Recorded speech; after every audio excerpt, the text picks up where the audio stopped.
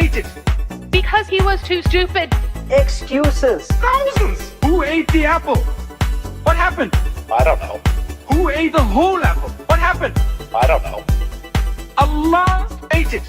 Allah ate it. Because he was too stupid. Excuses. Thousands. Who ate the apple? What happened? I don't know. Who ate the whole apple? What happened? I don't know. Allah ate it. Allah ate it. Because he was too stupid. Excuses. Thousands. Who ate the apple? What happened? I don't know. Who ate the whole apple? What happened? I don't know. Allah ate it. Allah ate it. Because he was too stupid. Excuses. Thousands. Who ate the apple? What happened? All right. We are live. Welcome back to Reasoned Answers, your home for the crackhead clown individuals. We thought it was over. We thought, well, maybe we expected this, but in theory it was over. In theory it was done. Behind Veils released their final video, dropping the bombshell that Mohammed Hijab had blackmailed Sheikh Tarawneh into trying to keep silent. Sheikh Tarawneh had learned of Mohammed Hijab's secret marriage and was trying to provide some kind of intermediate counseling, something along those lines, between Hijab and Aisha. Because he knew about the details, he even knew who at least one of the witnesses to the wedding was. He was blackmailed into silence, or so the video said. Ali Dawa has come out with a new video saying that he can prove that he was not, in fact, blackmailed, that other things were going on, and that Mohammed Hijab is, of course, completely innocent of the matter. We'll get into the video here shortly. I'm joined today by Mr. and Mrs. Friendly Ex-Muslim. Hello. Hi. Welcome back to the program. This is your second time being on here. I saw on your channel that you put out a video asking people to support your YouTube efforts because of some life changes. You want to talk about that and introduce yourselves to the audience? Yeah, I'll go first. Thanks, Thaddeus. Yeah, I guess we really talked about that in detail, so I won't go into that too much. But yeah, happy to be back here and contributing and joining the conversation. It's been an interesting run of events, and the latest one is yet another one last time. Not going to talk about this. One last time I'm going to talk about this. I'm putting in finger quotes, air quotes, because we know what's going to happen next. It's not one last time, right? So yeah, happy to be here again. Yeah, we are doing a lot more YouTube now because I'm currently unemployed, but that's okay. That's how life goes. We're working together and seeing what additional content we can get out, and we have some exciting stuff coming. So yeah, stay tuned. Excellent. And Huda? Hey everyone. So yeah, we're back, and Mohammed Hijab said maybe like over a month ago now that this is the first and last time I'm going to talk about this. And yet here we are. I don't even know what part of the series this is. There's been so much that has come out, but we're excited to cover this and see what Ali Dawa has to say about Sheikh Tarawneh. Mm-hmm. And Pat's Leather Strap says, don't forget about the cat. So we do have Artemis here as well, joining us and providing all of her insights. We got Tommy, a Muslim from the chat, saying, are you sure these ex-Muslim, or you bring them from the street? So you guys real ex-Muslims, or you just pretending? We're doing reverse taqiyya. How does that work? I don't know. We'll have to find out. I mean, more important is we're fun, interesting individuals to talk to. So I think that's what matters more than our identities. But yeah, we're actually ex-Muslim. But if you ask Ali Dawa, I'd probably say we're fake ex-Muslims. That was the thing he tried with me in the early days back in, I think, 2016 to 2018. Probably it was 2016. He was like, you're a fake ex-Muslim. And now they have the, what did they say? Like, do how many rakats in wudu, and they ask you these trick questions thinking that like you're not going to know the answer. Yeah, that's Read the Fatiha. Sorry, go ahead. That's their playbook, right? That's Yeah. their new. But yeah, I mean, they claim that everybody is born a Muslim, but then you become a Muslim and then you are one, and then when you leave, you weren't one. So I don't know. I'm still confused about what they define as who was really a Muslim, because I thought I was. I mean, I don't know what else I was doing the last 10 years, but I thought I was. It only takes a couple magic words to become a Muslim, but of course, to leave Islam, you have to have an infidel. She might join towards the end, or she might not. She said it would depend on if she was awake. But in any case, we don't need Mary here. We got an all-star crew even without her. All right, so I wanted to take a quick look at something to provide some insight into how I approach these issues. It's always very confusing, right? You look at two different people giving different stories. Well, fortunately for us, and it's a little small, my apologies, but the Reliance of the Traveler, Sharia manual, gives some insight that I find very helpful to understand what Dawah guys are really saying when they are talking.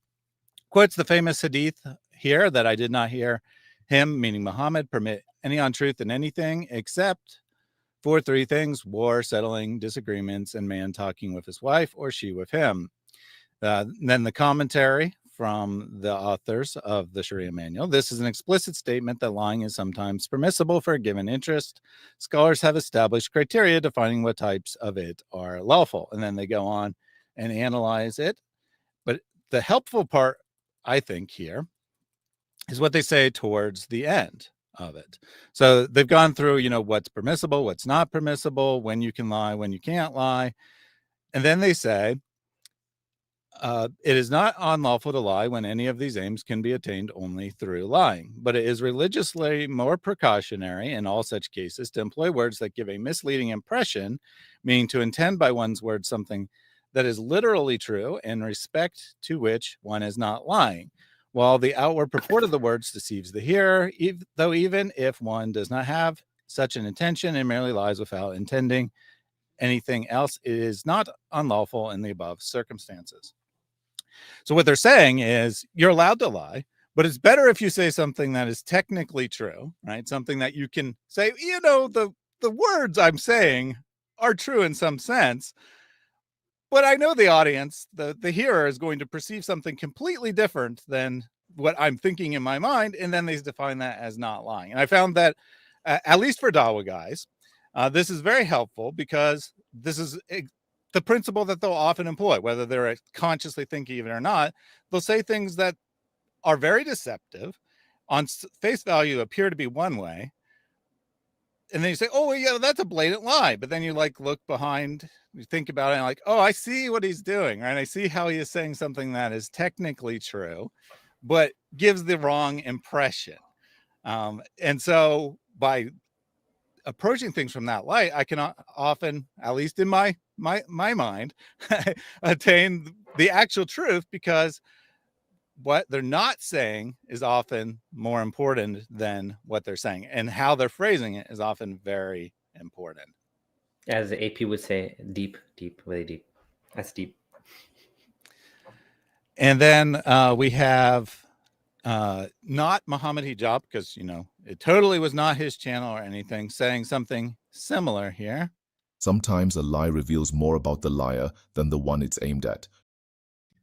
So keep in mind what they're saying and what they're not saying as we go through this video, and I think that the truth will reveal. What did he say? Sometimes a lie reveals more about the one saying it than the one it's aimed at. It's basically like a projection. Like he's actually talking about himself here. Do you notice that though? Like when you watch Ali Dawa videos and things like this defending Mohammed Hijab, like it's true what Thaddeus is saying. Like you can never just sit there and listen and just passively listen. Like there's always something underneath, like what he's actually saying. Like he'll technically, be telling the truth while also kind of lying. There's a pattern of this with them, with their behavior. Mm-hmm. Absolutely. So with that guideline in mind as how to approach what Ali Dawa is saying, we'll get into his video here. I have on my studio headphones because at some point we're going to not get too technical this time, but we are going to look at the audio underlying the video. And I appear to have closed it. While I was preparing, I apparently closed it. So give me 1 second to reopen that video.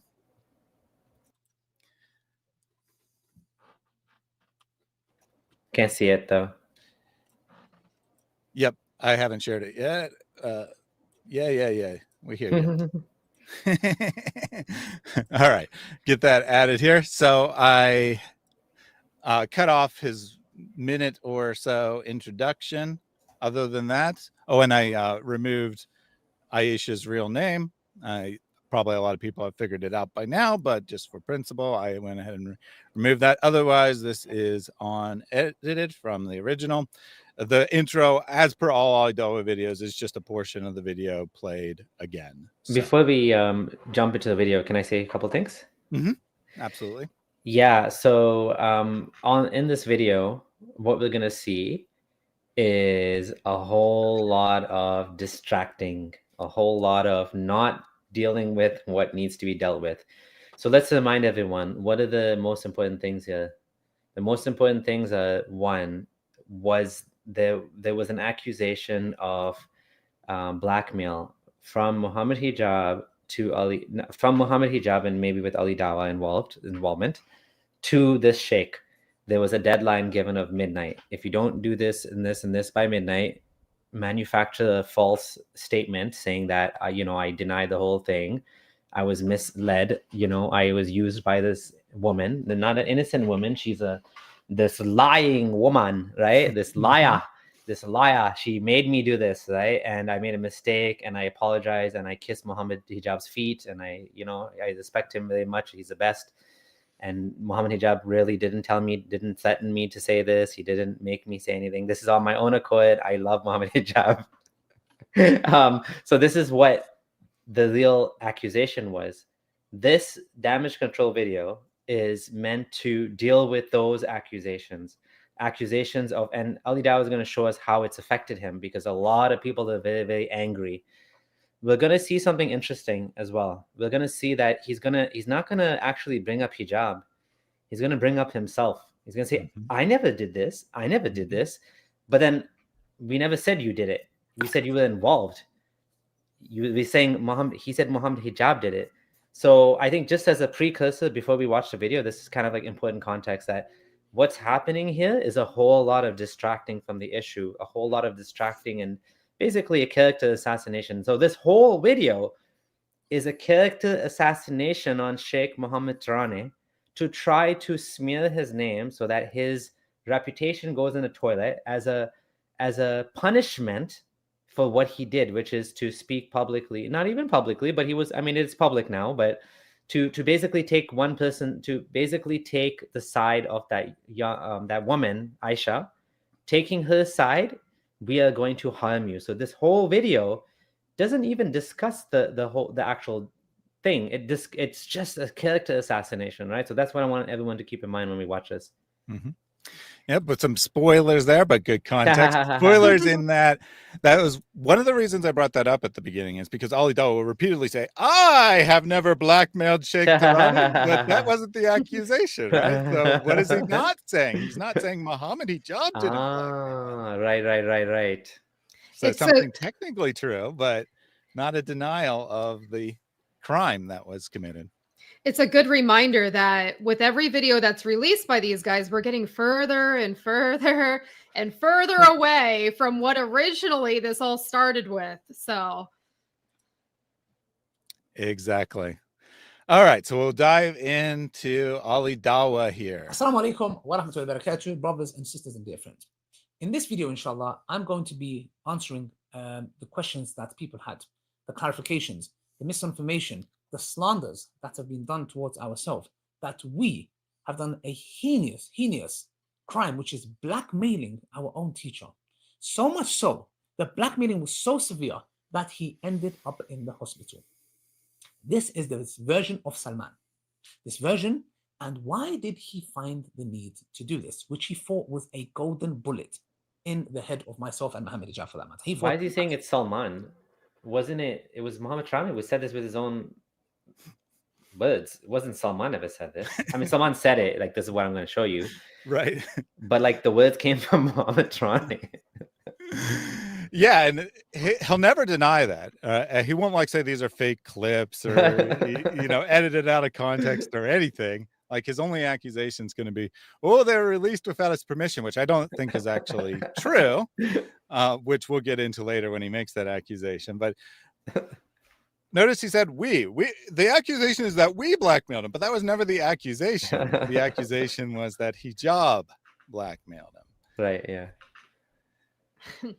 And it's very interesting that the way that Ali Dawa is kind of being like, oh, this is it's so terrible. It's the worst crime. Well, yeah, he's going to say that repeatedly, as always with Ali Dawa. He waffles on and says the same thing over and over again. But he's going to repeatedly say that, this is a terrible crime that we've been accused of, blah, blah, blah. Well, I agree. It is definitely a terrible crime that Mohammed Hijab was accused of, not we, right? Not the two of you were not accused. And James here says he means golden showers, not bullets.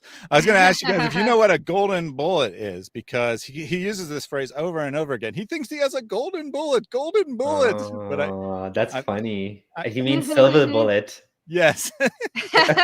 Oh no, that's a Freudian slip. I figured that he's like trying to make it an even better silver bullet or something by saying golden make it bullet, even but better that's than not silver. the way language works. An idiom's an idiom. It doesn't, you can't just like change it and make it. So he keeps saying golden bullet. I'm like, what is he talking about? So eventually I was like, well, maybe this is like a British phrase or something. So I Googled it. Nope, no one's ever used this phrase. It's just Ali Dawa. An idiom is an idiom and an idiot is an idiot, right? Ali Dawa. There you go. Next we'll have platinum bullets. All right, let's hear it from Ali Dawa. These guys blackmailing their own teacher, you cannot become the lowest of the low. You cannot get any lower than that. And I agree with him. From his point of view and the accusation that is made, how the public saw it, to blackmail their teacher to a level that he ends up in hospital sending a voice recording to Tarawneh that he has ended up in hospital, is the most vilest, disgusting thing ever. Just one thing though. If it is true, that is the most heinous crime of it all, so much so that I am willing to leave the Dawah scene completely if this is true. And I swear upon Allah, I swear by Allah, Uqsum Billah, I swear upon the Rabb of the Kaaba. And well, notice what he's going to swear, right? Notice what he's going to swear. Okay. Is he going to swear, Mohammed Hijab did not blackmail him? I ask Allah subhanahu wa ta'ala to curse me. And I ask Tarawneh and Salman, and I message them both as well. And I ask them to come, get on a phone call with me and ask the curse of Allah. Yes, Allah said.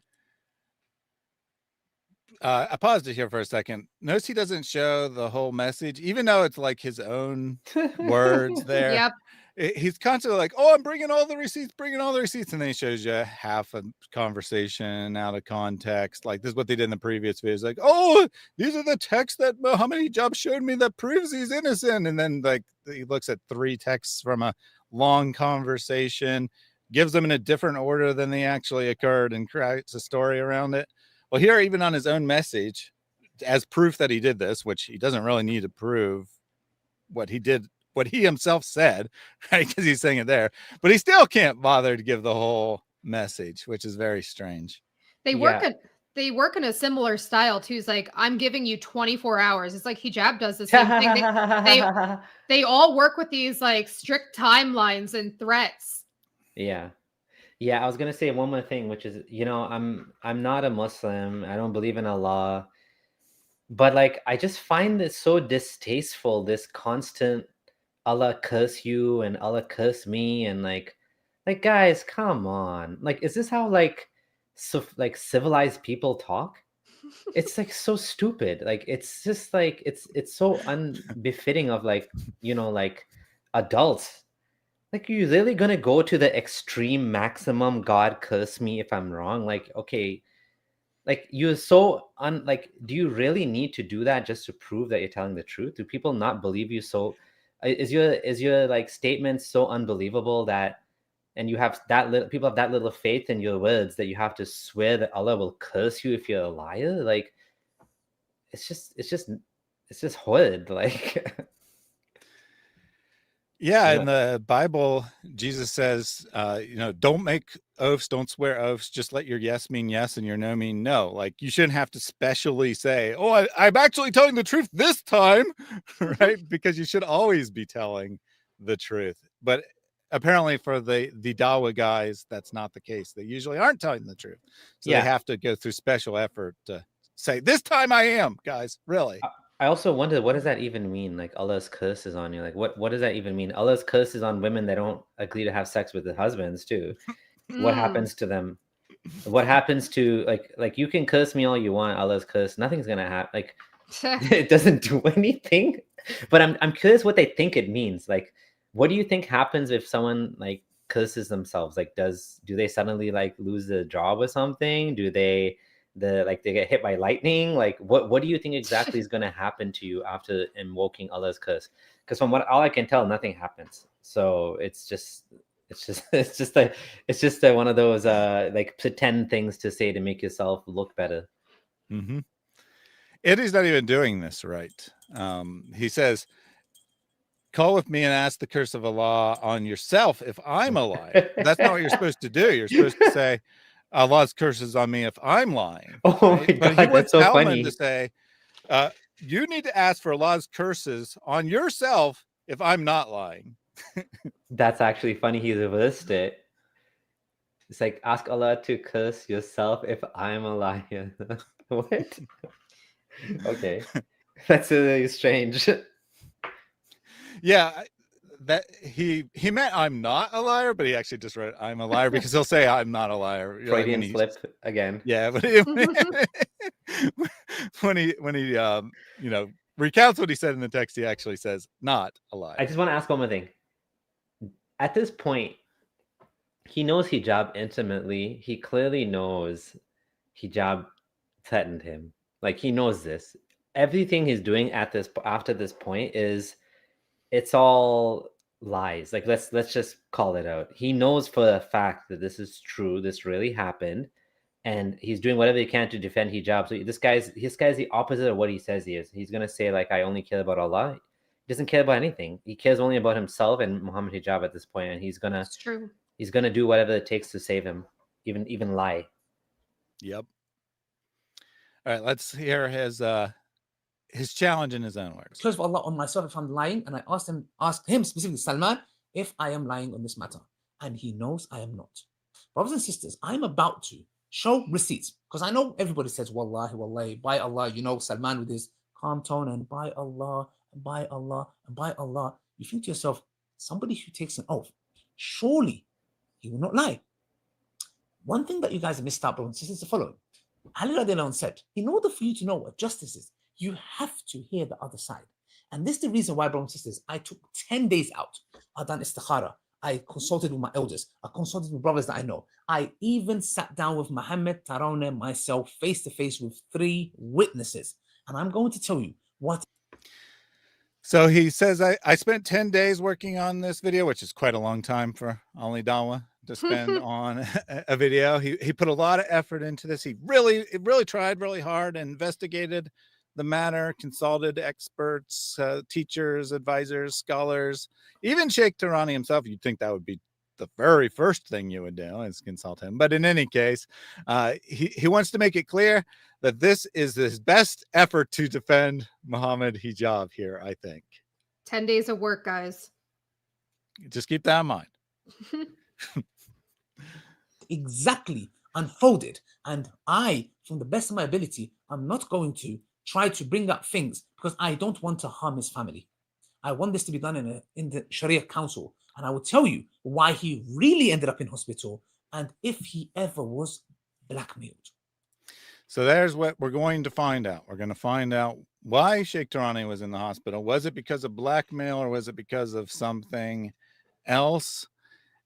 That is what we're going to find out here. Now, I thought we were supposed to be finding out why, whether or not Mohammed Hijab blackmailed him, but apparently this is going to actually be about Sheikh Tarawneh. He poses this as an investigation into whether Hijab actually did this, and it ends up being, as was already previewed, nothing but a character assassination. Like, don't believe Sheikh Tarawneh. He doesn't actually deny that Tarawneh said these things. He doesn't actually deny that Sheikh Tarawneh was blackmailed in general. He just says, I didn't blackmail him, guys. I didn't blackmail him. I swear by Allah, I have never blackmailed Sheikh Tarawneh. Great. No one ever accused you of that. We are going to come to that, inshallah. So, brothers and sisters, that's first thing first, inshallah.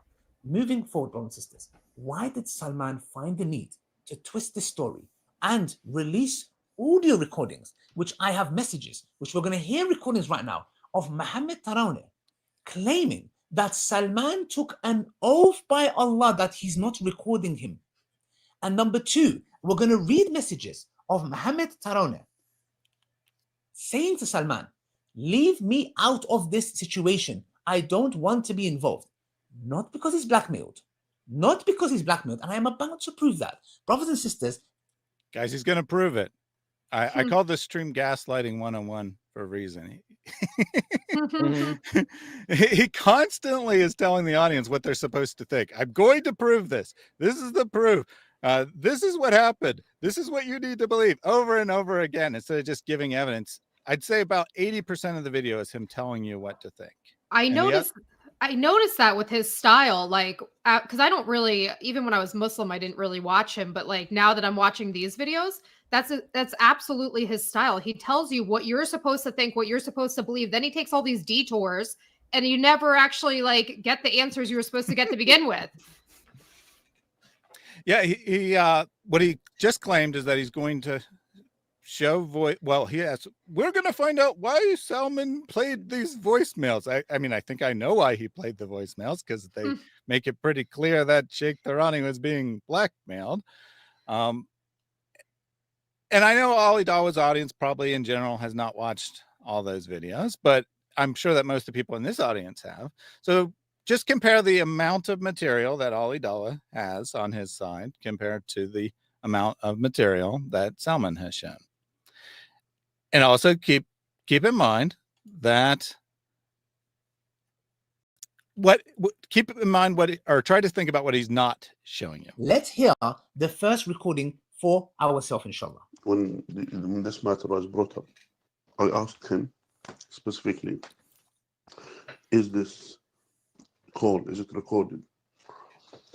He said to me, no. Then he made an oath by Allah Azza that's not recorded. He just wanted clarity for himself. So anyway, he mentioned that it wasn't recorded. When he made an oath by Allah Azza that it wasn't recorded. That's one thing. On the other side. So this is the call, and this is going to be the only audio that he ends up playing. We'll look at the audio in more detail here in a second. But the first claim of this audio is that he doesn't say who, but we're supposed to think that this is Salman, said that he wasn't recording a phone call and swore an oath. Now, he doesn't actually say who, and we don't know when this took place. Exactly.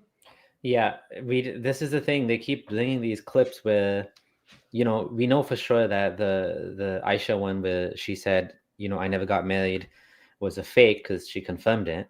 But like, again, a little clip saying I wasn't married, there's something called like a timeline, and exactly. We have to fit these things in a timeline. So if you're just giving an out of context audio clip saying I told him not to record it, well, maybe he didn't record the first call, and maybe he recorded the second call after getting consent. Like, these things can, like, it's not like clearly Mohammed Tarawneh said, I want you to defend me in that last video. And he even said, I respect you more than Mohammed Hijab, right? Something to that effect. He's like, I respect you and what you're doing, right? and thank you, whatever, I leave it to Allah, blah blah blah. But like at the end of the day, he clearly wanted Salman's help, and he got his approval. Salman got his consent, obviously approval to the quid, right? Yeah, I mean, what Ali Dawa wants you to believe is that this somehow proves that all of the recordings were not legitimate. Then he swore he would not record them, and then he secretly recorded him anyway. But there's no evidence of that. All we know is that someone, assuming this is even legitimate unedited audio to begin with, that someone told Sheikh Tarawneh that he wouldn't record some conversation at some point, right? There's no name in the actual clip. For all we know, he was talking about Mohammed Hijab. Mohammed Hijab told me he wouldn't recorded it, but then he did. I mean, it's not very good evidence. And normally I'd say, okay, if he says it's about individual X, in this case Salman, then I can assume that's what he says. But this is Ali Dawa, and I've already caught him faking evidence before. So why should I just take his word for it that that's what Sheikh Tarawneh is talking about? I mean, when he was asking about specific details, I was just only avoiding more, the answers. But at the end of the day, I mean, eventually, if it's a testimony, the people will testify what they know, even though it's not a majlis qada, So I told him, Akhi, for you to know, there's not majlis qada for me. I'm not obliged to answer your questions. And at the end of the day, I have helped the sister in the best way I can. And that's what I did. And asked her. I did my best to help her, that's all. So basically, that was the conversation about that. Now, on the voice recording you heard, well, before Ali Dawa tells us what we're supposed to think about the voice recording, what do you guys think about the voice recording? I mean, oh man, like you were saying before, there's no date, there's no time, there's no chronological order, there's just no context. He just throws it up on the screen and just, this is what we're supposed to believe. I mean, yeah, I would like to know when this conversation happened. Why? Like my husband said, it could have been, maybe he didn't consent one time and he did the next, and moving forward, it was okay to record. I don't know. Maybe this was initially, maybe he was just like, I don't want this recorded, but then he did consent later on when it got really bad. Who knows? Yeah, nothing more to add. I just feel like that's exactly what it is. We're missing context, we're missing timing. And you made a very good point, Thaddeus. After all the fake stuff that has showed up on the channel, including on Ali Dawa's channel, including fake screenshots, can we really trust anything he's uploading now? Like, I don't know. Like, he's proven himself to be a liar, right? So yeah, the whole thing's a distraction, but even the evidence he's giving now has to be very treated as suspect evidence, right? Yeah, I mean, why isn't Sheikh Tarawneh coming out and saying, how dare Salman release this video? Exactly. I That's didn't a good point. to it. Yeah, like this is what we know for sure.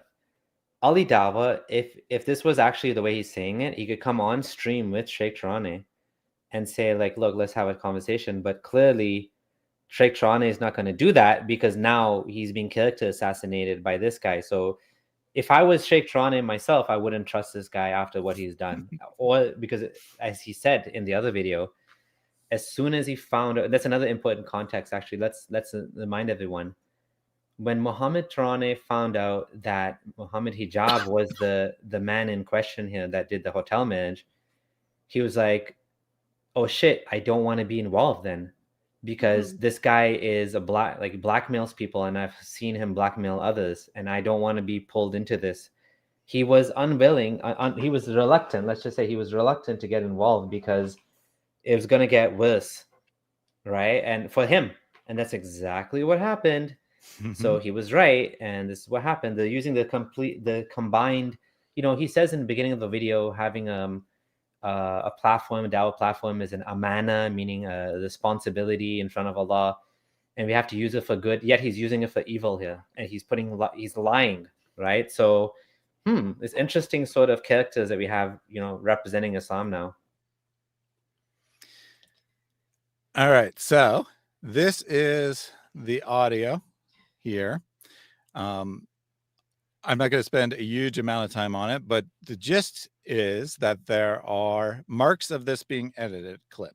So right here, this is going to be the last words of Ali Dawa. And where is my play button gone? Hold on 1 second.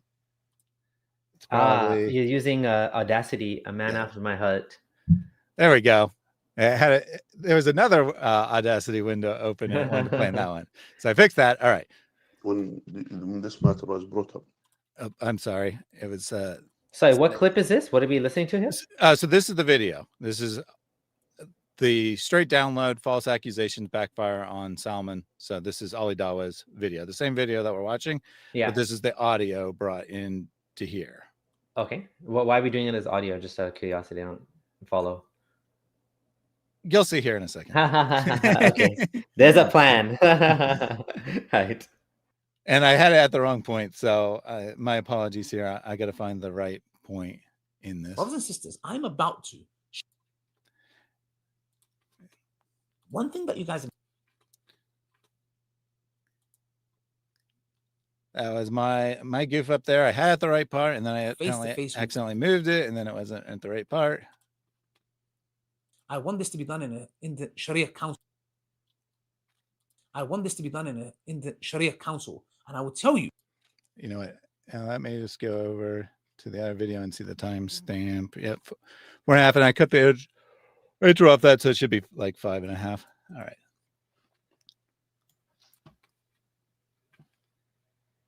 That's the end. So yeah, prior. I thought it was like around. Not because he's blackmailed, and I am about to prove that. Okay, yeah, cool. So it was like in the right spot, but it was like 10 seconds ahead. And when this matter was. All right, cool. Not because he's blackmailed, and I am about to prove that. Brothers and sisters, let's hear the first recording for ourselves, inshallah. When this matter was brought up. All right, so I just played that to show you that we're at the start of it here. There are several marks of it being edited audio. So like right here, for example, this is going to, if we go to Detective Thaddeus. amplify it, we'll see that it's absolute silence here, which means that that's an editing mark. This is the start, so that's not unexpected, right? That there's a mark there between Ali Dawa's last words and the first words of the video. But then there's going to be editing mark here, right? Again.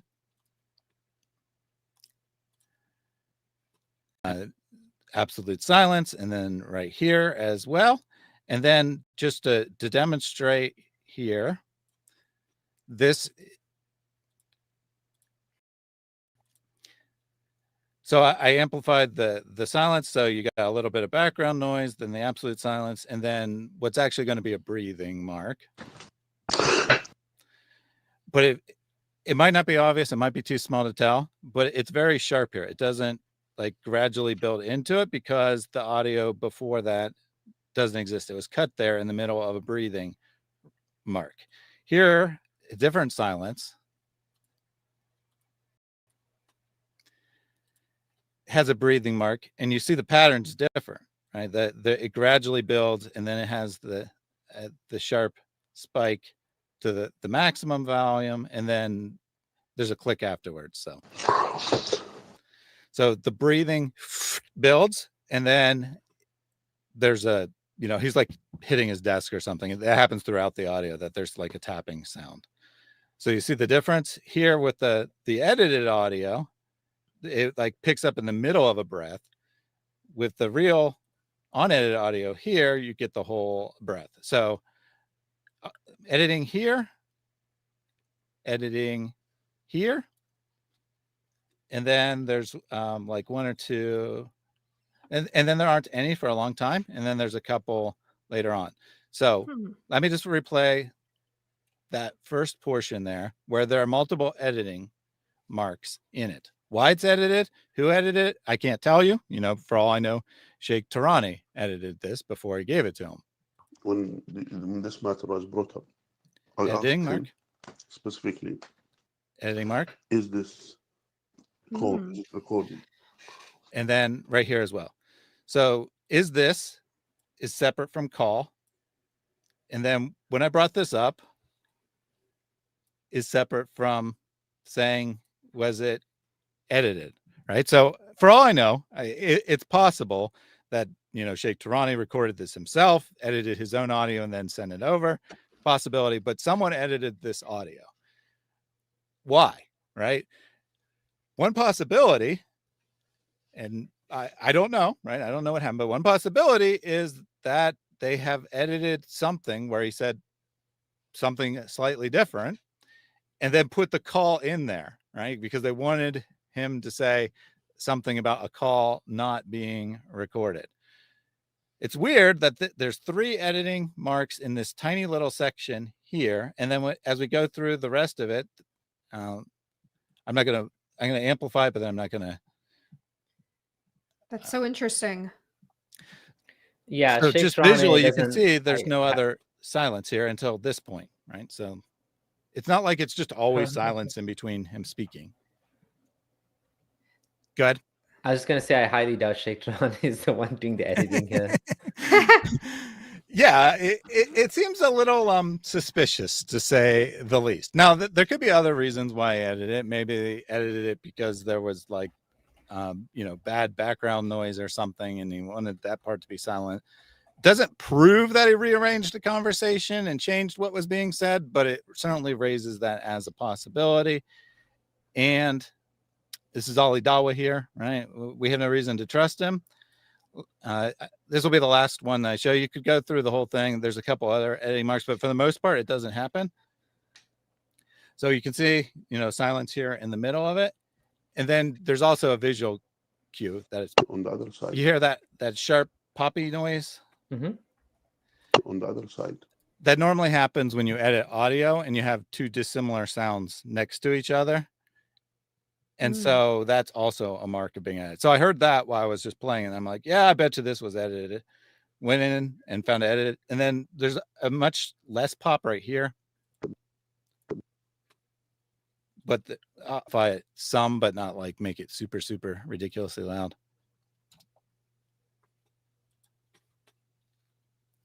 It's, when he was asking. More subtle, but there's definitely a pop right there, which is also a mark that part was edited. So there's many marks of editing in the video, in the audio, that is, which is what I really wanted to show there. I was already suspect, even if it wasn't on edited, because we don't know when it's from. It could have been, from months ago. It could have, I think maybe it was legit at all. It was probably like when he was according to Salman's story, which is also Sheikh Tarawneh's story, that Mohammed Hijab gave him 24 hours to give a statement. This might have been part of his attempt to say, I have made a statement, right? And say, oh yeah, I didn't give him any details. I avoided the details. That was one of the things he said in the chat, right? Is that when he asked about specific details, I avoided it, but it's going to come out, right? If it's going to come out anyway. That's kind of what he was saying. So that's a possibility. He could have also been saying like, oh yeah, he's not a good guy, right? I'm on your side. So very suspect even without the editing, but it also appears to have been edited. All right, let's see what else Ali Dawa has to say. Sisters, Mohammed Tarawneh is saying that Salman took an oath by Allah. The man on video who says, by Allah. By Allah, by Allah, by Allah, by Allah. By Allah. Powerful. Calm tone. This man he's not recording Tarawneh. They're just beating a dead horse with the by Allah thing. It's kind of like, okay, dude, we get it.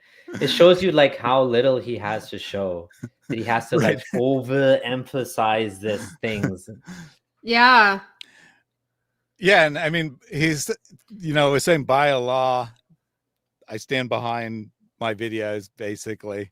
Obviously said more specific details, but Ali Dawa's here like, oh, he's saying by Allah in a calm voice. Well, why shouldn't he be saying it in a calm voice? I mean, in your previous video, you kept saying he's raging out of control. And then he would play a clip that was much calmer than Ali Dawa, who was actually kind of raging a little bit.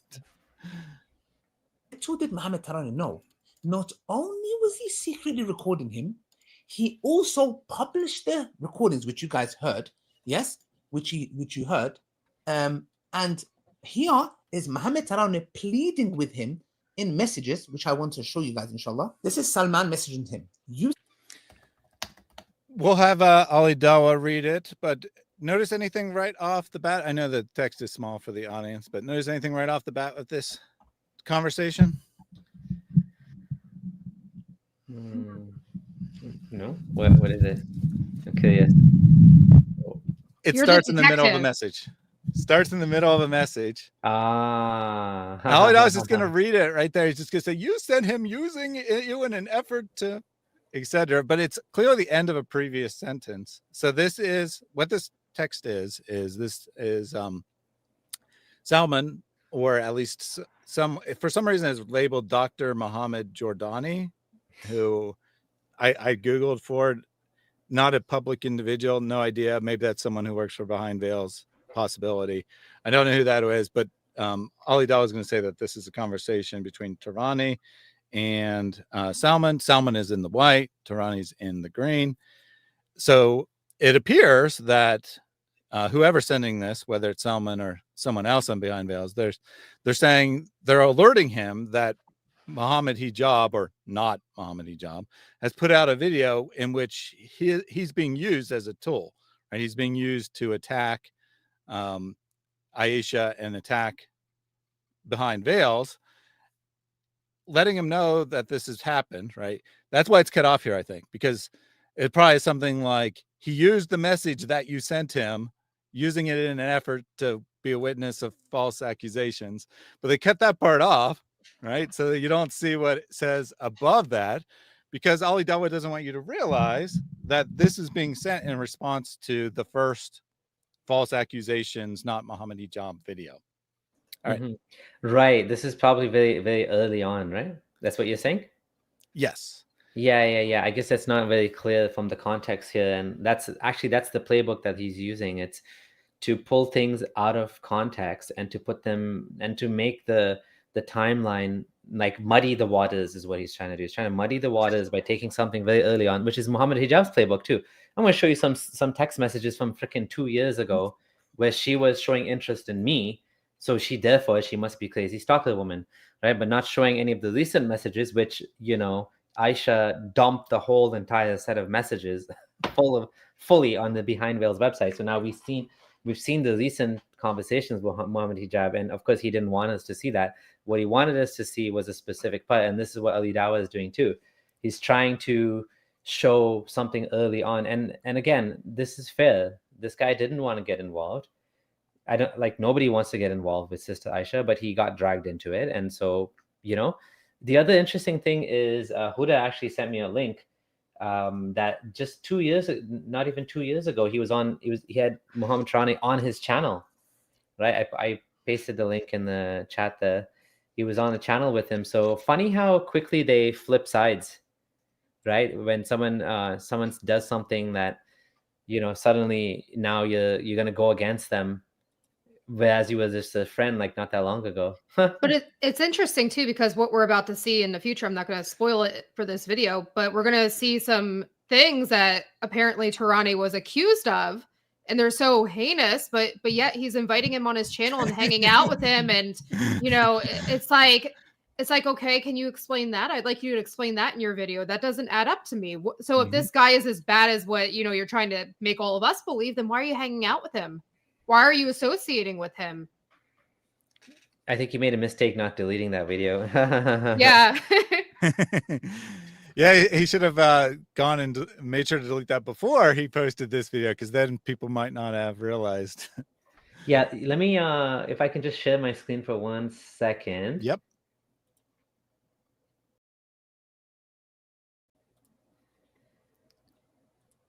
Yeah, this is it. This is the Sheikh Tarawneh on stream 2 years ago. But this stuff he's claiming about Tarawneh started in 2019. So it's like, this has been going on for years, and you're saying, wallahi, this is terrible what he's done, but here you are hanging out with him. Like, please explain. I would love to know. April 2023. This was just exactly 2 years ago, this thing.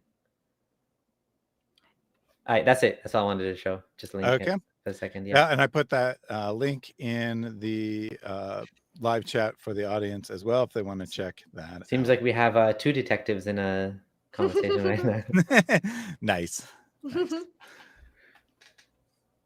All right, so Ali Dawa is going to read what's on your screen for you. Sent him using you in an effort to be a witness of a false narrative and attack campaign against myself and sister. But wallahi, this is Allah's way of honoring you. You have to go through the initial test, but then the relief and the reward comes immediately after. I will defend your name and your honor in a way you never thought possible. I can't believe how Mohammed Hijab literally set up his own trap and fell in it. Do not be stressed. You will see in 2 days what will happen. Allah loves the sincere and the truthful. May Allah expose and humiliate the liars, transgressors. Allahumma ameen. That's funny that I'm almost certain that this message was like right after Not Hijab put out the first response video. So like within the first week or so. Yeah, there's no date saga. stamp here. And it says, I can't believe how Mohammed Hijab fell in his own trap, right? And that's what we saw as the story kept developing. Mohammed Hijab would give a response, or Ali Dawa would give a response on his behalf. And then someone would be like, yep, I had already anticipated that move. Here's the response to that. Yeah. Like he's just so predictable exactly how he would reply. And it's like, and that's what he even said in the last video. He's like, there's a reason we didn't release all the evidence at once. We knew that they would respond a certain way, and then we gave them enough rope to hang themselves, basically. So what he's talking about, you're saying he's talking about how he made the Not Hijab video attacking her, most likely. Yeah, Okay. I think that. So yeah, I think that Salman's sending a message to Tarawneh, alerting him that he has been used, right? Because unlike the original Behind Veils videos, which just says a sheikh, right? That's all he says about. He's like, I've talked to a sheikh who has, knows all the details of this. Then not Mohammed Hijab comes out and says, and Sheikh Tarawneh, he disavows all this, but his name was never in it from Behind Veils. Right, got it. So I think he's alerting him of that. And then, so Tarawneh is going to push back. Mohammed Tarawneh replies, Wa alaikum salam, brother. My brother, you brought me up in your video when I clearly said to you that I don't want to get involved. It then says, I referenced a well-known sheikh and had nothing identifiable or anything referenced to anyone that could tie it to you. This is critical due to their insistence that there is nothing of merit. And then Mohammed Tarawneh replies again, Assalamu alaikum wa rahmatullahi wa barakatuh, brother. As I mentioned to you, I don't want to get involved in this matter, and you are trying to pull me into it. The problem is no one is benefiting from it except the enemies of Islam. Look at the Shia, the Zionists. What are they doing? They're attacking all of us. Just pause here for a second. Especially the people. Oh man, the enemies of Allah, the Shias and the Zionists. It's like such random groups to mention here specifically. Not this time we didn't mention ex-Muslims, specifically Shias and Zionists. I don't know of any like Shias that are like talking about this. Like it's just so funny. I'm like and like Shias are, so funny. Shias are enemies of Allah. They believe in Allah too, buddy. That's so true. Are we the Zionists just because that's what they think we are? I don't know. I don't know. So this is kind of trivial, but notice that there is a date stamp and it says today, which means that this was screenshotted immediately. And it's coming out, it's not just like going back. Oh, look, I went back into my text messages and got this. Nope. All these guys are like constantly keeping evidence on one another. Maybe this was Tarawneh who took the screenshot. Someone took this screenshot immediately. Wow. Because they knew they might need it later. Wow. No one trusts anyone in the Dawah scene. It's crazy. Of the Islamic Sunni Dawah. And please, brother, I ask you by Allah, do not bring me into this matter in any way, as I don't want you or anyone to defend me. I believe Allah will defend the ones who was being wronged. Not only did Salman backstab Tarawneh. So he's now going to tell us what to think about this again, but I mean, I thought it was perfectly reasonable, right? He alerts Tarawneh that his name is being used by the other side.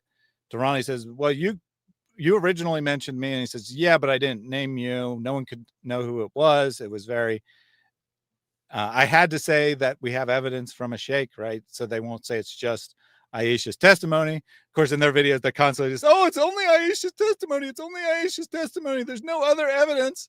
So he's correct. He did need to mention that. And then Tarawneh again reiterates, I don't want to be involved. Leave me out of this, which is completely consistent with him being blackmailed, right? Him say it fits exactly. It confirms Salman's video, right? That he says the video came out, they started blackmailing him. He said he didn't want to be involved any further. That's what the text says. That's what Salman said. Ali Dawa, however, is going to tell us to believe something different. What are your thoughts? Even more so, not just they began blackmailing him, he's seen Mohammed Hijab's vile behavior to other people, blackmailing others, and also this may have been when the disrespect was starting, right? So we don't know when that happened exactly, but the disrespect from Mohammed Hijab, Sheikh Tarawneh said that, like, I was surprised how he was being rude to me, and I'm like, yo, I'm your sheikh here, like, why you can talk to me like that? And again, they're gonna say this guy's not a sheikh. They're gonna say he's a nobody. Right. They like to promote people as not being nobodies when they need them, and when they don't like them anymore, then he's nobody. But he was on his channel apparently. Houston points out that nobody being blackmailed will say, "I'm doing this because I'm being blackmailed." Right, which that's Ali Dawa's argument is he doesn't say he's being blackmailed, so that must not be the case. Right. Very strange. He threw him under the bus. Why did he do this? This is the big question. Why did he do that? Because when I released my version of the video, yes, that went viral, and I talked about how I sat down with the sister and I interviewed her, and I was supposed to put the interview up, and the tide. So that's what we're supposed to believe, that this is proof that Salman threw him under the bus when he says, Allah's on your side. You're going to be redeemed by Allah. Right? That's throwing him under the bus. And then Ali Dawa says, this is in response to my video, which went viral. Because, that's what he cares about is views. I would not say it went viral based on the size of his channel, but that's beside the point. It got a good number of views. So Ali Dawa says, my video got a lot of views. This is awesome. Now I'm super important.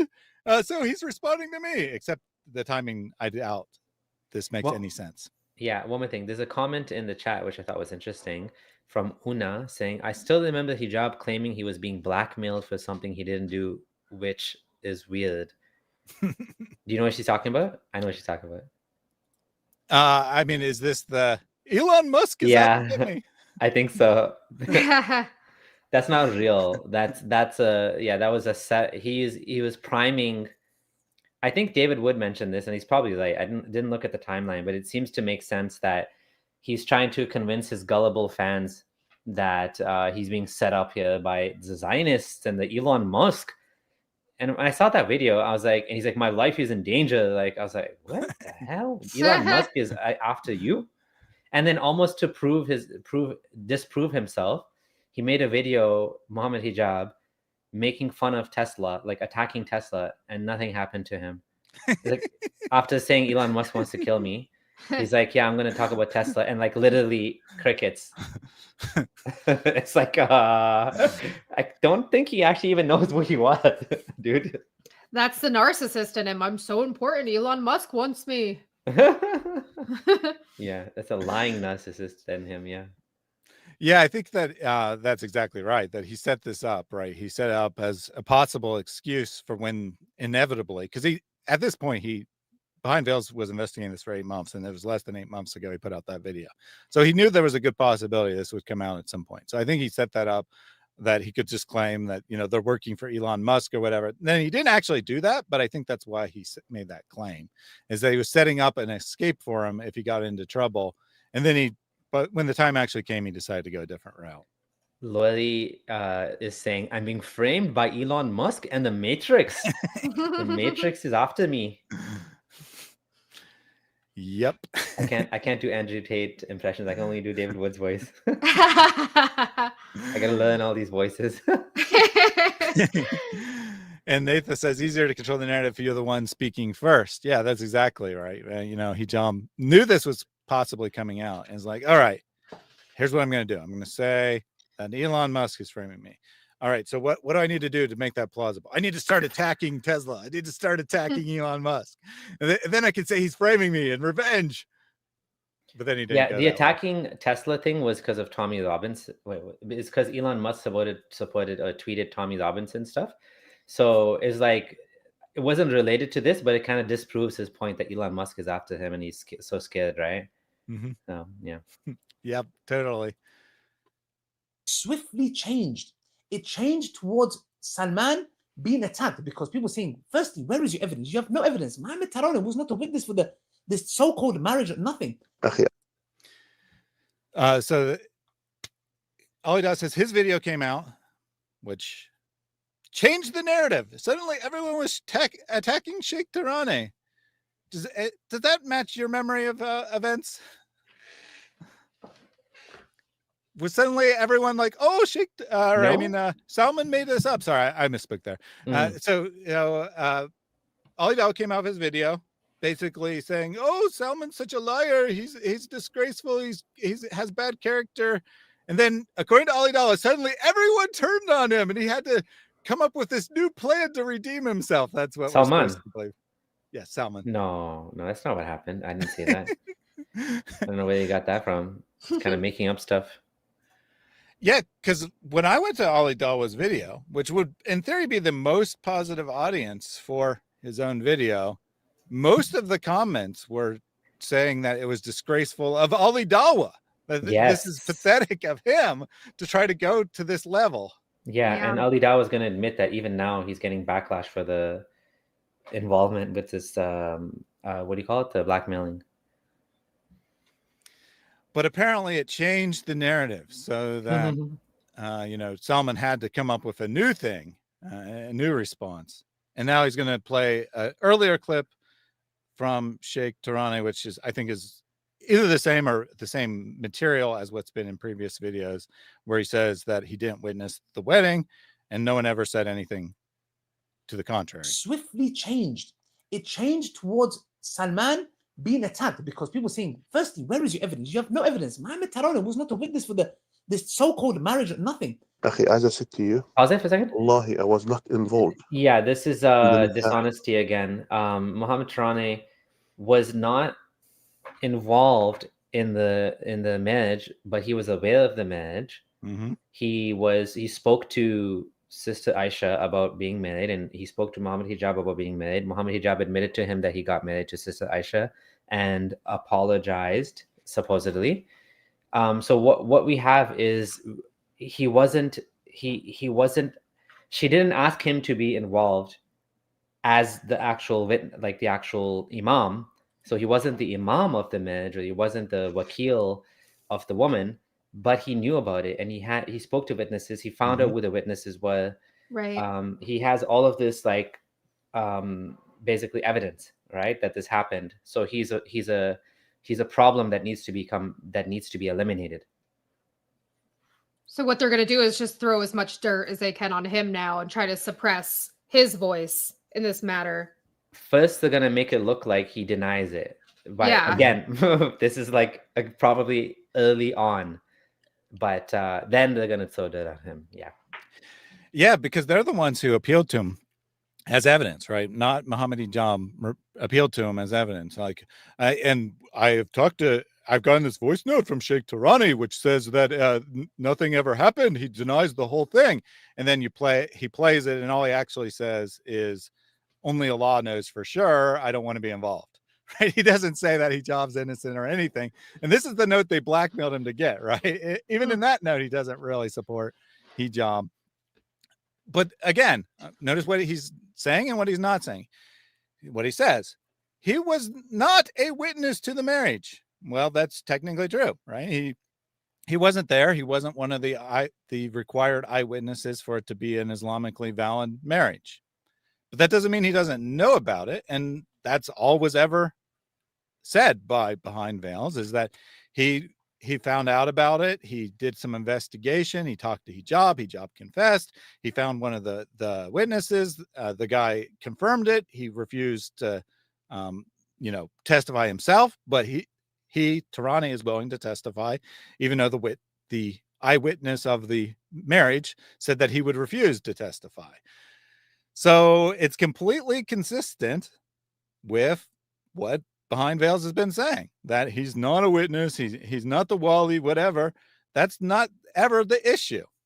And Right. And Ali Dawa doesn't deny what has actually been said. Between Mohammed Hijab and the sister in any sort of form. I was not her wali. I was not a witness. I wasn't involved in that nikah. So, as I mentioned to my brother, I don't want to get involved with this matter. I have done enough in it. So please, take me out of this matter. Allah barik feek. Mohammed Tarawneh is talking about what? So he says, I don't want to be involved. Take me out, which is what he said in the first clip, what he said in the text messages. It's what he said all the time, right? Very consistent that he doesn't want to be part of the public record for whatever reasons, whether that's blackmail or he just is shy or something, even though he's goes to Speaker's Corner and it's on recorded videos. But for whatever reason, right, he doesn't want to be part of the public record, but he says both in these clips, the first one, these clips that were given to Ali Dawa, that if it comes out and he has to testify in court, he will testify to the truth. That's what he said to Behind Veils as well. I don't want to be involved. I keep my name out of it. But if it goes to Sharia court, if it goes to civil court, I will testify.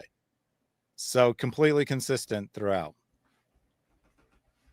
But Ali Dawa has a different opinion. This is testified. Okay, so there was no evidence. So what Salman did next was he thought to himself, okay, how can I further? Because his integrity is in question now. So he thought, how do I get back at them? What did he do? He recorded. He released the recording of between me and Sister Bushra, which she was secretly recording. No problem at all. Nice, Aisha. If anything, secretly recording. Good job, Aisha. That was smart.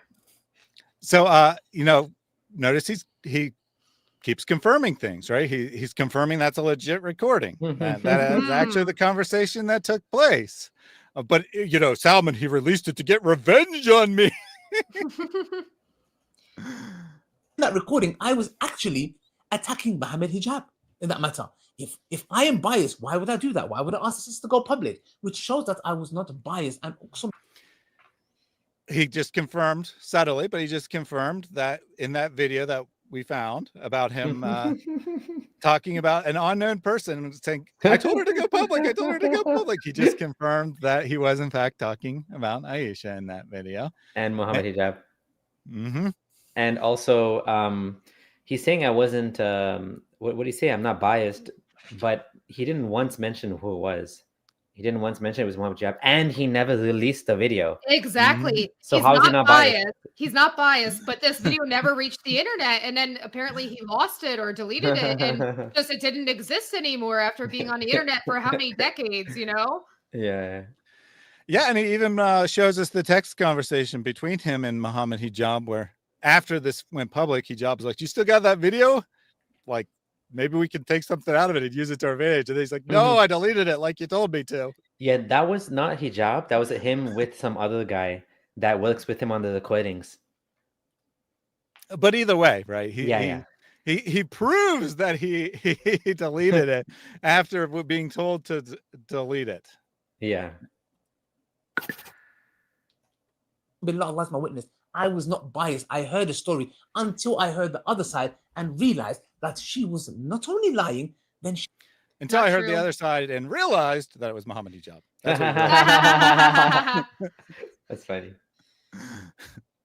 And I think that there's actually a good chance that he was genuine when he did the recording and whatnot, and was actually intending to release it. And then he found out it was Mohammed Hijab.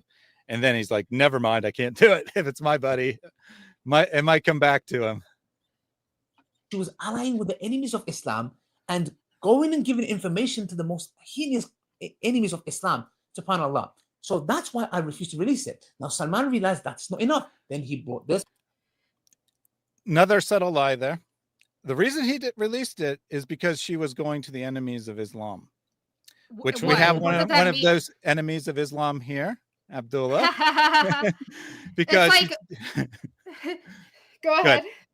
No, he's saying enemies of Islam and she's going to us, but it's funny. It's like David never engaged with her. Like my husband never did. Like we didn't even know this is who was like reaching out to us. We had no idea. So again, he's trying to tell us what to think. She's going to the enemies of Islam. What? Posting on our Twitter?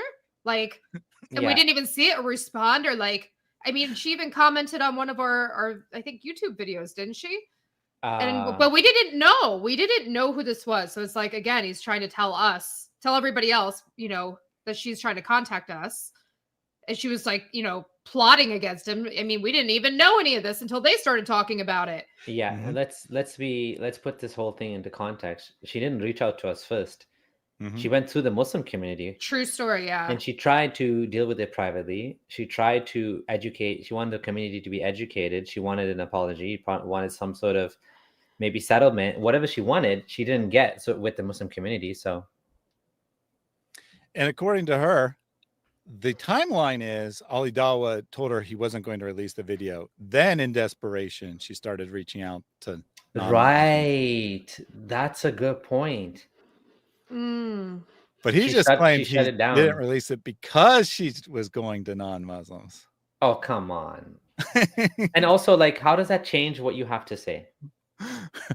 Right. You know, that's funny. Well, he did the same thing to me, Ali Dawa. He challenged me to a debate in the UK. This was like years ago, again, 2016, 2017, something.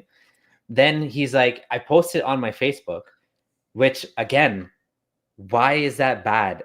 I posted I'm gonna do a debate with Mohammed. He's like, you're attention seeker, and I'm gonna block you. And he blocked me on Twitter. I've been blocked by him since then. Because I wanted attention. What do you mean? Like, it's a debate. Like, anyways, but yeah, he's doing the same thing again. He's saying, oh, you went to these people, but how does that change? Your message was you're not biased. You doing this for Allah. It's a valid issue she had, but suddenly everything changes because who she talks to. Like, how everything she said was legit, and you interviewed her and you recorded it and you were going to put it up. So this shows sliminess again. This is the same situation with him first supporting Salman against his ex-wife Dunya, and then going against her. First supporting Mohammed Tarawneh on his channel, and then going against him.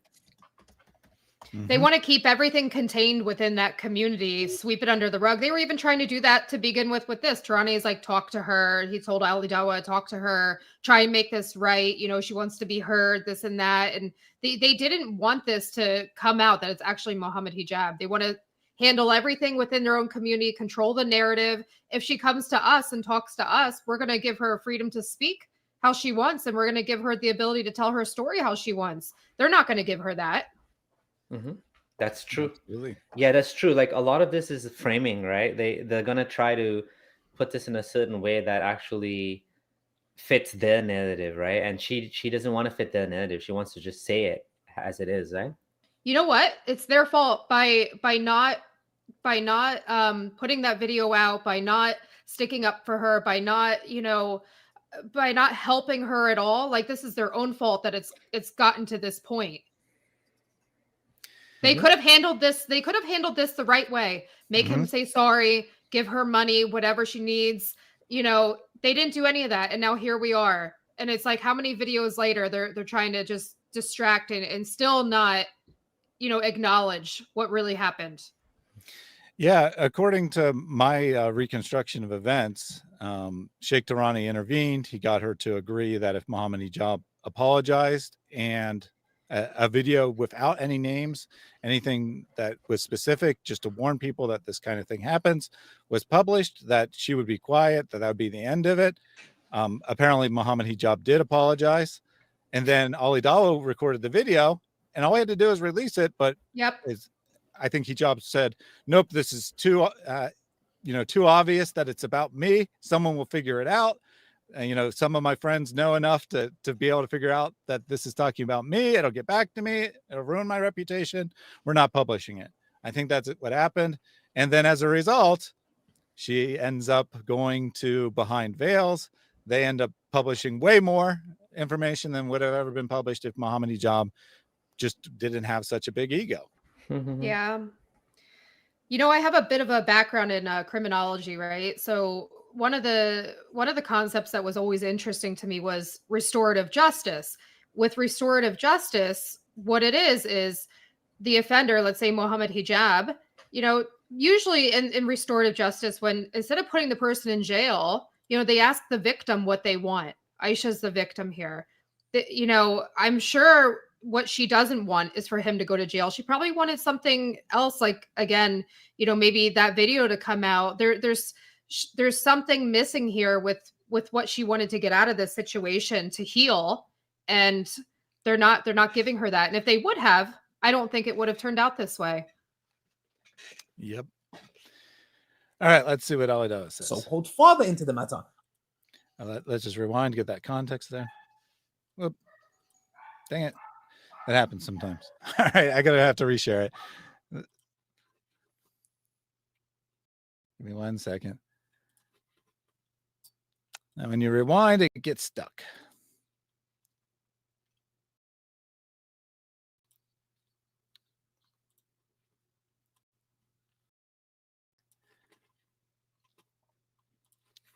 This is approximately where we went. Let's figure it out. There was no evidence. So what Salman did next was he thought to himself, okay, how can I further, because his integrity is in question. All right, so that's him talking about actually attacking Mohammed Hijab.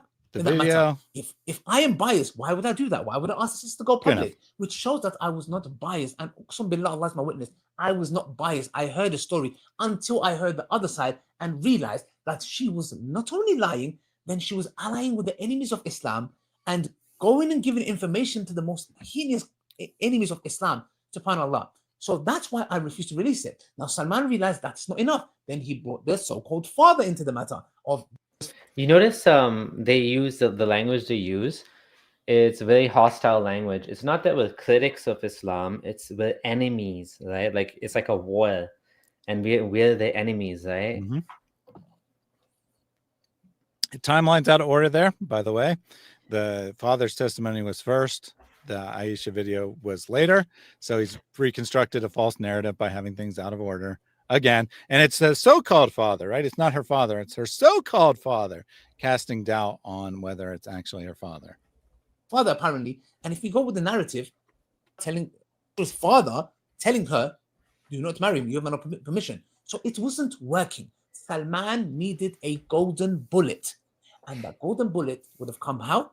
By sacrificing Mohammed Tarawneh. And he realized, oh my gosh, a mistake that I made. Not only that, brothers and sisters, if you guys remember, one of the claims that was made by Salman was what? Her testimony is her evidence. No, actually, that was your claim as to what he was saying.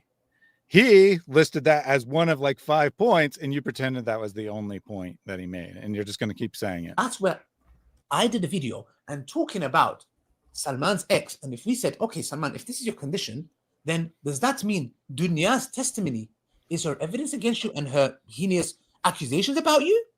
But what did Salman do? Salman said, of course not. Do you know what he did, brothers and sisters? Let's read for ourselves. He made a mere simple post, not a video, a simple post saying the following: correction on a personal testimony as evidence in Islam. We'll look at what he says here, but once again, this is false. This is not in response to Ali Dawa's video. This was published before Ali Dawa published his video. It's actually in response to a comment that someone made in YouTube.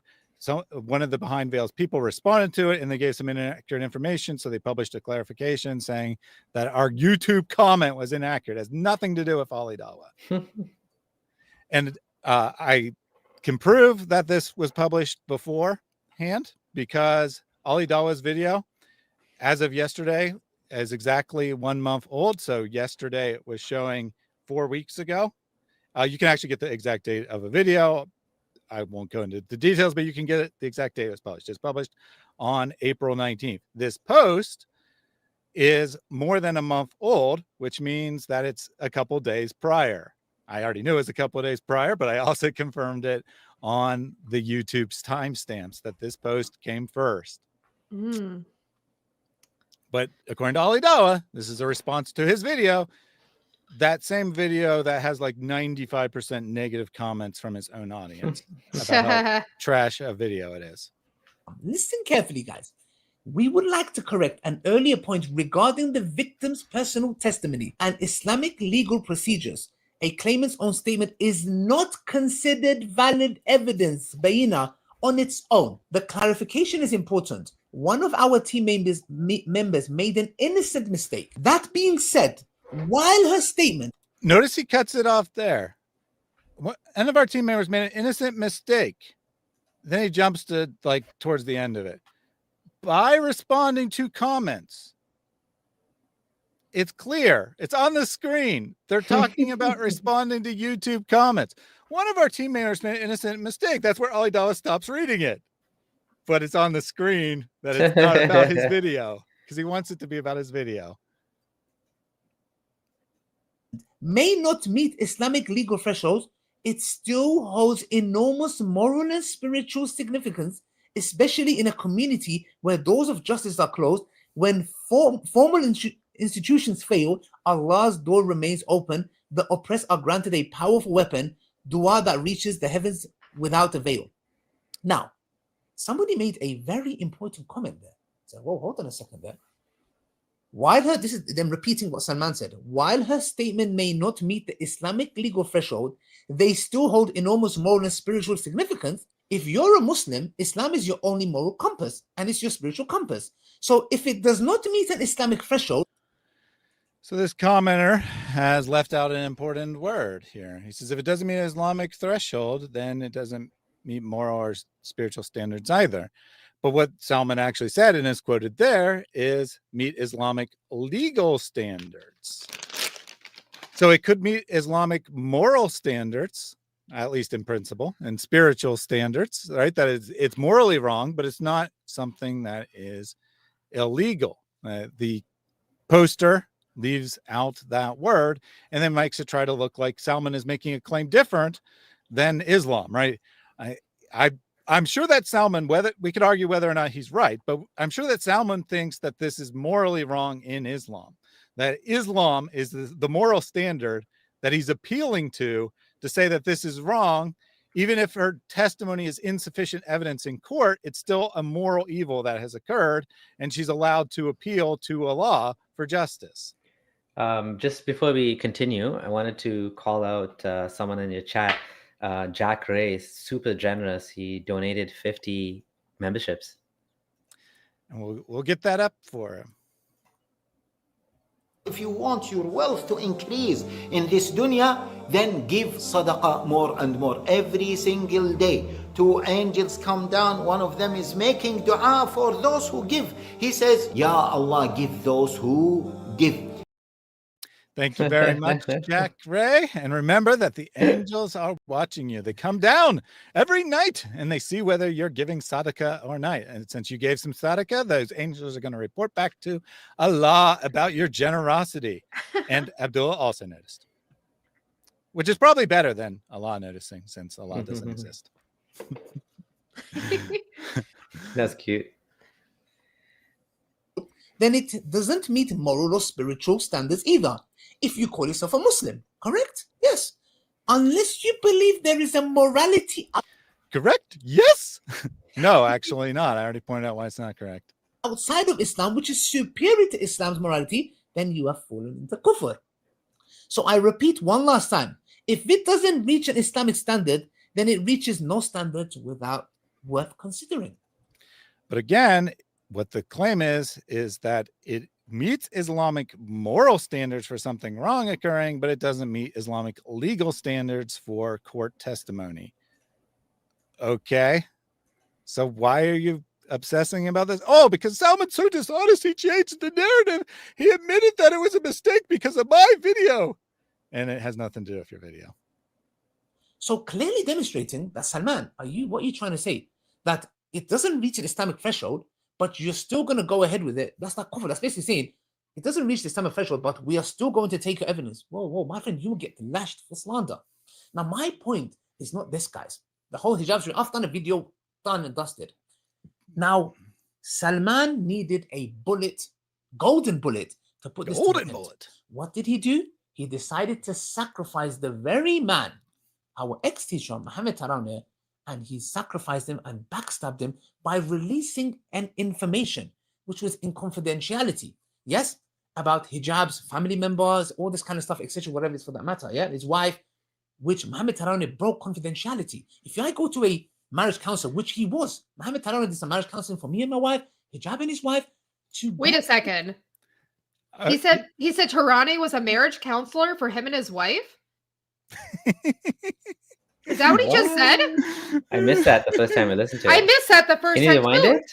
What? Let's double check here. Which Mohammed Tarawneh broke confidentiality. If I go to a marriage counselor, which he was, Mohammed Tarawneh did some marriage counseling for me and my wife, hijab and his wife, to go. Hijab and his wife too. Whoa. About our, he's known to do. He knows hijab and his wife as in an intimate marriage counseling session context. I wonder how those sessions go. Yeah, so there's several key points here. So Ali Dawa is actually correct. If Tarawneh disclosed information that was given in a counseling session, that would be a serious ethical violation. But wait one second. Wait one second. It might not be a serious, well, it is an ethical violation, but if he's not licensed, there might be nothing they can do about that. I don't know how that works. And well, it might not be a legal issue, but I mean, it would violate the ethics of being. Yeah. What is he saying was exposed? So I believe he's referring to when he doesn't specify, but I believe he's referring to when behind veils, Sheikh Tarawneh, in his own words, both in an earlier video and in when they play his own words, that Mohammed Hijab had done this before, that he had a secret second wife before, and that his first wife nearly left him, threatened to take the kids away. Yeah, that's what that's connected to. That's how he knows. That's how he knows all this. That's how he knows. Wow, I didn't realize that. Interesting. Yeah, I was wondering where he got that from. So I don't know for sure that this was from a counseling session, but I do know that in a false accusations, not Mohammed Hijab video, they play some clip that supposedly comes from a counseling session that Aisha called a counselor, and that counselor supposedly gave this as evidence to the false accusation channel. Now, of course, we determined that clip was AI generated, but their claim is that it's from a counseling session. Ali Dawa is correct. That's an ethical violation to release that material. But he doesn't seem to have a problem when not Mohammed Hijab released a audio recording of a counseling session. But now he says, oh, Sheikh Tarawneh disclosed this information about Mohammed Hijab's wife almost leaving him that was given in counseling, which may or may not be true. I mean, he could know it from other means, right? He was some kind of friend to Mohammed Hijab. Right? He could have just known it. It wouldn't necessarily have to be from a counseling session. Yeah, like he didn't actually release any contact information. Sorry, he didn't release any detail. Like he didn't release any recording of a counseling session. He's mentioning some things that may have been divulged in a counseling session.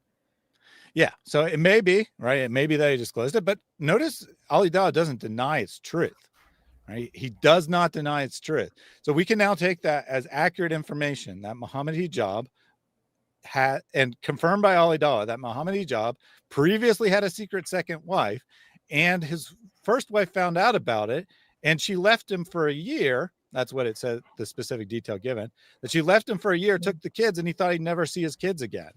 And thus he's scared to death of being found out a second time. That's what was said. Ali Dawa doesn't deny it. I think we can just take that as accurate, truthful information at this point. Yeah, that must have been very embarrassing for him to have that revealed. Salman doesn't let anything go. Anything he gets, like, gonna jump on it. This many times. Sorry, can we pause 1 more second? I just thought of something. This is why you don't go to sheikhs for counseling. True. Listen, I think I told you this story about when I was Muslim. The girl that I converted with, she and her husband were supposedly, they were giving quote unquote counseling to people, marriage counseling. What did they go and do? They told the whole community. That's what they do. You can't, you shouldn't go to people like this. Go to people that have a license, somebody you can report to a board. Don't go to people like this, guys. Marion said, doesn't the marriage counselor usually end up stealing the wife of the couple? I think that's only with fun. Only with fun. Yeah, I actually, you know, I have a story actually to share about the same exact thing where there's a man by the name of Imam Arij Anwar. He's a friend of mine from university. He went to the same university. He went to a university for computer science, believe it or not. Then he became an imam, which was so weird. Like he went down this rabbit hole, right? And we were friends. He'd been to my house. He's met my kids. He met my ex-wife. This guy decided when I started making posts against Islam that this is now he was going to try to trick me into something, right? And his tricking was he was working as a counselor. He's working as an imam / counselor or whatever. And he met me and he started asking me some trick questions. He's like, you know, when you were Muslim, did you feel the khushu, like the deep serenity in the prayer? I'm like, I don't know, like maybe sometimes. Yeah, sure. He's like, did you enjoy fasting? I'm like, no, I didn't enjoy fasting. I'm like, fasting is tough. Like, it was hard, right? And then he's like, he went on Facebook and he's like, he himself put it this way. He's like, in my counseling session, he told me these things. And first of all, he's not a counselor. Second of all, it wasn't a counseling session. We were friends meeting up. But actually, in this case, the Muslim community actually got mad. Some of them got mad at him and said, why were you saying these things in public when this was supposed to be confidential, right? So again, you don't want to trust people like this. And just for fun, since I have it, I wonder if I can show you. Can I actually? Yeah, I want to show you this because this is, again, the playbook. Let me just make sure I'm not sharing the wrong thing here. Okay. Can you share what I have on the screen? Yep. So this is his messages to me. This was, again, way back 2016.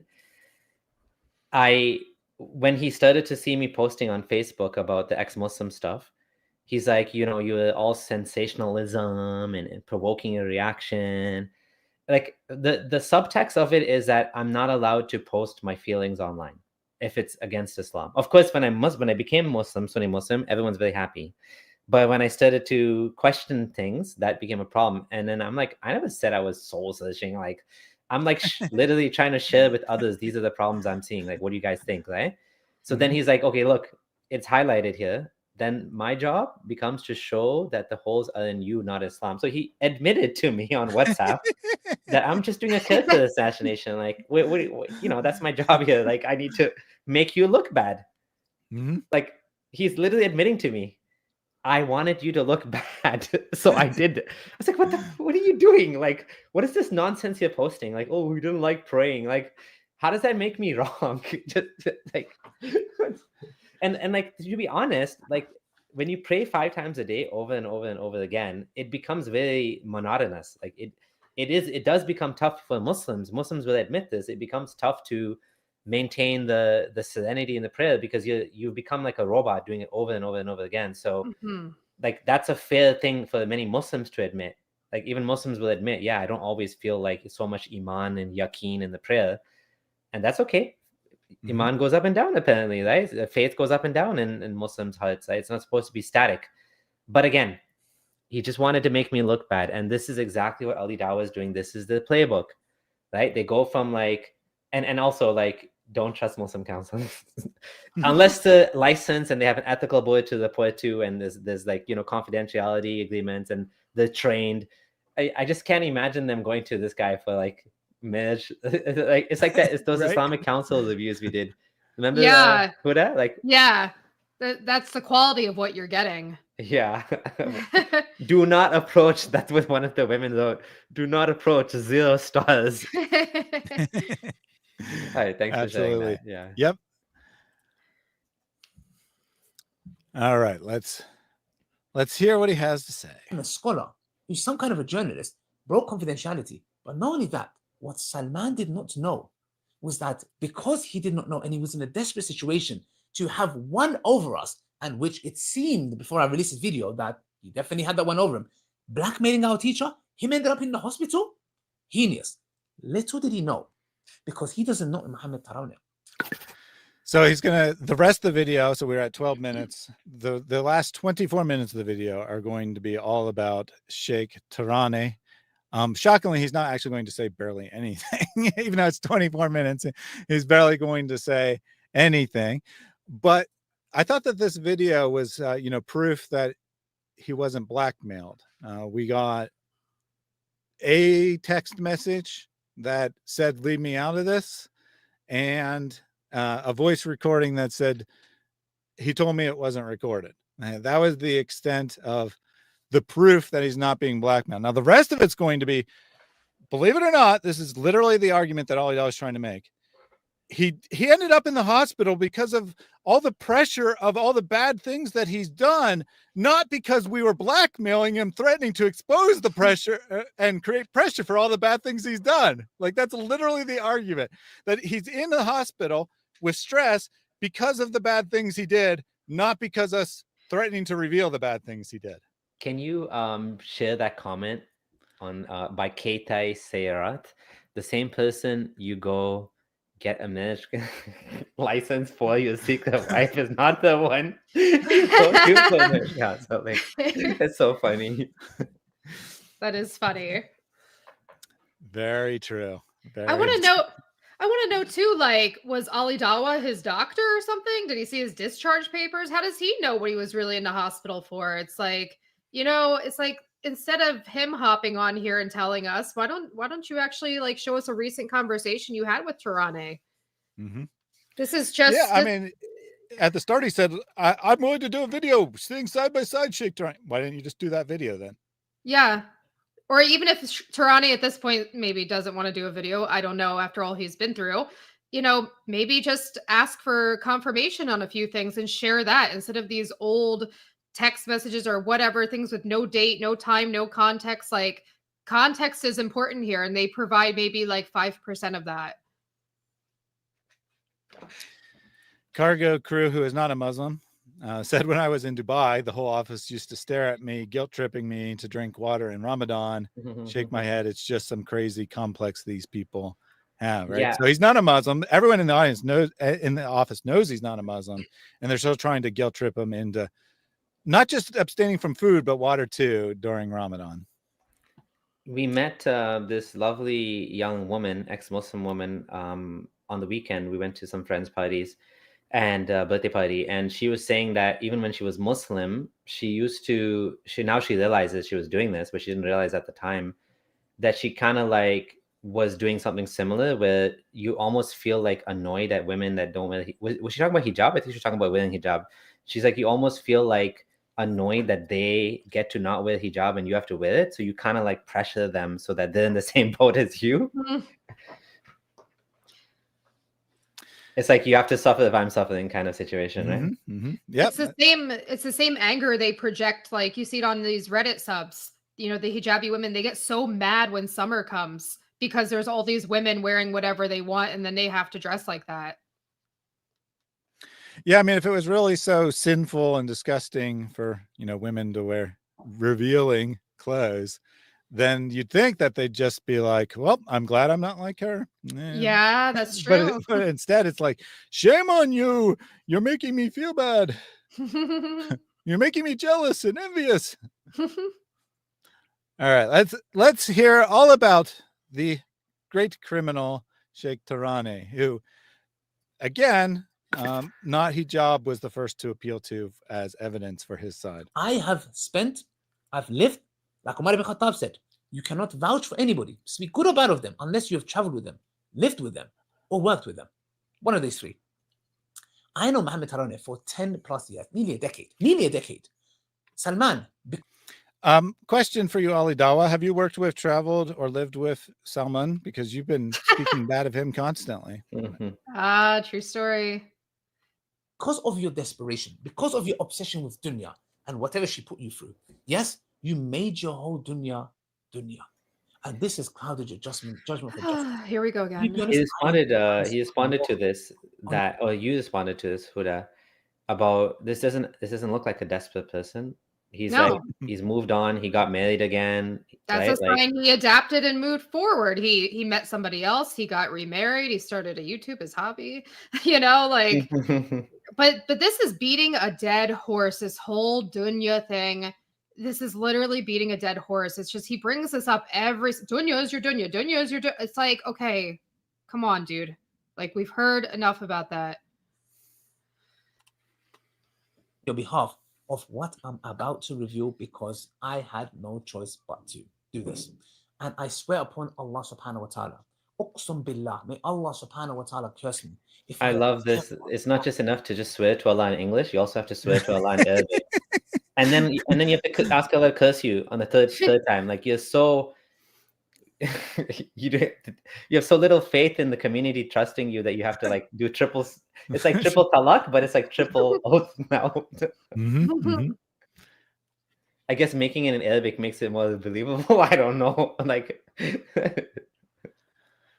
well, you know, he's really serious this time. All those other videos, he might have been lying, but this time he's really serious. He's going to tell the truth. Yeah. Mohammed Tarawneh, if he ended up in hospital because of so-called blackmailing, this is absolutely lie. And I will come to on camera with Mohammed Tarawneh, whoever, to say that wallahi, billahi, he has sat in this house, in my own house, and I spoke to him. Yes? And let me tell you something, brothers and sisters, and everything is about to make sense. The things that I'm going to show you guys, brothers and sisters. He never finished his thought. He said, I swear by Allah, and I'm willing to go on camera and talk to anyone, Sheikh Tarawneh himself, that he sat in my house and talked to me. And he was supposed to say, and, you know, wasn't blackmailed or something like that, but he doesn't actually say that. He just stops there. Forgot what his train of thought was. I swear by Allah that he sat in my house and I talked to him. Well, thanks for that information. 40 minutes of him not saying that he wasn't blackmailed. Indeed. This is not something that I want to, and not only that, I have also censored for the sake of Mohammed Tarawneh's family and also for the well-being of his children that I've met in person. And I am going to tell you guys why I had no choice but to do this, brothers and sisters. So number one, I challenged Salman to come on a phone call with me that I would take Allah's curse upon me if I am lying about what I'm saying about any of this stuff. If it's a single lie, I ask anyone to come and ask Allah's curse on themselves, and I ask myself if anything I'm saying here is a lie. He has to tell us so many times he's not lying. I just realized that he actually said the same thing again, right? I asked someone, anyone, come here and say, if anything I've said is a lie, I want Allah's curses on me and the other guy. Right? Like, you can't even phrase it right. Anyone come here and say, if anything in this video is a lie, then I wish Allah's curses on Ali Dawa and myself. Yeah, great offer there. I'm sure you'll get lots of takers for that offer. Now, if you had actually phrased that properly and said, if anyone wants to challenge me on anything lying, and say, if I'm lying, then curses be upon me, and if I'm not lying, then curses be upon the person accusing me of lying, then I would take that challenge. He didn't say a Muslim. He said anyone. I'm taking your challenge, Ali Dawa. I have proven that you have lied in this video. He said anything in the video is a lie. Well, he definitely lied in the video. His timeline was out of order. And he makes it sound like he's still like on talking terms with Tarawneh. He's like, I can get him to come here to my house and sit here. It's like, okay, then why didn't you do that? That would have been a lot easier than sitting here for 40 minutes and, you know, waffling. Yeah. He's saying that I can prove it wasn't blackmail, but he hasn't proven anything, and he's gonna have to make Tarawneh say it wasn't blackmail, because Tarawneh said it was blackmail. Mm-hmm. How are you gonna get him to do that? Apparently he can. This is just like chess beating. Mm-hmm. He doesn't have. This is poker. This is poker face. He's bluffing. He doesn't have Tarawneh in his back pocket. Yeah, this could have been a 30-second video. Hey, everyone, I'm going to prove that Mohammed Tarawneh wasn't blackmailed.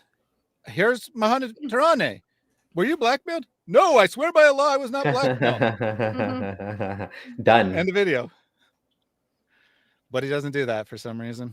That's how certain and sure I am of this matter. Not only that, I have been directly blackmailed with slanderous lies about myself, and that a organization that I'm working with would be slandered also if I release this video. And I said to the person who slandered me to my blackmailed me to my face that Uqsam billah, I don't care whatever you think you have over me, because you have nothing, and I know, alhamdulillah, you have nothing. I am going to come out with this video, and I'm going to wait. So his defense of we didn't blackmail is actually I'm the one being blackmailed anonymously by someone. I'm not going to tell you. And I told him, go, it's just like the Elon Musk thing again. It's like somebody is blackmailing me. And I'm not going to tell you who it is because I'm a good guy. And I don't care because I'm unblackmailable. I have nothing, no dirt on me. This is his response, basically. Yeah, that is a bit strange, right? You think if you were being blackmailed, doing what Ali Dawa himself described as the most heinous of crimes, and you're going to go and defy the blackmail anyway, you'd think you'd at least expose who did it, right? Say, this is the person who blackmailed me. But I think he's trying to get his dumb audience to infer that it's Salman, which is obviously not the case. Because Salman would actually release it. He doesn't need to blackmail him. He's like, here you go. This is what I wanted to show you guys. But I will say there is a possibility Ali Dawa is being blackmailed by Mohammed Hijab. Oh my God, that's funny. So, brothers and sisters, on this next chapter, I'm going to reveal to you guys why Mohammed Tarawneh really ended up in hospital and how everything is going to make perfect sense. Not only that, it's going to leave Salman in a big dilemma. I'll tell you guys why. Yeah, big dilemma, because Sheikh Tarawneh, let's just say for the sake of argument, did some sinful things in the past, some things that Ali Dawa himself says are not major sins, right? He keeps insisting it's not major sin. He won't disclose what it is, but keeps saying it's not major sin, but he committed some minor sins in the past. Therefore, Salman has a huge problem on his hands, believing that he could say the truth about anything ever. Weird. I've been holding this back for a while, and you're going to find out. Now, we're going to go back to 2019, guys. 2019. We had our organization, non-for-profit organization, Salam. 2019. And in that non-for-profit organization, brothers and sisters, we had members who were involved. Who started it? Myself, Sheikh Abu Safia, Sheikh Mohammed Hijab, were the initial individuals who are in this organization. Now, brothers and sisters, in the Dawah scene, we need to understand that it comes with great amana, great responsibilities. We cannot abuse our power. We cannot abuse our position and take advantage of people. We cannot. Whoever it is, and I'm talking generally, by the way, I'm not talking anything specifically. Look at Surah Abasa in the Quran. Allah subhanahu wa ta'ala rebukes the Prophet for frowning at a blind man. Now, the question we need to ask is, the blind man cannot see the frowning. Why did Allah subhanahu wa ta'ala rebuke the Prophet? Because it doesn't befit a prophet to frown, even though it is something so light. But he should have not done that. Sallallahu alaihi wasallam, the best man to walk this earth. So, according to Ali Dawa, we can't believe Sheikh Tarawneh because he was accused of doing some stuff. But then he says, as an example, even Muhammad was accused of doing some stuff he shouldn't have done. That's actually funny. What was the point? What was the point of bringing that up? That there's a high standard for being a da'i, I guess. I'm so lost. Like, well, it's Ali Dawa. I mean, that's hold on. I want to talk about this because this is a fun point, and I know we don't have a lot of time left. This was something I was thinking about when I watched this video. So people probably are not aware that this Abasa, this story of the Prophet turning away, Surah Abasa Tawalla, like he turned away and he frowned, and this is one of like the favorite points of Muslims to bring up about how Muhammad is such a great man and how Allah corrected him. So I got asked this question too when I left Islam. If Muhammad was really, not talking to Allah, then why does he get criticized? I'm like, how did he get criticized? He felt bad about slaughtering a bunch of the Quraysh, and he should have sold them for money. Okay, and he turned away from a blind man. That's his, like, he didn't listen. He took an oath to not eat honey or not sleep with his slave, and he shouldn't have felt guilty about that. Like, this is the type of criticism God is giving him. Like, this is what you call him being criticized by Allah. Like, this is, and on top of it, what we're saying is this was so bad what he did, but nothing about all of the people he killed. Ben Qurayza, like literally anyone over the age of puberty was executed. The men, right? Like all of the things he did. This is the highest on the list that Allah wants to complain about. like him turning away, like what the heck, like very strange, right? Like you would think that if it was true, this was the worst thing he did in his life, then okay, it's probably a good guy. But this is like nowhere near it. In fact, what it seems like was it's like he felt guilty about it, and then he was projecting this onto Allah, that he kind of like paid attention to some people that didn't give a shit about him, which was the leaders of Quraysh. He was preaching to them. This blind man came and he ignored him and he frowned at him, and it looked bad because the guy that wanted his help, that was one of his followers, he ignored him, and he's trying to preach to the big cats of Arabia, right, of Makkah. And the big cats didn't give a shit about him, and they just like ignored him. They rejected him. So now he's like feeling bad about it, and Allah comes and says, oh, you should have listened to the blind man. Like, nice story, cool story, bro.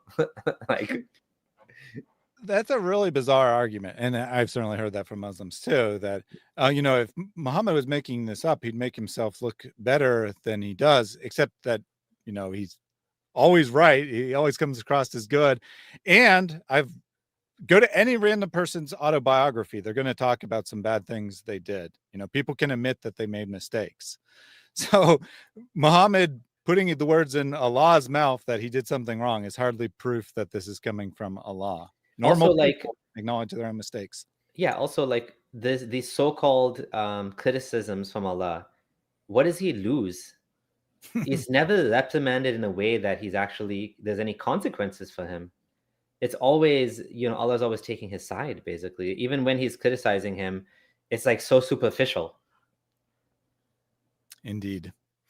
All right, so I know you guys have to go very shortly. Let's try to get like a minute or so of the accusation, because he's just going to repeat the same thing. Yeah, we can stay another, Huda, we're good to stay for another like 10-15 minutes? We can. Yeah, that's fine. Yeah, so quarter two we'll leave. Alrighty. Brothers and sisters, in the Dawah scene, the same thing applies. We have to know better. There are certain things that individuals can do, a layman Muslim can do, that we cannot do, because it is the amana of the people given to us, the money that they donate, that we use for the causes, inshallah, for the sake of Allah subhanahu wa ta'ala. The trust, the belief that they have in us. That's the reason why when people message me and saying, you blackmailed the teacher, it really hurt me.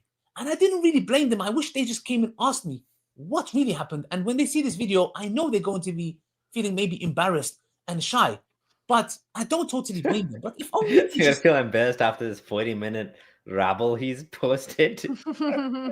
Yeah, right.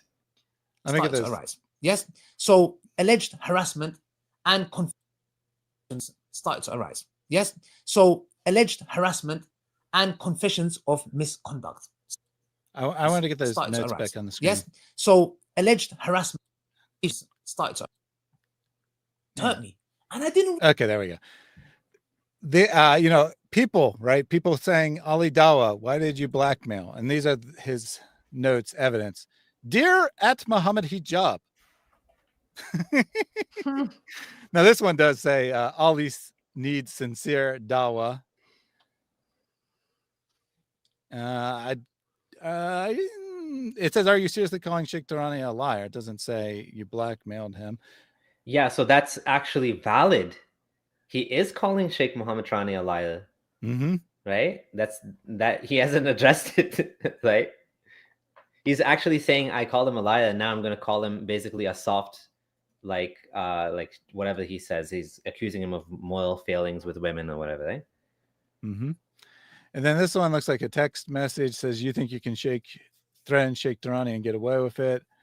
But I don't know if, maybe that one was actually sent to Ali Dawa. It's certainly possible that someone accused Ali Dawa, but Behind Veils didn't accuse him of blackmailing. That was only Mohammed Hijab, and this one's directed at Mohammed Hijab, and this one just says you're calling him a liar. I really blame them. I wish they Ali Dawa just came and asked me what really happened. And when they see this video, I know they're going to be feeling maybe embarrassed and shy, but I don't totally blame them. But if only they just assume the best and ask questions rather than jump into accusations. In 2019, brothers and sisters, a investigation, accusations started to arise. Yes. So alleged harassment and confessions of misconduct started to appear. Here is my message to Mohammed Tarawneh. In 2019, 25th of June, 2019. Wa alaikum salam, Sheikh. I've been told not to speak to anyone or yourself until Sheikh Uthman gets to the bottom of it. There are allegations, and I am in Turkey, so I'll wait for an update. I can't do anything at the moment. And then again, I can't show you his reply because it's an amana. Yes, I can't do what Salman does by taking oath and betraying it. And so like he's saying that This- I'm this such I a can't. sincere, honest, lovely guy that I'm not going to show you his messages back to me, which he's probably defending himself. Exactly. And then he's saying, I'm such a lovely guy, I'm not going to do that because this is a trust, blah, blah, blah. However, I'm going to call him a slime ball with women. Right. It's like, what? You know what? Like concerns me like about this whole 2019, these allegations, and then just 2 years ago he was on his channel. It's like it just makes you think, if you're a Muslim and you're looking to these people for inspiration, whatever. I mean, looking at that video from 2 years ago of him with Tarawneh, like this was still going on, this investigation. So and let's say, for argument's sake, something really did happen. Why they're platforming these people who might be involved in awful things. So it's like, this is who you're watching on YouTube, and this is who you're taking inspiration from, and these people knowingly platform people who are doing wrong in the community. There's something wrong here, right?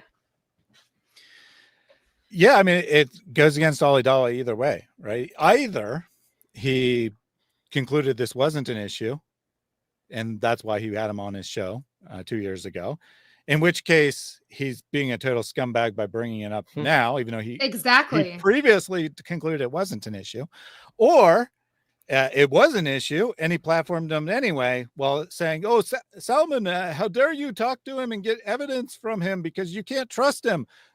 But I knew I couldn't trust him, and I gave him a voice anyway. And I invited him to my house to be a marriage counselor, and Mohammed Hijab invited him to his house to be a marriage counselor. Do that, throwing Tarawneh under the bus. Little does he know that golden bullet that he thought he was going to use was a bullet that it went to his head instead of us. Because right now, the investigation, that external investigation going on, which I'm going to come to now, is going to be submitted to a genuine Sharia council. And it's also going to be submitted, the people who are doing this, who they've come to me for witness testimony as well, which I have no choice but to do it. It's the haq of the people. They're also going to be submitted to behind the veils. And behind the veils, Salman, you are going to now have to be impartial, not biased, and release videos about the situation about Mohammed Tarawneh. He thinks like this is some kind of like great threat. Well, first of all, he doesn't have to do anything, right? But even if he does come out and say that Sheikh Tarawneh is a scumbag after doing an investigation, that would be like, oh, we got you, right? That would just be another example of a Dawah guy abusing his position and authority, which is exactly what the channel's all about. That's true. The man that you praised and said he's a scholar is in Dawah. And once again, I'm not trying to say he's absolutely evil. I'm just saying that there was misconduct. There was confessions of misconduct, alleged harassment by 3-4. I'm not going to show you his messages, but I'm going to tell you he confessed. Also the comments on his channel, which he may have deleted by now, were like, if this is true, why are you bringing it up now? It's the same accusation. Why are you attacking Salman now? Right? You were buddy before, right? You were defending. Now suddenly, whatever the name is, Dunya is right suddenly, right? Now suddenly this guy is bad suddenly, even though like, wow, it's funny, eh? How quickly they flip on the friends and allies. Who needs enemies when you have friends like this? Organizations. Some of them are mosques.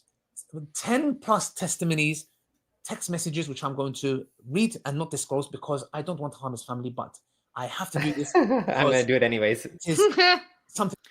Yeah, I mean, he's not giving any details, but that's almost worse, right? That's almost worse than say, because then you can just infer whatever you want to infer by him not giving you any details. He said there's 10 plus people who've come forward. I'm not going to tell you what they said, but there's 10 plus people that came forward. Dawah organizations, not going to tell you who they are, but they're accusing him, et cetera, et cetera. But I don't want to hurt his family. I don't want to hurt his feelings. I want to keep all this confidential, which is why I made this video that absolutely no one asked for in the first place.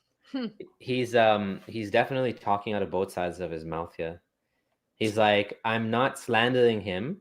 But I am slandering him. He's, he did some stuff. What did he do? Some stuff, Yeah, I won't tell you what, but guys, it's a serious issue. I understand But not too serious. Everyone's honor and yours and everyone's also. Now, when the investigation was kind of concluded and we saw the evidences, I said the following. Wait, he's doing investigations now? One thing. So he's become a Sharia quit now.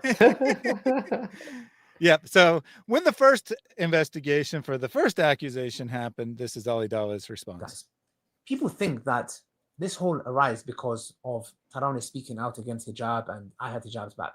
Mohammed Tarawneh knows and he can vouch for me. He knows what kind of person I am. Well, let him vouch then. Where is he? Why are you talking for him? He's helped me in many situations. Yeah, I'm sure he's totally going to vouch for you. And you're a good guy after this video. Totally. Situations, and I've helped him as well. But this is not personal. This is specifically for the sake of Allah subhanahu wa ta'ala. Why? Because there was a moment at Salam when Mohammed Hijab actually said something insulting to Tarawneh. Yes? Out of a moment of anger. They had their disagreement. And and this was when hijab was at its most prominent. Yes? The whole David Wood debate, etc. Yes, I'm not a yes man. I'm not a yes man. If there's one thing that people know about me, Dawah man, I work with many people, I'm not a yes man. I'm not here to serve anybody. Yes? I'm not a yes man. Yes? My loyalty is to nobody except Allah and His Messenger. Yes? So, when he did that, I boycotted Mohammed Hijab. I told him, you cannot speak to him like that. I boycotted. Speak to, what am I supposed Like he has to look down at his notes to try to figure out what he's talking about. What is it? So this part confused me. He said he boycotted him. I don't remember Ali Dawa condemning Mohammed Hijab. This Dawa guy, Mohammed Hijab, needs to repent. He spoke badly to the other Dawa guy. I don't remember anything like that. He never did that. He boycotted. What does that even mean? Yeah. I blocked him on his phone for like a day. I stopped watching his videos. I stopped watching his videos. I was curious if he went back to his history, would we see them working together? Like, is this whole thing just a lie? Like, I boycotted him. What does that even mean, boycott? How do you boycott someone? Like, boycott usually is a public thing. Like, you're like condemning them and like, let's not work with this guy. You're canceling. Boycott's another word for canceling someone. He didn't do that. No, definitely not. And I imagine you won't find any significant portion of time where they didn't work together. Exactly. It's a lie again. Mohammed Hijab was very upset, whatever it is for that matter. So I have to. So he also admitted Mohammed Hijab has a bad temper and talks down to people. Again, he admitted something without realizing it. Right. So I have no bias towards anybody. But when these things arose about him, brothers and sisters, this is what I said to him. And this is where you know that I have the genuine concern of the Dawah. Wa alaikum salam. I'm sorry, but this is not justified at all. And I saw the evidences for myself, and there was more than a statement of. Pause for a second. How does he think that showing messages from himself is a proof, is an evidence? It's like, I wrote these things, therefore it must be true. This is the standard for evidence. It's a text message he wrote. It's like what the heck? He's an Islamic council all by himself. He's a judge. He's the witnesses is himself. Oh, no, actually, he said he has witnesses, but it's actually So this is, according to Ali Dawa, this is after the first investigation, which he may or may not have been a part of. I don't know exactly, but this is his conclusion after that investigation. That I saw the evidences and I feel disappointed, feel disgusted, I feel used. Let's go ahead and hear from himself. I cannot disclose, guys, because I believe this can harm him and his family. So I don't want to go into detail. I'm very disappointed and feel disgusted. I feel used because I trusted you. I do not wish bad for you, but I will never from now on ever endorse anyone. These sisters will blame me and say, Ali, you promoted this person. You called him your teacher. It's 5 sisters.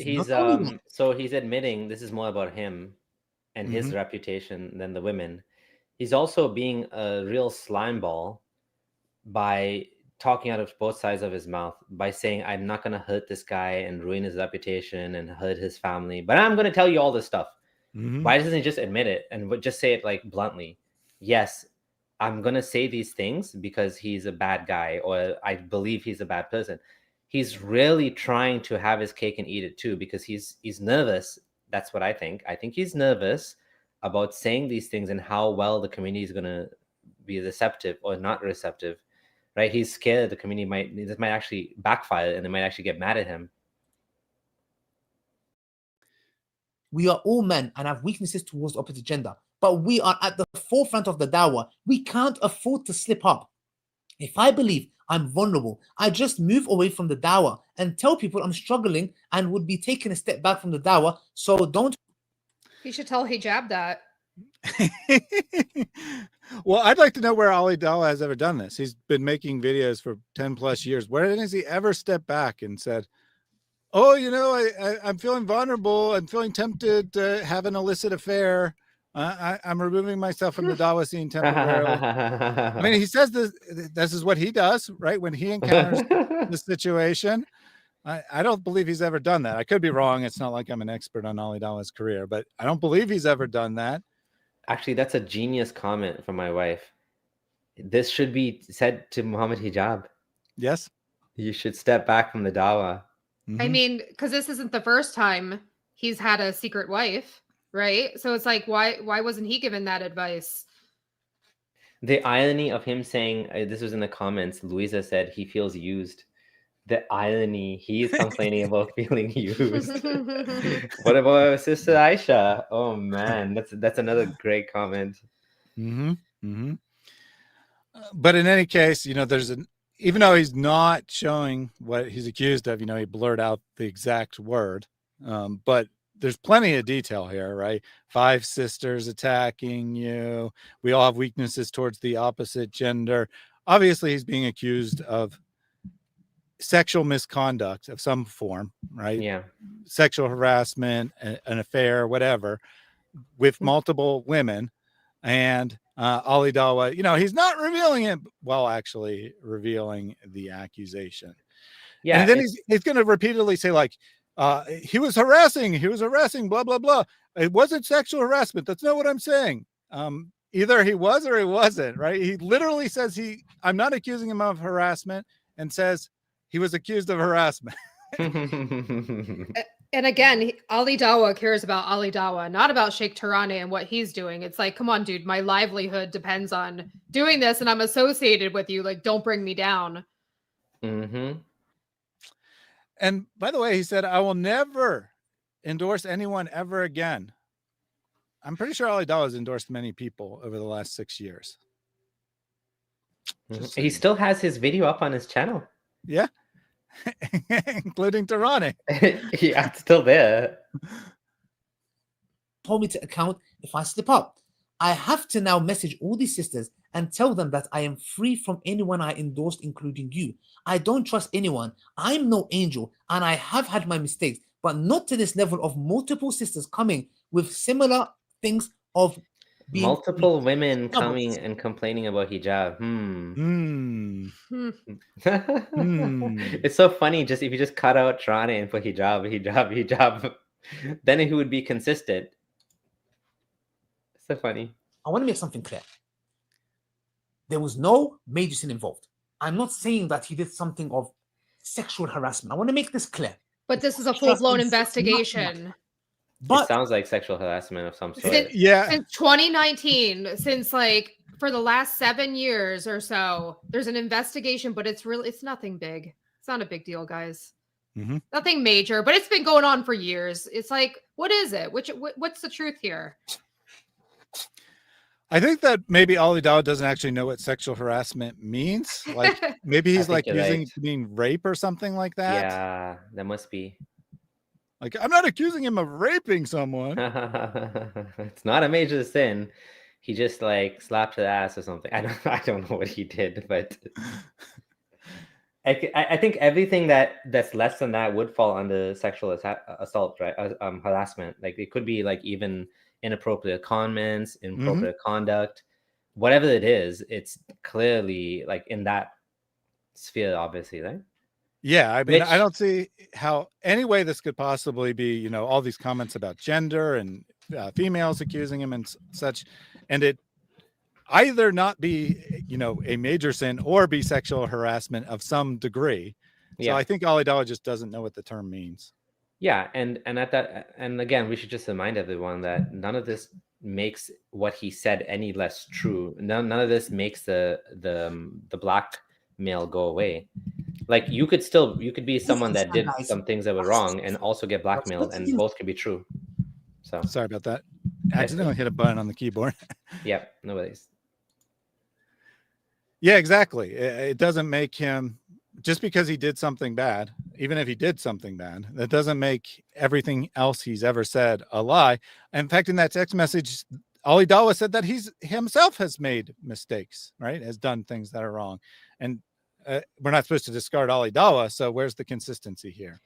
He's trying to make himself look better here just by showing that specific text too. Like, look at me. Like I am telling the truth because look at, I make mistakes too, but not buying it. It doesn't make anything he's saying here, you know, legitimate or believable. You have no legs to stand on when it comes to this issue. The cat did. You have no legs to stand. We deny it. Islam does not. Cat came and laid down and laid on my stream deck there, but so actually let's adjust. So we got Apollo here, the orange one. He is not usually on. He's a rare participant, so we'll get him featured. He's so cute. Hey. I'm not talking in a specific manner, in a specific way. One of those things is sinful on his behalf, and he knows that. But other than that, there's harassment accusations. I just want to make that clear. I don't want people to start going into wild accusations. No. It's not harassment, people. I just want to make it clear. It is harassment. So which is it? I don't know. He does this repeatedly for the next 15 minutes. It was harassment. It wasn't a major issue. It wasn't sexual harassment. It was harassment, you know, just back and forth. That's a pretty bad look for their community too, though. Like to say, it's not a big deal. It was just harassment. So that's not a big deal in your community? Ooh, great point. That's very concerning to me that they would downplay harassment as something that's not a big deal. True. And these are the sisters who saw you as a teacher and trusted you. I defended you when all this came out, and I said, I will not believe a single word until I see full evidences. Then we postponed the evidence to meet you and hear your side, but you have resigned, which shows me your guilt.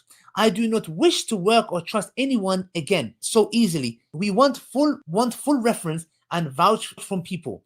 I'm not ungrateful, and I thank you for what you've done for me. But imagine if 5 sisters came out about me. This is nothing personal, but strictly for the sake of Allah subhanahu wa ta'ala. I ask Allah to rectify your affairs, and I would highly recommend you do not work with sisters at all, as it's your weakness like mine, also every man's. But I have It's your weakness, it's my weakness, it's every man's weakness. So no Muslim man should ever work with Muslim sisters, except that Ali, you have no legs to stand on when it comes to this issue. Thanks, Apollo. So wait a second. So we're wearing hijab to protect ourselves from people like Ali Dawa and all these guys. Mm-hmm. And then when you have, you know, if this has been forged, what else has been forged? You need to ask that question to yourself. Okay. All right, Apollo, you got to step in the buttons.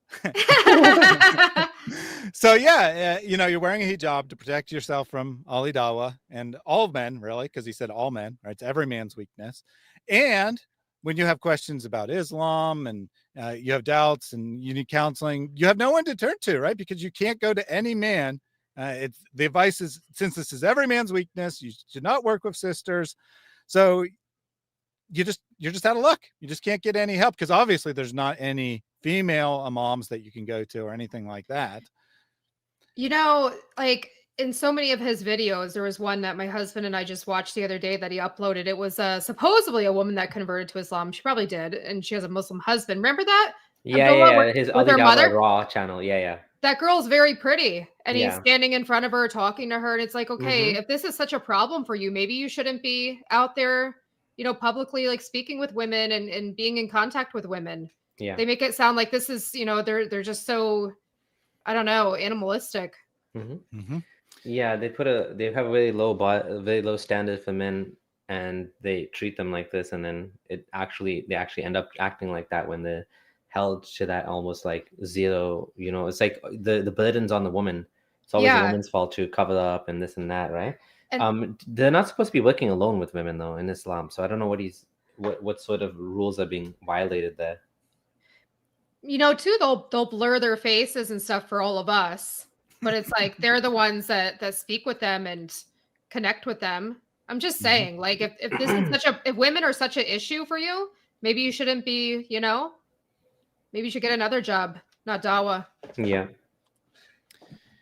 And Sarah says maybe he should speak behind a veil, right? If he can't help himself, if he's so tempted, maybe he should cover up his eyes instead of making the women cover themselves up. Mm-hmm.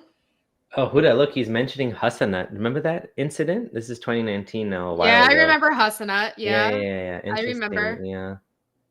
Yeah, like I'm trying to like put this in my brain, like what he's saying here. He's basically saying, I still support you, but you're a bad guy, and I don't know. It's very confusing. He's I don't know what he's getting out of this. Yeah, I mean, I think he's trying to say, you know, I'm disassociating with you for the sake of the Dawah. I can't be associated with a guy who's been accused of these things. You know, I know you. I know that you just made a mistake. We all make mistakes, but unfortunately, I can't work with you anymore. I think is what he's saying. Of course, that's not actually true, because then he does work with him more after this. In the video you pointed out, but also many times at Speaker's Corner. Apparently Sheikh Tarawneh, although he doesn't usually go on video, is a regular at Speaker's Corner, regularly works with Mohammed Hijab and Ali Dawa there to do Dawah, even though he doesn't usually go on camera.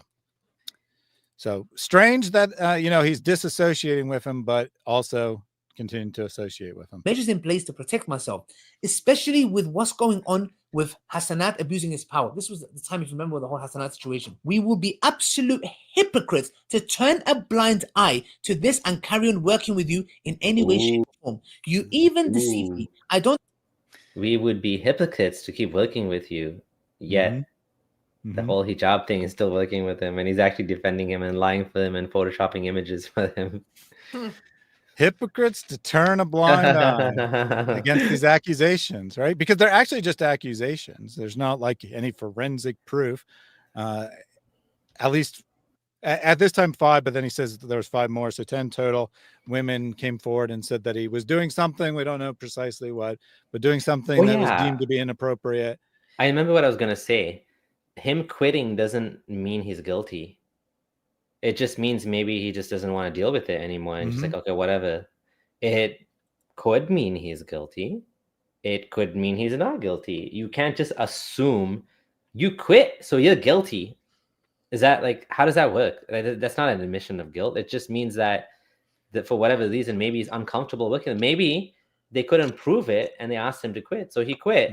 And he's like, okay, well, you can't prove it, but I'm just going to leave because I don't feel comfortable working here anymore after being accused by these women or whatever. Like, again, I'm not taking his side. I'm just saying this logic is idiotic. Yeah, definitely. I mean, there's certainly a possibility that his employer said, either you quit, we're going to give you the opportunity to resign, or we're going to fire you and make a public scene out of it. I mean, that's a possibility, right? So it doesn't mean that he was definitely admitting guilt, but that's what Ali Dawa says is, when you resigned, I knew you were guilty. Yeah. Understand why you. So hold on a second. Hold on a second. That video we shared on the screen, that was way after this, and he had him on his channel. Yeah. Isn't that kind of interesting? I'm going to share my screen again so we can show it to the audience. Okay, share my screen. Okay, so I'm going to zoom in here. This is April 20th, 2023. And he has Sheikh Tarawneh. Now, would you look at that? 5+ women came forward. Our council, whatever, we decided you were guilty. I'm not going to associate with you. You're pulling me down. And then there he goes promoting his channel. He's linking to his channel and everything. Very interesting for sure. That was a good detective work from Huda finding this. Yeah, definitely, for sure. So I think this is probably a good portion to let you guys go if you need to. So I will play the rest of the video, but I promise there is not really anything else. He just keeps repeating the same things, and it happens again and again, right? So it happens like in 2021 and then 2023 or whatever. But it's just going to be the same accusations by different people over time. So your final thoughts on whether, Ali Dawa has proved that he was not blackmailed here. Huda, you want to go first? Oh man. Like I said, I think for everything I've seen so far from their side, it's maybe like 5-10% context of what's going on, and the rest is just kind of like diversion, dunya. I hear about dunya. I mean, I'm not, it's just like dunya's your dunya. That's really all I keep getting out of this. And I don't think that they have properly defended their position at all up to this point. Right. And I would add, just Thaddeus, thanks for having us on again. This is, we've been keeping in touch with this topic, so this is a good topic for us because we're quite familiar, and it's a good example for. I didn't realize there's so much to talk about in this video. I was thinking like, okay, this guy is just like waffling for 40 minutes. What are we going to talk about? But turns out there was a lot in there actually, right? So yeah, this was great. Thanks for having us, and we'll definitely do it again. Appreciate this collaboration, and stay gold. All right. Not golden showers, just gold. And no golden bullets either. Thank you for joining me today. A link to their channel is in the video description. I think that, I don't know this for a fact, but I think probably the two channels that put out the most content on this situation is my channel and the Friendly Ex-Muslim channel. So if you've been following this case and you want more information, different perspectives, they've looked at some things I haven't looked at, like, for example, the background on the Sharia Council that Aisha is appealing to. Go and check that out. Link in the video description. All right. Yeah. Thanks, Thaddeus. It was a pleasure. Absolutely. And I would welcome you on again soon. Yep. Sounds good. Take care. Take care, Thaddeus. Bye. Bye. All right. I am going to go through the rest of the video. Let me refresh this first, though, to fix the video feed.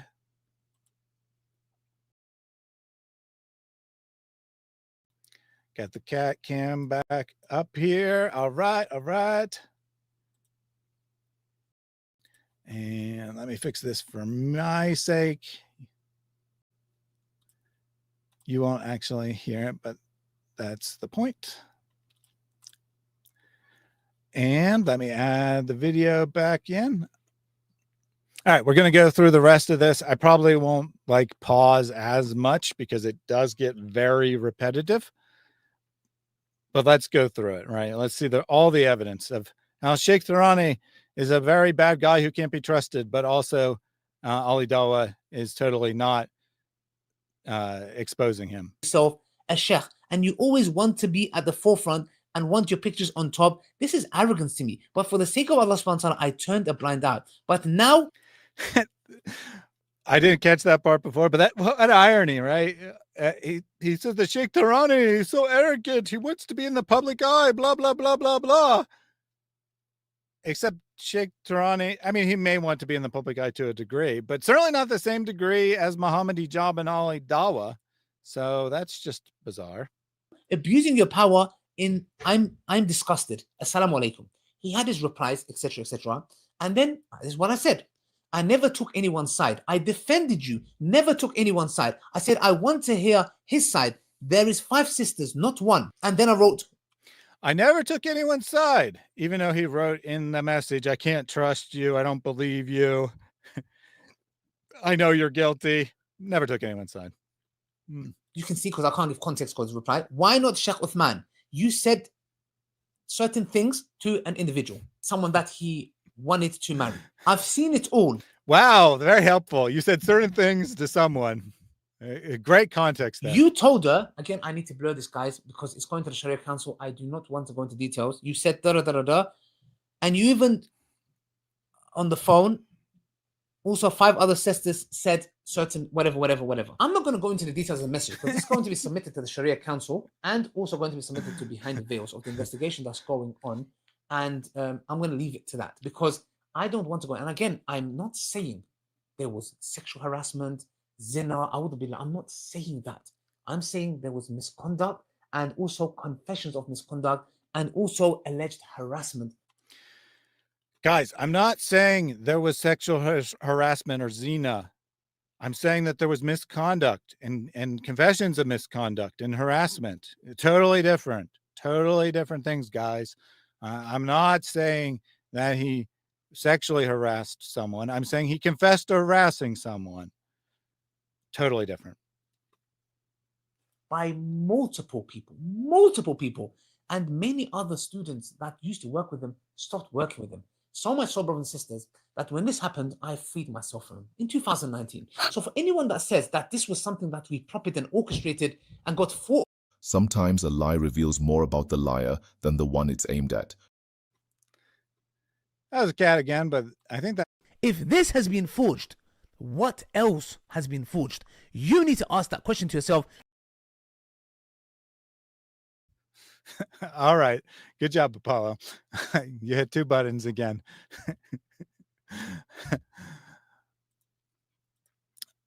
But as I was saying there, there was all these accusations, and I disassociated with him, and I wanted nothing to do with him. And then I worked with him repeatedly after that. He can't keep his story straight. A grievous lie, because that was not the case. In 2019, that's what happened. I distanced myself from him. But then I was contacted by a person that I deemed to be a student of knowledge who sat me down and said, he's your teacher. And they tried to justify to me what he did was not haram and whatever. I'm not going to go into detail. And they made me feel as if what I doing was wrong and that I have no right to boycott him and that I should work with him and I should apologize for that matter. I was in double mind because to me, I was like, look, we cannot have these little... Ali Dawa was in double mind, which is 2 minds more than he usually uses. What he means, even though that's not a real expression, is that he was conflicted because his judgment said that Tarawneh was bad. Someone else said, no, he didn't do anything wrong. The Sharia allows for all the sexual harassment that he did. None of this is wrong in Islam. Stop using the world standards and use the Islamic standards. Let's see how he resolved that conflict. Even if it's small mistakes or whatever it is, and some of them are sinful, we can have in the Dawah thing because he is known to be my teacher. Me and Mohammed Hijab made him a sheikh. And with all due respect, he's not a sheikh. He's a student of knowledge, just like many students of knowledge. So his resolution to that was, it's bad for Dawah, so it doesn't matter. And so that's how he resolves that conflict.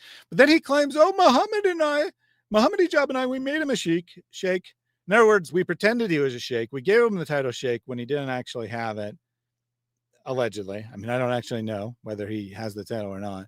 We made him. He owes us. He's not our teacher. We're his teacher. You're our teacher, boy, is what he's getting at here. Even though he was literally, I'm not sure about Ali Dawa, but Mohammed Hijab was literally a student of Sheikh Tarawneh, learned from him in university or whatever.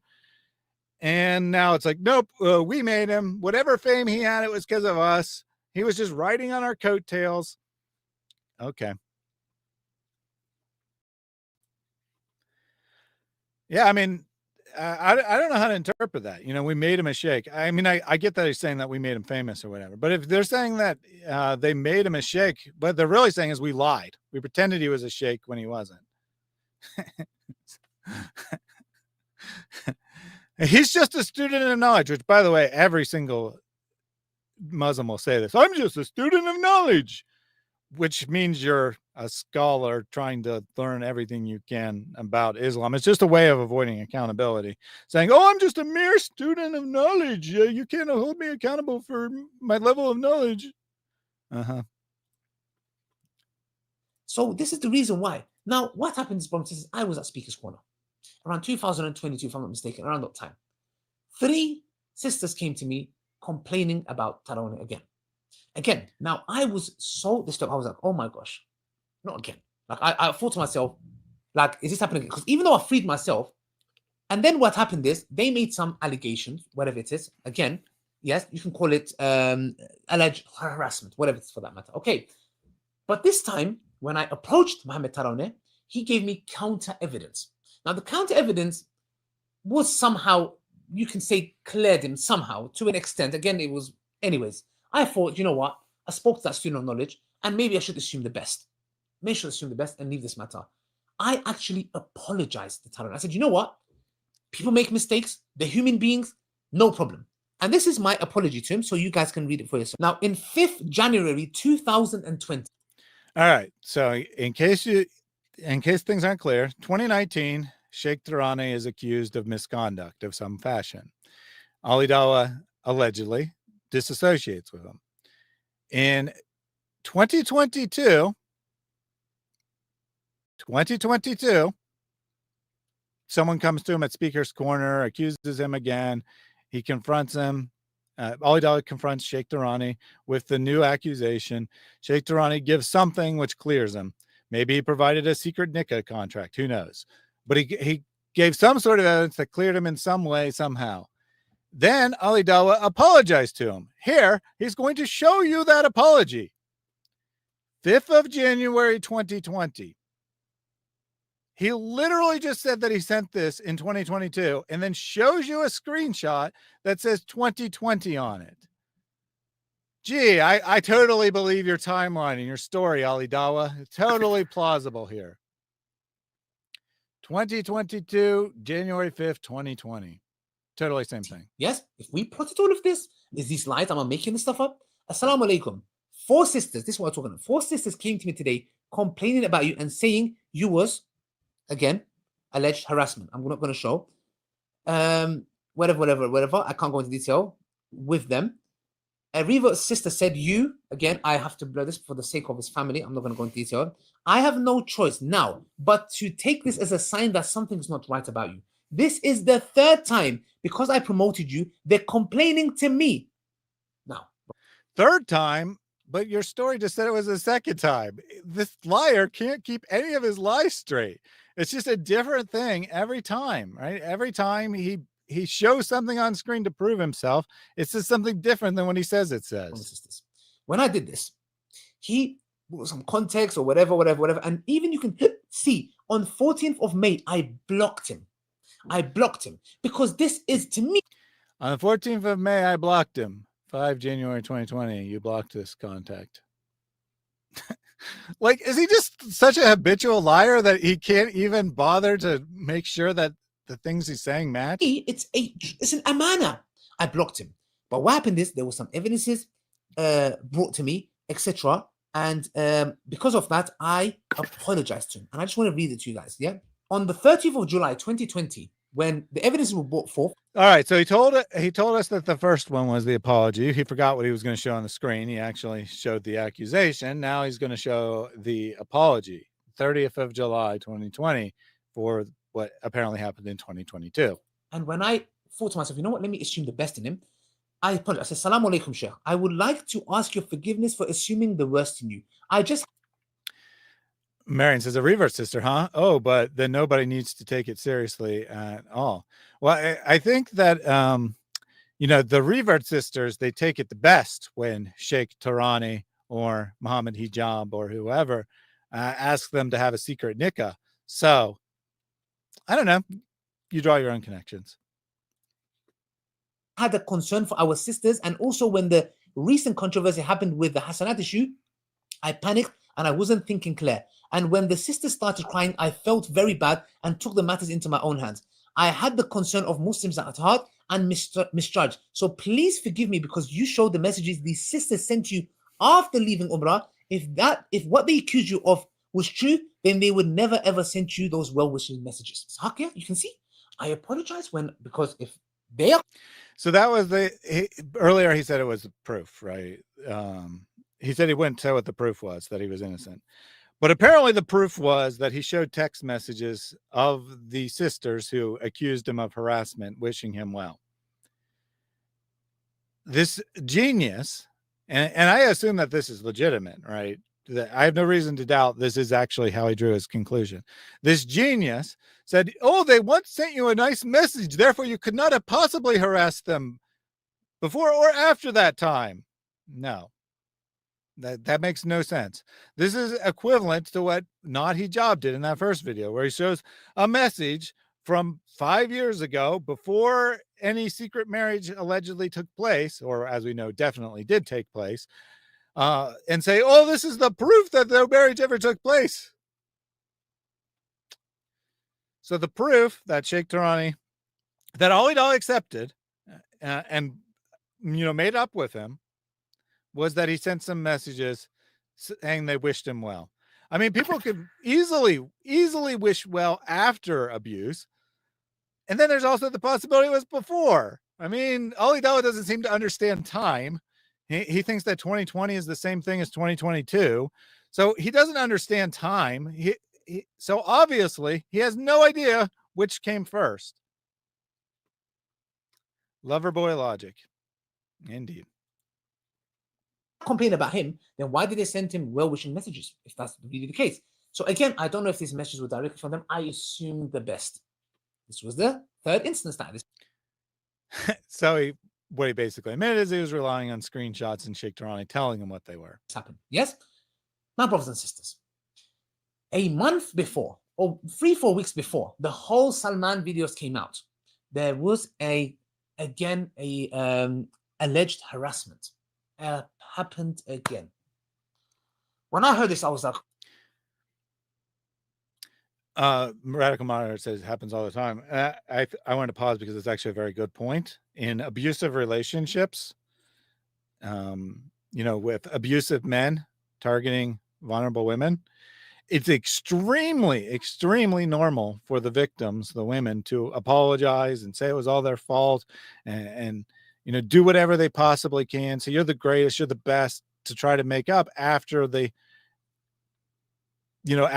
abusive man exercises his power and says, if you don't shape up, I'm leaving, or whatever, right? Whatever the threat is, or, I'll beat you again, or whatever. It's very normal for the woman to respond and say, oh, it's all my fault. I apologize. I did everything wrong and you're the best and blah, blah, blah, blah, blah. So even if the messages were not out of order and the messages were actually a woman apologizing and saying that they were at fault or whatever, that doesn't do anything. That's very consistent with an abusive relationship for the victim to take the blame for it.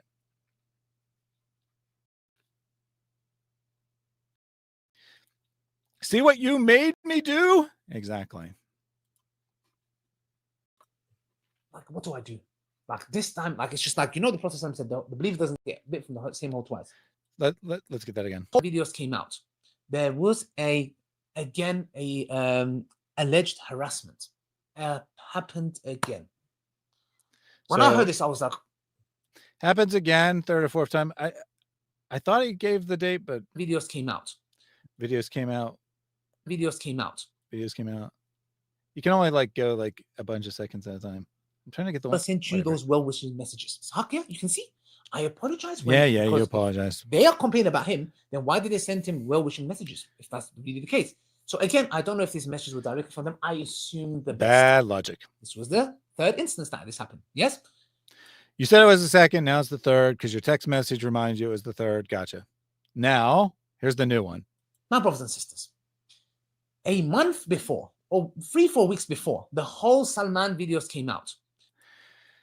A month before, or 3 weeks before the Salman videos. So the Salman videos dropped at the start of April. I don't know the exact date off the top of my head, but it was early April. So he said a few weeks before that, which would be late March, or a full month before it, which would be early March, it happened again. New accusations were made against Sheikh Tarawneh. Just remember that timeline. March of 2025. New accusations are made. There was alleged harassment. Happened again. When I heard this, I was like, what do I do? Like this time, like it's just like, the Prophet said, the believer doesn't get bit from the same hole twice. What do I do? Brothers and sisters.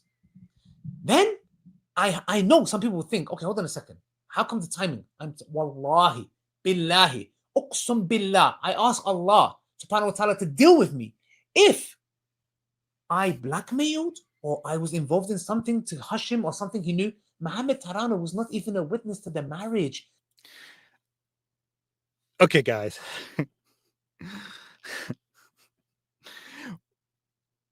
The time. He says some people will say the timing's suspicious, right? That there's this new accusation against Sheikh Tarawneh a month before Behind Veils goes public.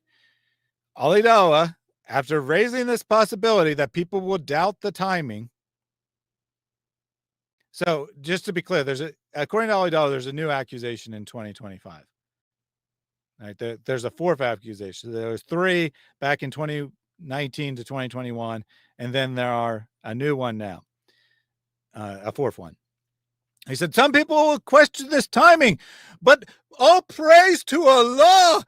I asked Allah to expose the liar and say, if I was actually blackmailing, may evidence come out. If I'm innocent, may evidence come out against him. When was Ali Dawa accused of blackmailing Sheikh Tarawneh a month before Behind Veils had published the first video? Like, I'm going to play it again, but do you understand how stupid this argument is? Allah gave me proof that I didn't blackmail him by accusations being raised 2 months before I was accused of blackmailing him, which I wasn't actually accused of. Mohammed Hijab was. Salman needed the golden bullet and he used Tarawneh's voice note after taking it off by Allah. You know what he says? Man needed the golden bullet. Some people think, okay, hold on a second. How come the timing? All right. How come the timing, guys? Remember, a couple weeks or a month before the first Behind Veils video. Some people will question this timing as it relates to the accusation I blackmailed, apparently. And wallahi, billahi, uqsum billah, I ask Allah subhanahu wa ta'ala to deal with me. If I blackmailed or I was involved in something to hush him or something he knew, Mohammed Tarawneh was not even a witness to the marriage. He does not know nothing and is irrelevant. The point was what? Salman needed the golden bullet. He doesn't know anything. I asked Allah to expose the liar. He doesn't know anything. This has absolutely nothing to do with accusations of convenient timing. Alhamdulillah, I am cleared of all wrongdoing. And he used Tarawneh's voice note after taking it off by Allah. You know, he says, by Allah, by Allah. Can you imagine how deceitful you have to be by taking it off by Allah and releasing audio notes when he told you he doesn't want to be involved? I guess we didn't actually cover this, but in the voice notes released by Behind Veils, one of them, Sheikh Tarawneh, in his own voice, says, do whatever you can to redeem me after all this has come out. So in other words, he gives them permission to release the voice notes after the fact. Is this the comic book picture that you're trying to portray here? Definitely a comic book picture that he's trying to portray there. Thank you once again, Apollo. You're just a rock star today, hitting all the buttons. And yes, they were the ones that dragged Sheikh Tarawneh into this in the first place. Timing is the thing that escapes Ali. Indeed, I think he's has too many time traveling uteruses in his mind.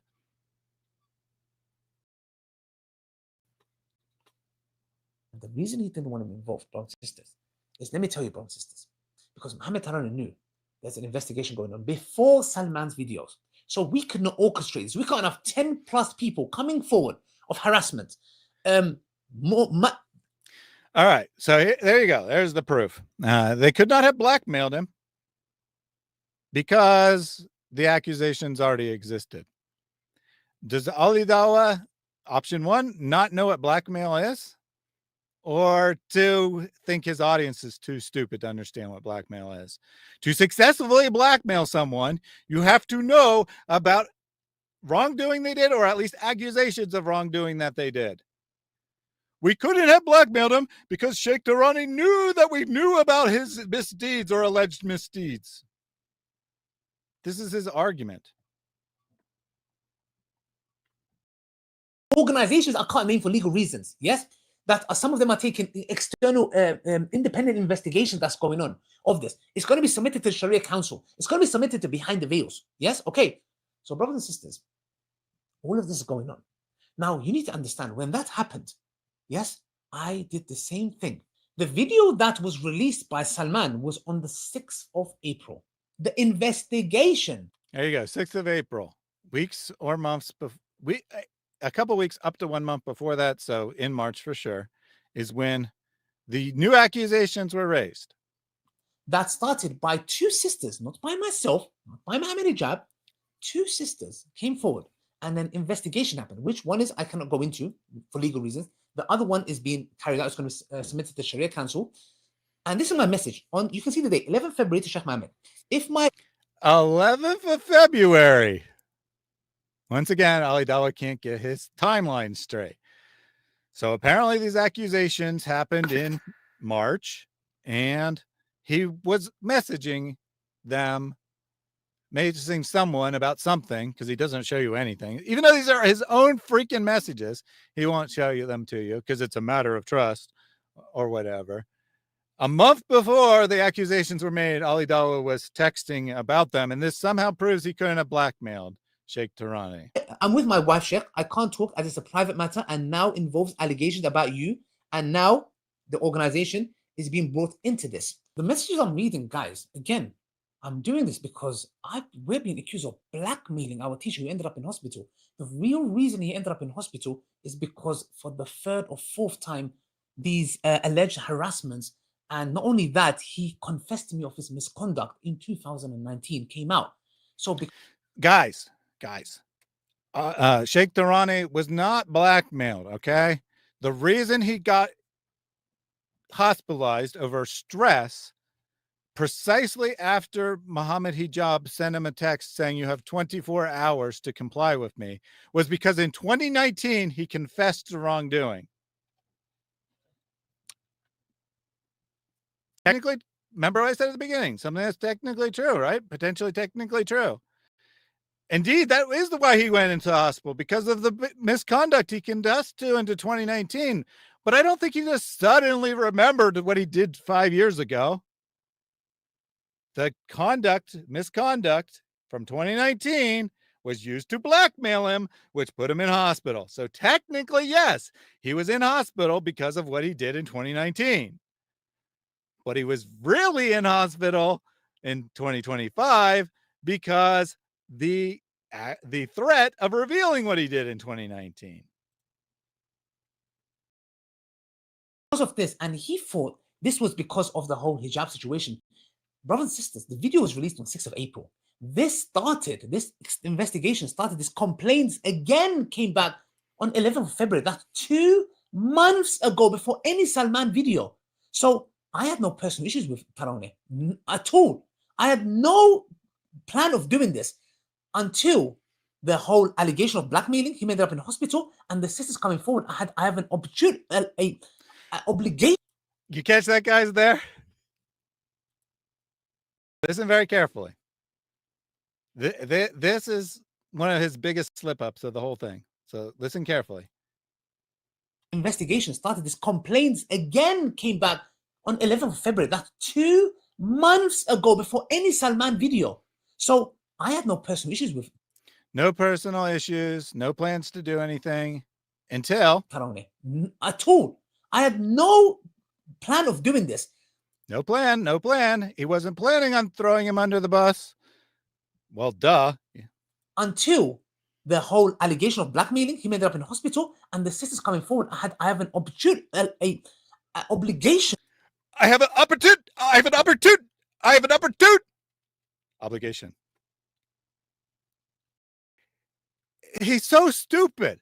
This moron is so freaking stupid that he can't even edit out his own slip up from his video. He admits he had no plans to attack Sheikh Tarawneh. He had no plans to expose his past sins until he was accused, until Ali Dawa was accused of something. Then he saw the opportunity, obligation to come forward. He admits he was going to. He saw the situation. He knew he could use it. What exactly is blackmail? It's seeing an opportunity and using it.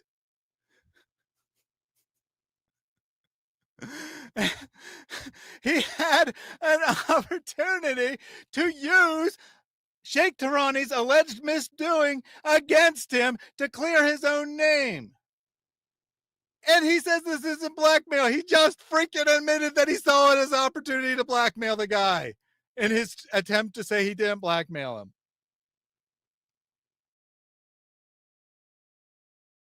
I'm probably going to put that on the soundboard. I don't know when I ever use it, but I saw the opportune obligation to clear my name. I've never blackmailed him. Number two, which I've proved to you guys why he really ended up in hospital. And number three, my dear brothers and sisters, if this harassment's the truth, that's the 4th time it's happened. I have to free myself from him. With all due respect, wallahi, it is purely for the sake of Allah. I have nothing personal against him. He's helped me so many times, and I've helped him as well. But it's not about that. Look, I'm not here to defend anybody. But one thing is clear. I'm not here to defend anyone, just Mohammed Hijab, my boyfriend. No one else. I don't care about me or my reputation or Allah or Sheikh Tarawneh. All I care about is Mohammed Hijab's sexy body. He's 6'6", everyone. He's 6'6". He couldn't possibly be guilty of anything. He's 6'6". He's a big, strong, muscular man, and that's what I desire. If your name is dragged in dirt by some journalist, Salman, you have a right to be upset to the person that you know who's going and feeding him information when he's not himself informed, which he doesn't know. He's heard one side of the story. As a human being, looking from a hijab side, he has a right to be upset. Hijab did not say, if you don't do this, I'm going to bring your dirt out or whatever. Nothing like that was said. So, number one, remember, I said at the beginning, something that's technically true. Mohammed Hijab, in fact, did not say, if you don't do this, I'm going to bring your dirt out. He said different words. This is how the lie works, right? You say something that any normal person would interpret that as a statement that he didn't blackmail him. But what it actually means, which is technically true, is he didn't say, I'm going to bring your dirt out. Clip that now. Might see it on the Proof Texas channel shortly.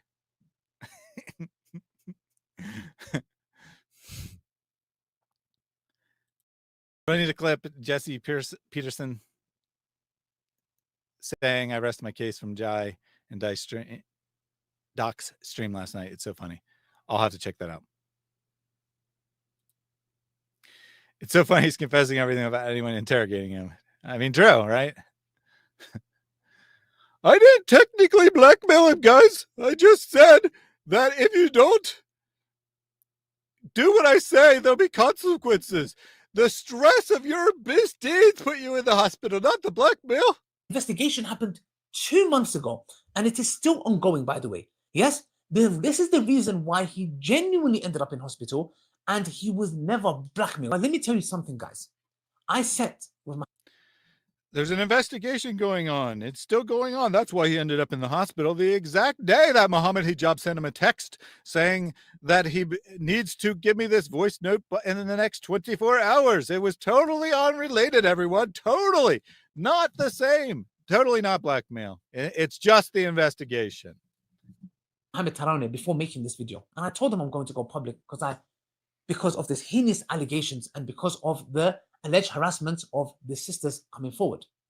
And I'm not going to go into much detail, but what I'm going to say is this. But Ali Dawa, they came forward in February. You're going public because of the heinous nature of the accusations. Wait a minute. You're saying that those women's testimony is their evidence and that's sufficient reason to come forward with their accusations? I thought we couldn't take a woman's testimony as evidence. And then you didn't do it in February when these investigations came to light. You're doing it now when you saw the obligation to say something, to defend yourself.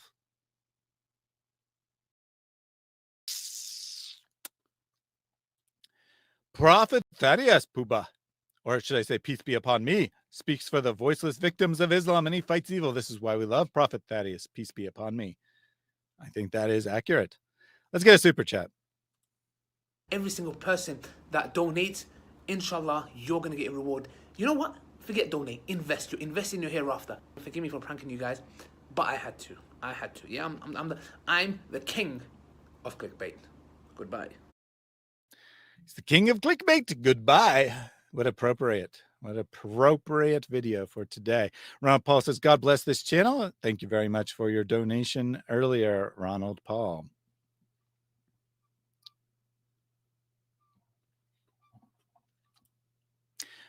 Women shouldn't teach or assume authority over a man according to the Bible.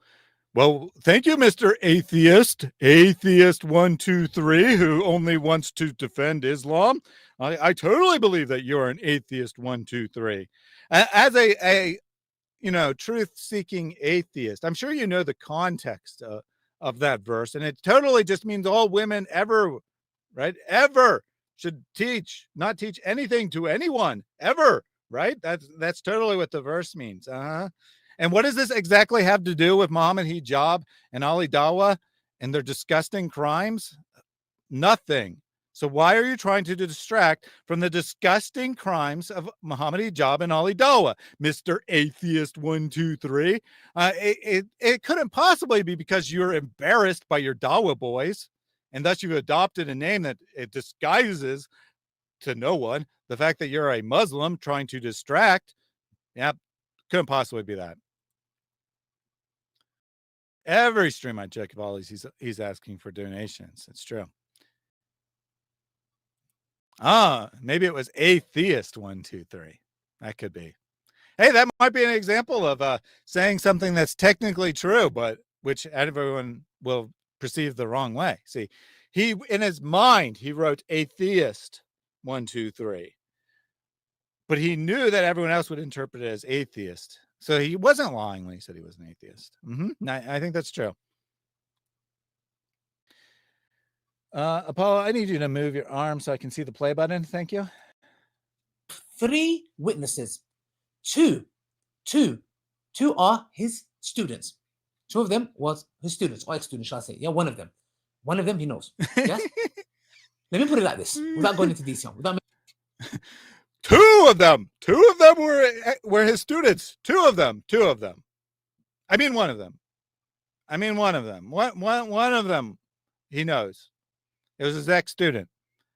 Well, if you were there and you claim to be his ex-student, that's one of them.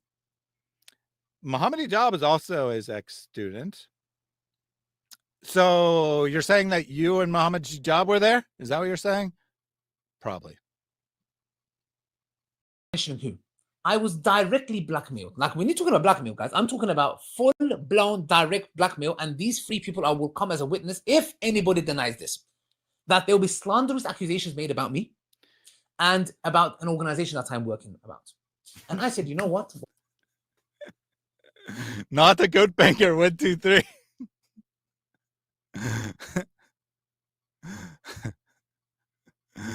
Oh goodness.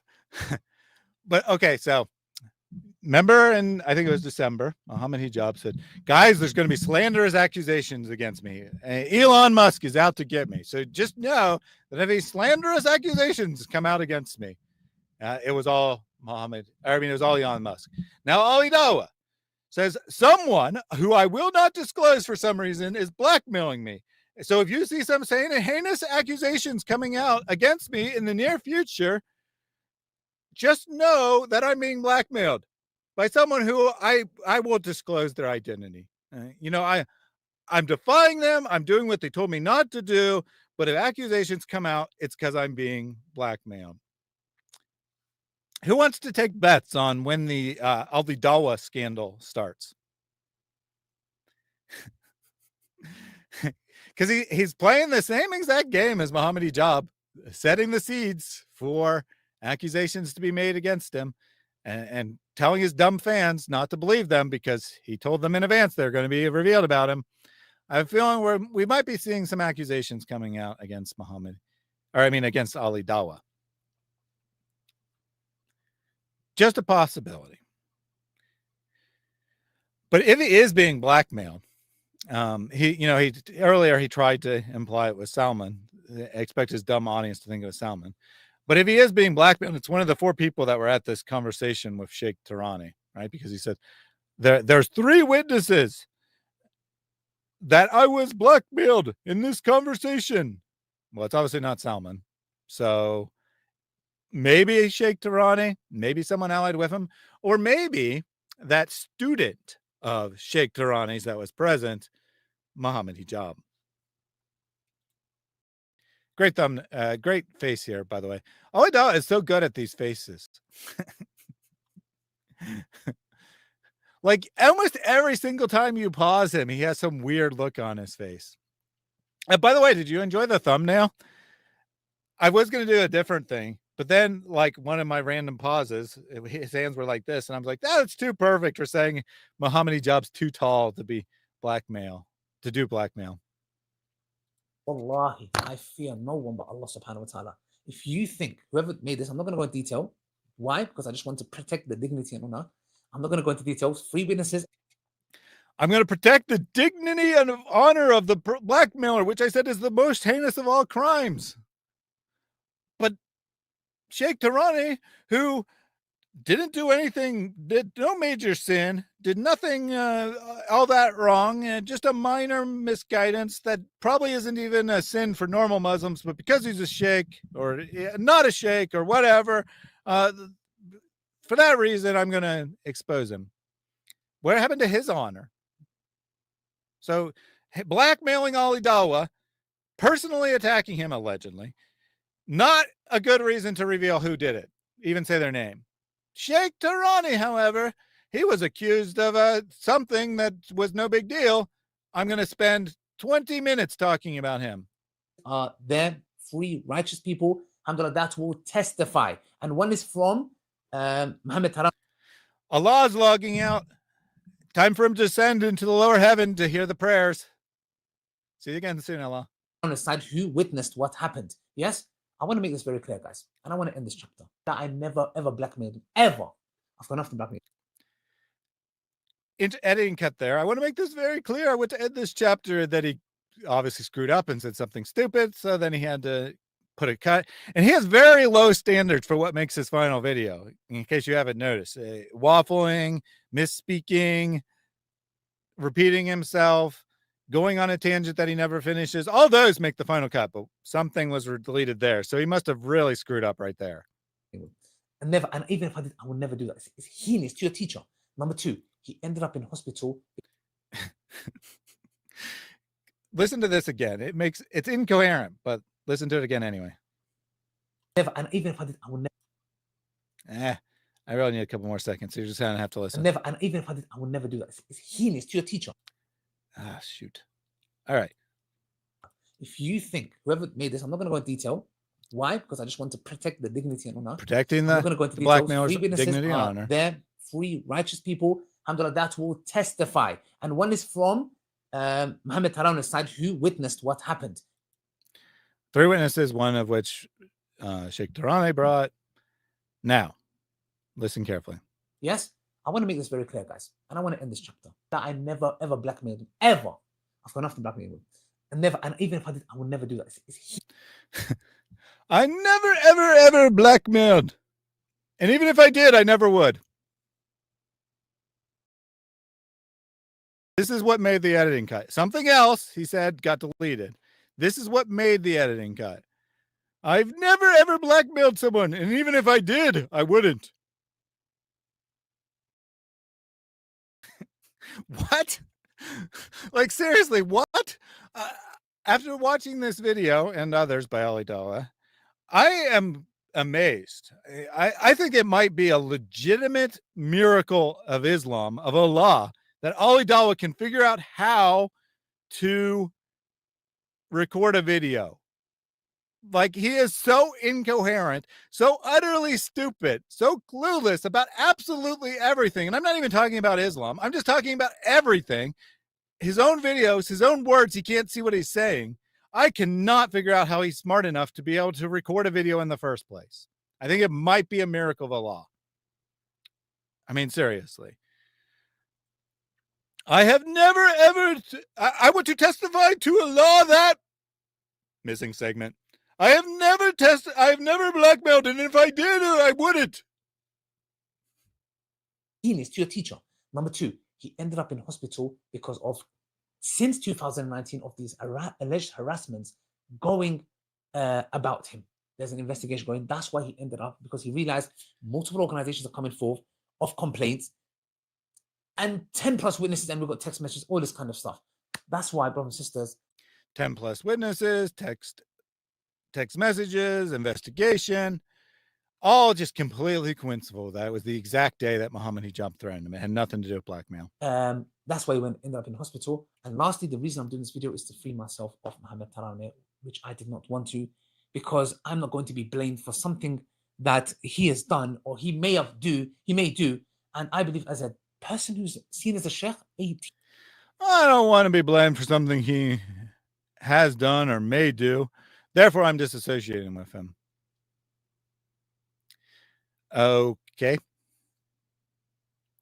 Why didn't you do that 6 years ago? Or I guess you did, but then 6 months later, which you called 2 years later, you made up and associated with him again. Why haven't you done that with Mohammed Hijab? By your own admission, this is a weakness of Mohammed Hijab. Women are a weakness of Mohammed Hijab. Why have you not disassociated with him on the off chance that he does something in the future and you don't want to be blamed?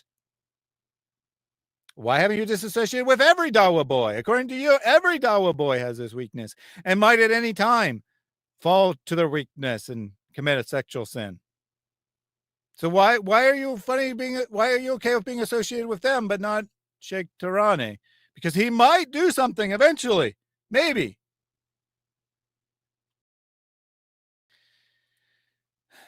If all this is stupid, what does it say about his followers? Yeah. What does it say? I honestly, okay, like Mohammed Hijab, I understand why people would listen to him. Right? He's a gorilla, right? He's a thug. He's a moron, but he has a certain charm, right? He has a certain charisma. He has a certain appeal to someone who is looking for someone who is strong and proves with their fists how wonderful Islam is.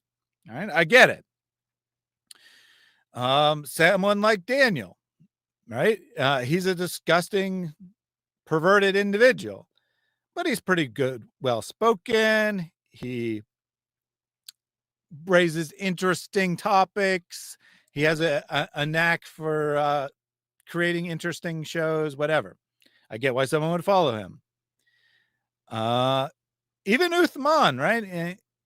Although no one should follow Uthman because of his multiple fraudulent scams, I understand that he gives this image of being a great scholar and being super knowledgeable in Arabic. I mean, it's all a lie, but that's the image he gives. I get why someone would be attracted to that image.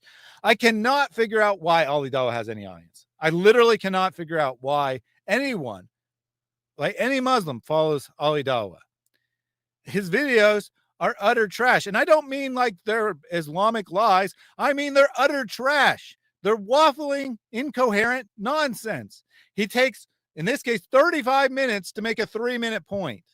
And every video is like that. He just waffles on. Usually it's more like an 8-minute that has 30 seconds of content, but every video is just waffling nonsense. Why does he have an audience? I don't know. I honestly don't know why anyone would listen to Ali Dawa. It makes no sense to me. Teacher, to do stuff like this, no matter, again, I'm not saying he did major sin, sexual harassment. No, it does not befit someone to do that, brother and sister, inshallah. Lastly, and not least, to Salman, it shows me how reckless you are, because you have gone and betrayed Mohammed Tarawneh, used his recordings, backstabbed him, just to get back at us so you can have some credibility. Little did you know. Just once again, where's the backstabbing?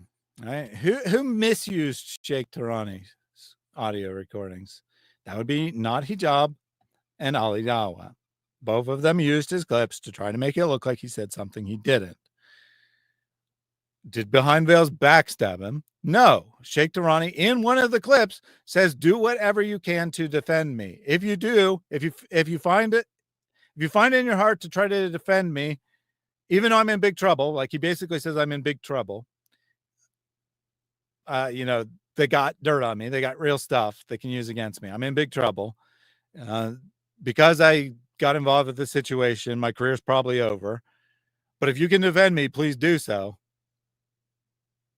If you want to associate with me despite all this, please do so. That's not stabbing him in the back. That's helping him, trying to aid him, trying to defend him in some way. This video could have been a whiteboard message. Yeah, I think the entire video, actual points would probably fit on a whiteboard in normal size writing. Oh, but you know nothing about Mohammed Tarawneh, and I'm not saying he's an evil guy. Yes, I ask Allah SWT to rectify his affairs, but little did you know that golden bullet was a bullet in your head, because now your investigation has to be carried out about Mohammed Tarawneh. And if these allegations, which there's, I mean, the receipts said I'm going to send it to the relevant parties who are doing the investigation. Now you are in a big dilemma, Salman, a massive dilemma. Your obsession with dunya, making dunya your whole dunya, and your rage, like I said before, it's like the resentment you have towards dunya is as if you're drinking a poison. Gaslighting 101. Gaslighting 101. None of this has anything to do with anything, but he tells us it again and again. It's what we're supposed to believe. If he says it enough times, maybe we will. And expecting her to die. And you have brought your integrity to the floor now by praising a man that you don't know nothing about. You don't know what's been going on. And now you're in a dilemma. You praise him as you did, you know nothing about him. But now the investigation is carrying on, and you're going to have to release videos about Mohammed Tarawneh. And I ask Allah subhanahu wa ta'ala to rectify affairs. And I ask anyone that thinks I'm lying, I ask Allah subhanahu wa ta'ala, I am ready to take an oath. If anything I said here was a lie, and wallahi, billahi wa tillahi, and I met Mohammed Tarawneh face to face with 3 witnesses, and he knows, yes, how Salman backstabbed him. Once again, if anything he said was a lie, he's willing to take an oath. He's ready to take an oath. So I'm going to take him up on that challenge. He's not going to do it, of course. He'll just ignore it. Or if by some miracle he actually responds, it will be, you're not a Muslim. You don't believe in Allah. Why? What? And for that matter, why does he need someone to challenge him? Why can't he just take an oath saying nothing he said is a lie to begin with? Why does he need someone to challenge him? Whatever. He's being challenged. I'm dropping the glove. He is going to be publicly challenged because he has made many obvious lies. Many of these, I think most of what he says is here a lie. Now, many of the things I have no way of proving. I have no way of proving what he says about Sheikh Tarawneh, what he says about the private meeting, about being blackmailed. I mean, I think it's mostly all lies, but I have no way of proving that. However, I can 100% prove that he lied about the timeline. I pointed out numerous times in this video where he makes errors about the timeline, all of which are conveniently in the direction of crafting a false narrative. In other words, they're blatant lies. You can say something that's false without it being a lie. You can make a mistake. You can misremember something. But when you create a narrative that Salman did this in this order because of this, that is a lie. And he knows it's a lie. He knows that community post had nothing to do with his video. He knows that the father's testimony was before the video about Aisha, of Aisha in the recorded conversation with Ali Dawa. He knows these things. He knows he's lying. He's been caught. Let's see if he takes that oath, right? I guess actually, probably Islamically, you're allowed to falsely claim you will take an oath in Allah's name for lies and then just not actually do it.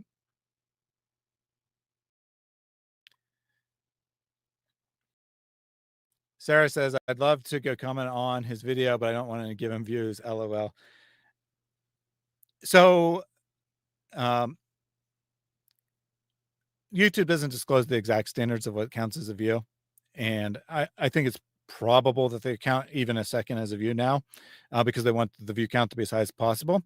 However, I can tell you for certainty what affects a video's performance is not. This is so funny. Let me finish this thought first, though. Don't worry, Saif Talkative. I'm about to respond to you. A video's performance is dependent on how much of the video people watch. So if you actually go to his video and leave a comment and it plays for like 3 seconds, that's actually going to hurt his video, not help him. Just FYI. I'm not telling you to go leave a comment or not leave a comment. I'm just telling you, don't worry about helping someone out by giving them a view, because it doesn't help them. Now, Safe Talkative says, debate Safe Talk, the pseudo-intellectual. This might be a joke. Because I thought he was calling me a pseudo-intellectual, but maybe he's talking Safe Talk intellectual. In any case, I have challenged Safe Talk to debate me, and he's ignored me. So there you go. It very well might be a joke, though. So sorry. Give me that's not true. Please give me the source that Muslims aren't allowed to lie. It's a Shia myth. No problem, Usman. No problem. Reliance of the traveler. That's it. Section R8, lying. Section R.2, permissible lying. The Prophet said, he who settles disagreements between people to bring about good or says something commendable is not a liar. This much is related by both Bukhari and Muslim, with Muslim's version recording that Kulthum added, I did not hear him permit untruth in anything people say, except for 3 things: war, settling disagreements, and a man talking with his wife or she with him. So according to Sahih Muslim, which I'm pretty sure is a Sunni resource, and this is a Sunni Sharia manual, Reliance of the Traveler, Muhammad said that he doesn't allow lying except for war, which means any disagreement with any non-Muslim, because you're in constant war with non-Muslims, as you know. Settling disagreements, which means between Muslims, so 2 Muslims having a disagreement, or a man talking with his wife, so family. So the categories of things you're allowed to lie about are war with non-Muslims, which means any interaction, as it's defined by Islam, settling disputes between Muslims, so friends, acquaintances, whatever, you're allowed to lie, and your spouse. Enemies, friends, family. Those are the things you're allowed to lie to, according to Muhammad. Let's continue on. What do the scholars say, though? Don't trust my interpretation. What do the scholars say? This is an explicit statement that lying is sometimes permissible for a given interest. Scholars having established criteria defining what types of it are lawful. The best analysis of it I have seen is by Imam Abu Hamid Ghazali, who says, speaking is a means to achieve objectives. If a praiseworthy aim is attainable through both telling the truth and lying, it is unlawful to accomplish through lying because there's no need of it. So don't lie unless there's a purpose for it. When it is possible to achieve an aim by lying, but not by telling the truth, it is permissible to lie if obtaining the goal is permissible. So anything that's permissible, it's permissible to lie about if you need to, right? Because the truth won't work for you. And obligatory to lie if the goal is obligatory. So if the thing is obligatory, like giving Dawah, and you can't use truth to accomplish it, which you can't if you're a Muslim, you cannot use truth to get anyone into Islam, then it is obligatory for you to lie. This is your Sunni resources. This is not the Shia myth. This is your hadith, your scholars, your Sharia manual telling you that it is obligatory for you to lie when you can't accomplish something by the truth. So I expect you to apologize. Mary has joined us. Welcome, Mary. Hello. I am in better reception area and I had a nap. Excellent, Mary. You're in time for just the end just the end of video. Yeah, I was surprised that you were here at all. Well, we got 1:23 left in it. Ah. But let me just rewind it a little bit, because I don't think that you've actually heard. No, I haven't. I fell asleep during like half an hour in. Or an hour in. Yeah, so the first 12-ish minutes of Ali Dawa's 36-minute video are vaguely related to the case against Mohammed Hijab. Vaguely related. Then the last 24 minutes are just a pure character assassination against Sheikh Tarawneh. And this is supposed to be proof that he wasn't blackmailed. And I think if I jump back to about here, he says the same thing basically over and over again. This is probably enough to get his entire argument. Videos came out. There was alleged harassment brought to me, etc. And because of that, I apologized to him. And I just want to read it to you guys. Yeah. On the third. Okay, so for context, Sheikh Tarawneh was accused of some kind of misconduct in 2019. Ali Dawa apologized to him in 2020. So that's what's coming here. Then if I jump probably just one forward. So wait, he's not blackmailing him, but now that he's spoken out, he's spilling the beans and fulfilling the blackmail. Yeah. So I'll let you get the argument from Ali Dawa himself. Recent controversy happened. I sent you those. All right. We got through that text message, but so he did something that was accused of misconduct came out by 5 women, according to the text messages Ali Dawa showed, proving the beautiful character of our beloved Prophet Muhammad. Not the character of Muhammad, character of well, he is Muhammad, right? Mohammed Tarawneh, but in any case, cat keeps hitting buttons as he stretches while he's sleeping. So in 2019, accusations came out. Ali Dawa says he disassociated with him at that time. Who knows whether that's actually true. In 2020, new accusations came out against Sheikh Tarawneh. Same idea, different women accusing him of misconduct. The second time, which is also the third time, because Ali Dawa because of both the second and the third time, the accusations came out. He confronted Sheikh Tarawneh about it for some reason, even though he had already disassociated with him. And Sheikh Tarawneh showed him some text messages from the women who accused him that were positive, that were friendly. And Ali Dawa, in his genius mind, said, well, if they sent him a positive message once, they couldn't possibly be telling him the truth about him harassing them earlier or later. Who knows, right? He doesn't say anything about the timeline. Just they sent a positive message. So this was proof that he wasn't guilty. I apologized. I made up with him. I started associating with him again. Now we'll get into the new accusations raised earlier this year. There was alleged harassment happened again. When I heard this, I was like, what do I do?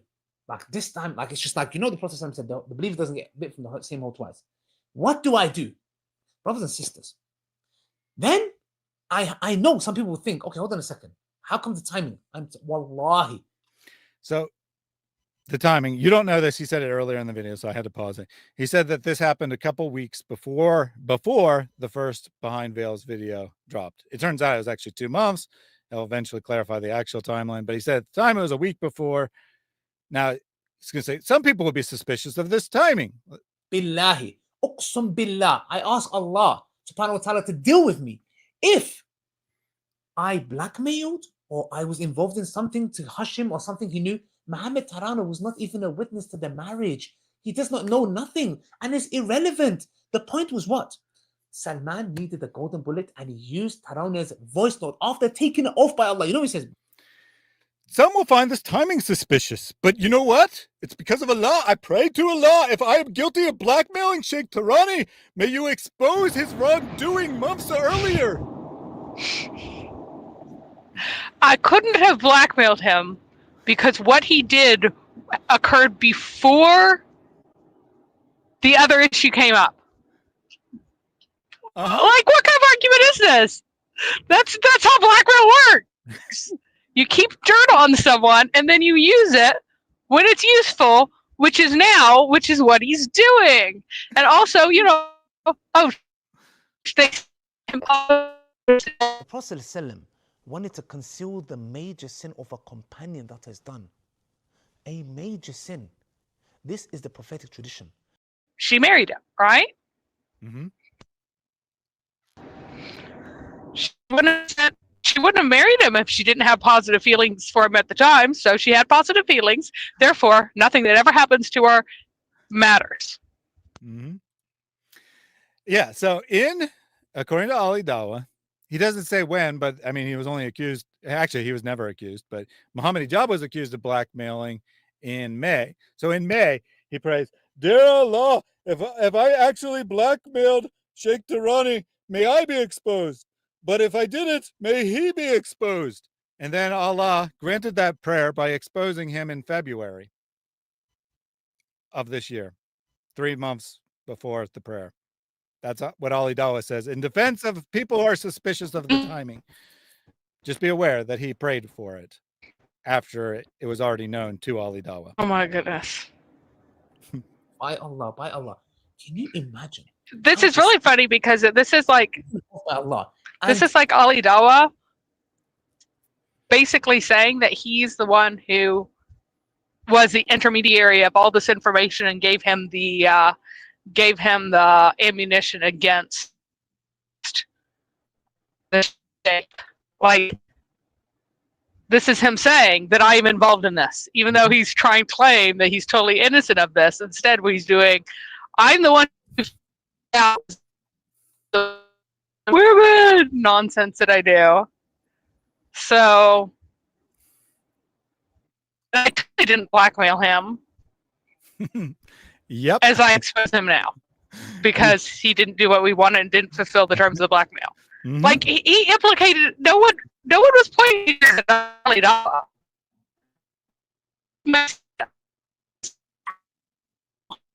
But he. So we lost that portion there and broke up.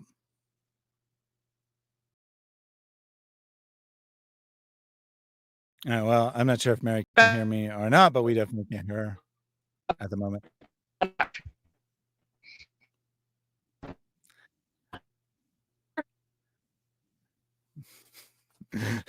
we have been invaded by a robot on the loose. Well, we'll give Mary some time to get to an area that has a better connection. She's on. How about now? On the road. Yep, you're good now. Okay. Good. So he just made it really clear that he's the one. He's the one who let Mohammed Hijab give him the ammunition against the Sheikh. No one was pointing fingers at him before, but now we know that Ali Dawa was the one who told Mohammed Hijab about the dirt on him. Yep. At least according to, Ali Dawa's defense, I couldn't have blackmailed him because I knew all the information that would allow me to blackmail him. I know. But guys, it happened before. It happened in 2019 originally. Therefore, it couldn't be blackmailed because it was long ago. All right, he's going to explain this in more detail. Releasing audio notes when he told you he doesn't want to be involved. And the reason he didn't want to be involved, brothers and sisters, is, let me tell you, brothers and sisters, because Mohammed Tarawneh knew there's an investigation going on before Salman's videos.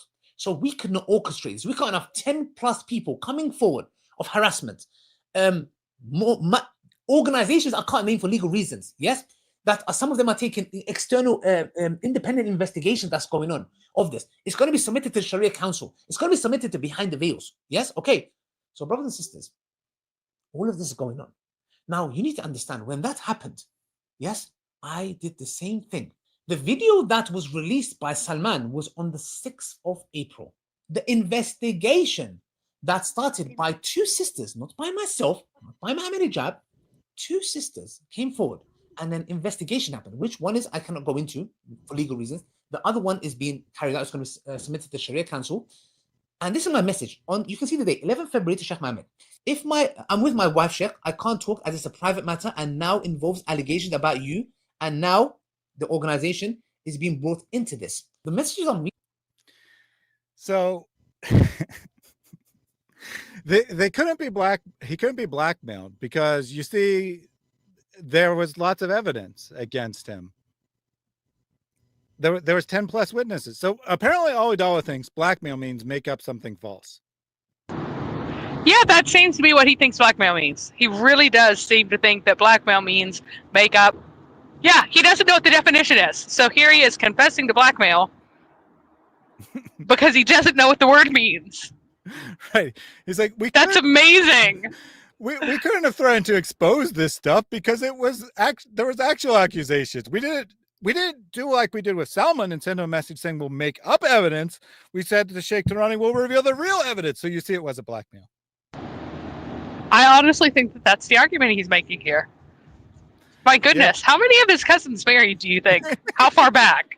Because this is astonishing. It is amazing to me now that he can record videos. Yeah, it is definitely a wonder. It might be the best miracle of Islam is that Ali Dawa can figure out how to hit record and actually publish a video.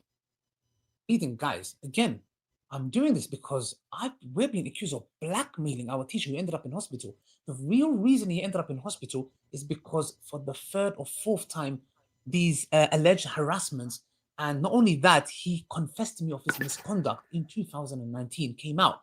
So because of this... So according to Ali Dawa, he ended up in hospital in 2025, the exact day or the day after Mohammed Hijab said you have 24 hours to comply because he confessed in 2019 to wrongdoing. Gee, I wonder, maybe that's true, right? Maybe he confessed to wrongdoing in 2019 and ended up in the hospital because of that 2019 wrongdoing. But I don't think it's because he just randomly remembered it. I think it's because someone brought it to his mind when they were threatening him and giving him 24 hours to comply. What do you think, Mary? Yeah, that sounds much more likely here.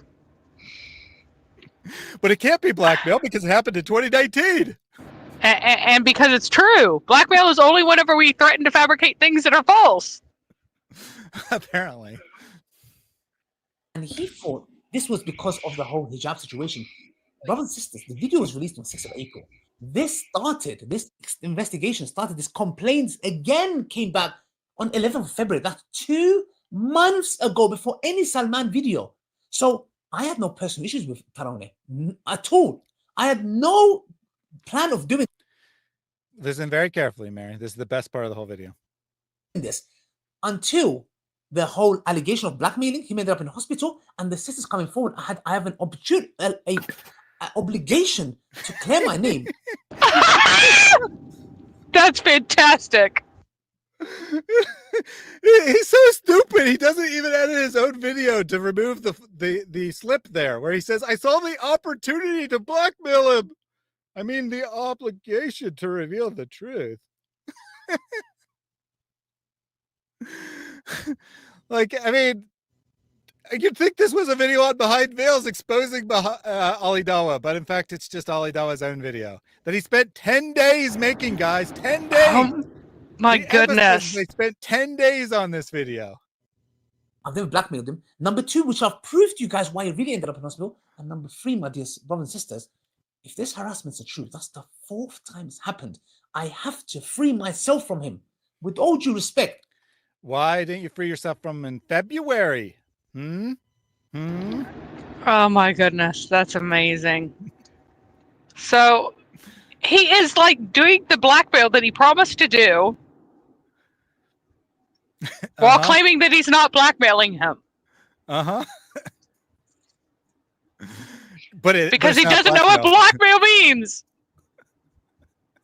That's amazing. Yep. No one ever said he wasn't a dirtbag. They're all dirtbags. They've all got dirt on each other like that because they all have dirt. Like, they all have nasty, disgusting things that they've done, and they keep dirt on each other and threaten each other. No one ever said he was innocent. They just said that he was blackmailed, meaning that he had dirt. That there were a whole which I know is real. Because this was not public knowledge until the video. Indeed. Indeed. Weird how, you know, it can't be blackmail if you actually have a legitimate threat against someone. I mean, that's not how blackmail works. It's only blackmail when you don't have a legitimate threat and they're not afraid of you revealing something they know to be true. All right, let's see what else Ali Dawa says. Wallahi, it is purely for the sake of Allah. I have nothing personal against him. He's helped me so many times, and I've helped him as well. But it's not about that. Look, I'm not here to defend anybody. But one thing is clear. If your name is dragged in dirt by some journalist, Salman, you have a right to be upset to the person that you know who's gone. Oop, Mary dropped here, and we've already heard this part. So I'll see if she comes back, but I'll play a super chat in the interim. They give a loan to Allah. What is the reward? The reward in this life is that the money will come back double. You give 100, 200 will come back. Sooner or later. Believe me.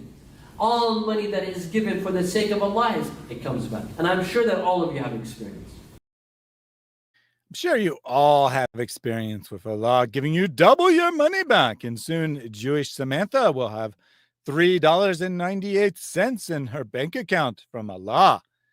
Thank you very much for the donation. Is that where Ali Dawa got the whiteboard idea? I did see this when it came in. I forget the exact context, but it was clearly a joke. So I didn't bring it up at the time since it didn't really matter. Mary has reconnected. Alhamdulillah.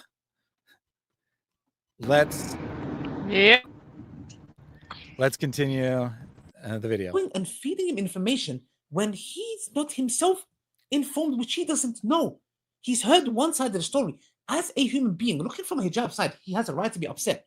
Hijab did not say, if you don't do this, I'm going to bring your dirt out or whatever. Nothing like that was said. So, number one, the investigation. Mohammed Hijab didn't say, if you don't comply with this, I'll bring your dirt out. He just said, if you don't comply with this, we're prepared to go public with information. Totally different. Totally different. And we lost Mary again.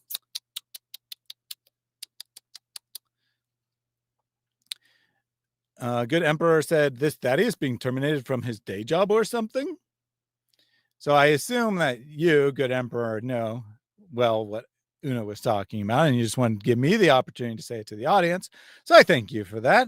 I was in fact fired from my job for criticizing Islam after a social justice warrior went to the newspaper and was like, oh, that hideous guy, he's so mean. He calls Muslims crackhead clown individuals by playing a clip of Ali Dawa calling Christians crackhead clown individuals and turning it back on him. He's so mean. He hates Muslims. He's an Islamophobe. He talked to Robert Spencer. Robert Spencer is a known criminal. He basically slaughters Muslims in his spare time. That is so horrible for talking to Robert Spencer and disagreeing with him and confronting him on his theory that Muhammad never existed in a very friendly academic discussion. He's such a jerk. I hate him. I will get him fired. And so I got fired because the paper published it.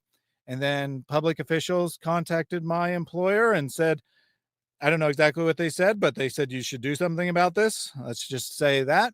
And so they did something about it. They have fired me for criticizing Islam.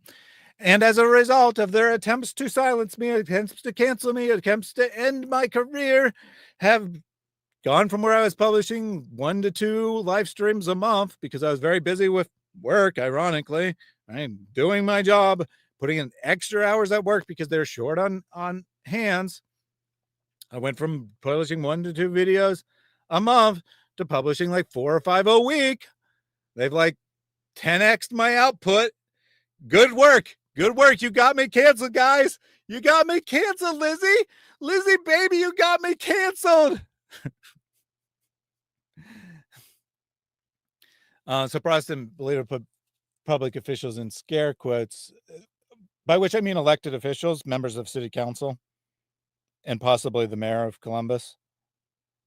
Obviously, I don't know exactly what they said, but I was told that they contacted my employer and spoke out against me, which actually makes it more illegal because the government especially can't be trying to get people fired from their jobs for their speech. So it makes it especially illegal. And yeah, my job was, I was a data analyst. So looking at numbers and data at a organization that oversaw the homeless system for Columbus, Ohio. So I was indirectly helping homeless people through my work, which I was quite passionate about, which I cared about greatly, the cause of helping people. And CARE comes out and says, this guy is not fit to analyze numbers because he said something bad about Muslims. This could be used to something, somehow. He must die. If you read between the lines. Yep. So because my organization, which provides no direct services to homeless people, does not tell homeless shelters who to house, or shelter, I should say, temporarily house shelter. They don't tell them who to serve. They don't collect statistics on religion. And I had no influence over policy. I did not work with any clients. I had zero direct contact with homeless people. But in that very remotely connected role, I would cause Muslims to be on the streets or something. The firing has strengthened Thaddeus' imam. That's true. That's definitely true. And to be clear, I don't actually know that the mayor said anything illegal. I'm just saying that there's a possibility.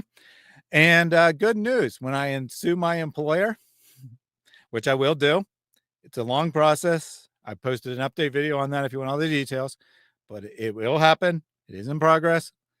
When I sue them, in the discovery process, they will have to disclose all of the contacts public officials made to them. They'll have to testify to their version of events, which means if misconduct was done by elected officials interfering with my employment, that will become known in my lawsuit against my employer and give me the ability to sue the city government as well. And that case will be extremely clear-cut. The employer is somewhat of a gray issue because they can't discriminate based on religion, but they do have the ability to fire people for whatever reason they want, other than discriminatory reasons. So they can say, it was because of this, that, the other. There's some gray area. They have some leeway. But the city absolutely cannot be like, we read in the newspaper that he called Muslims crackhead clown individuals, and now you need to fire him. Because that is protected, constitutionally protected speech. That is what the First Amendment is about, is preventing the government from silencing people. So if the government silenced me, it's a very clear-cut lawsuit. Mary says, oh, well, right as she said that, she sort of connected. It didn't connect properly, though. So she's half connected right now. And the stupid cat keeps turning off my monitor. Apollo, you're being so difficult today. We're happy that you decided to make an appearance, but please stop interfering with the stream.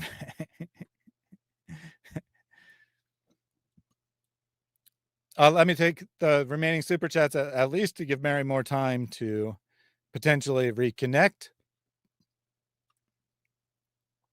This is just a message that I was responding, that originally motivated the message I was responding to from Una there.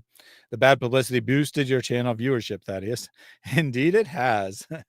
Indeed it has. Getting many more viewers now.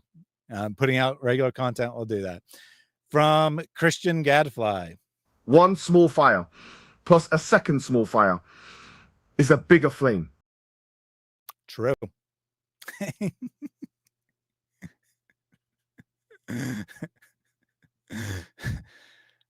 You heard it there from the ape apologist himself. This is the proof that the Trinity can possibly be true, because when you take one small flame and you combine it with another small flame, you get one twice as big, except that's not actually how it happens with fire. Great analogy there from the ape apologist. Super chat from Ultra.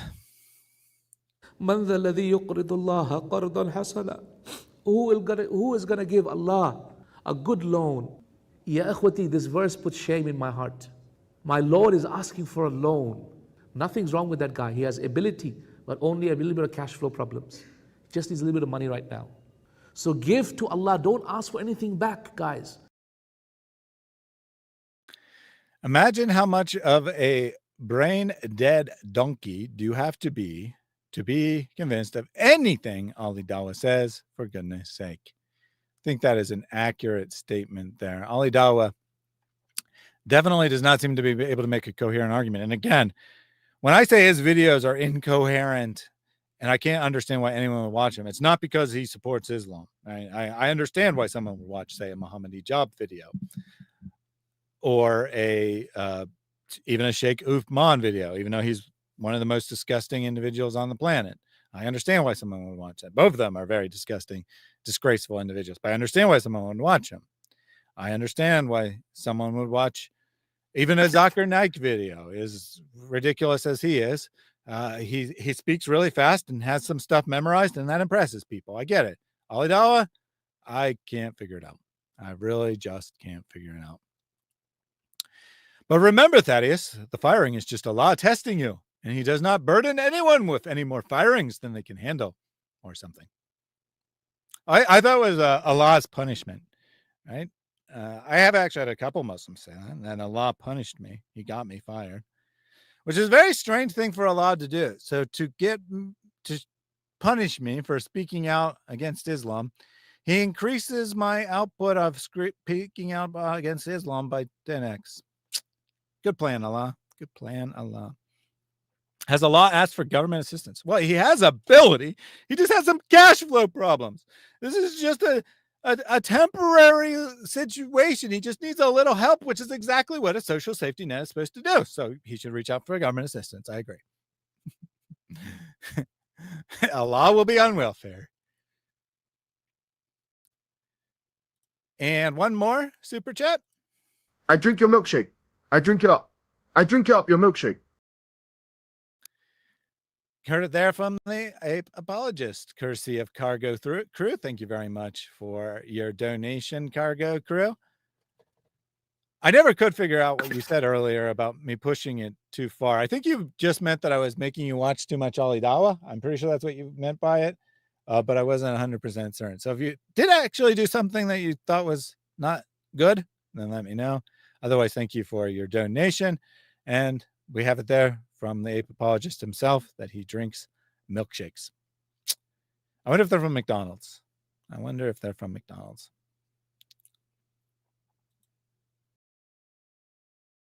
Sarah says, Ali Dawa is a creation. Look at our revert specimen. What amazing work we did. I assume the we here is Allah. It's true. It is very true. I mean, Ali Dawa actually, to his credit, he doesn't actually play the I'm a revert card, which is weird because that like automatically gives you massive points. If he did, then I would actually understand why people watch his channel. They'd be like, oh, he's a convert to Islam. I believe in everything he has to say. Now, to be clear, he didn't come from a Christian background or Buddhist background or a Hindu background or anything like that. He came from a secular background. I mean, his family's from Turkey, so it's not like he came from a Christian background. He came from a Muslim-ish background, but his family was not religious. They didn't believe. And according to him, at least, he was actually disowned by his family when he became serious and really accepted Islam and started doing Dawah and whatnot. Maybe it's true. I mean, it's certainly possible that it's true that his family's like, we're not really Muslims, you moron. Islam's a joke. Why are you accepting this joke? So, who knows? Who knows? But he doesn't play it. He doesn't play the revert card, which I give him credit for. But he reverted, according to him, because of the scientific miracles, right? The scientific miracles. Allah has proven himself in the amazing Quran that he alone is God Almighty. But also, Ali Dawa, the scientific argument, the scientific miracles in the Quran is debunked. Accepts Islam because of the scientific miracle argument, realizes it's crap, and then makes a video proclaiming that it is debunked, it's crap, you shouldn't believe in it, but I don't need that anymore. Allah brought me to Islam because of the scientific miracle argument, which is crap. I was brought into Islam because of lies, But alhamdulillah, I've come to realize that all we need to do is submit to Allah. We don't need to believe, we don't need to have any evidence that Islam is true. We just believe it because Muhammad told us it's true. And this is the true proof of Islam. New super chat from Jack Ray. Allah needs those government checks. I agree. Allah needs his checks. He's hoping for a stimulus package. No innuendo. Just a regular stimulus package of funds from the government.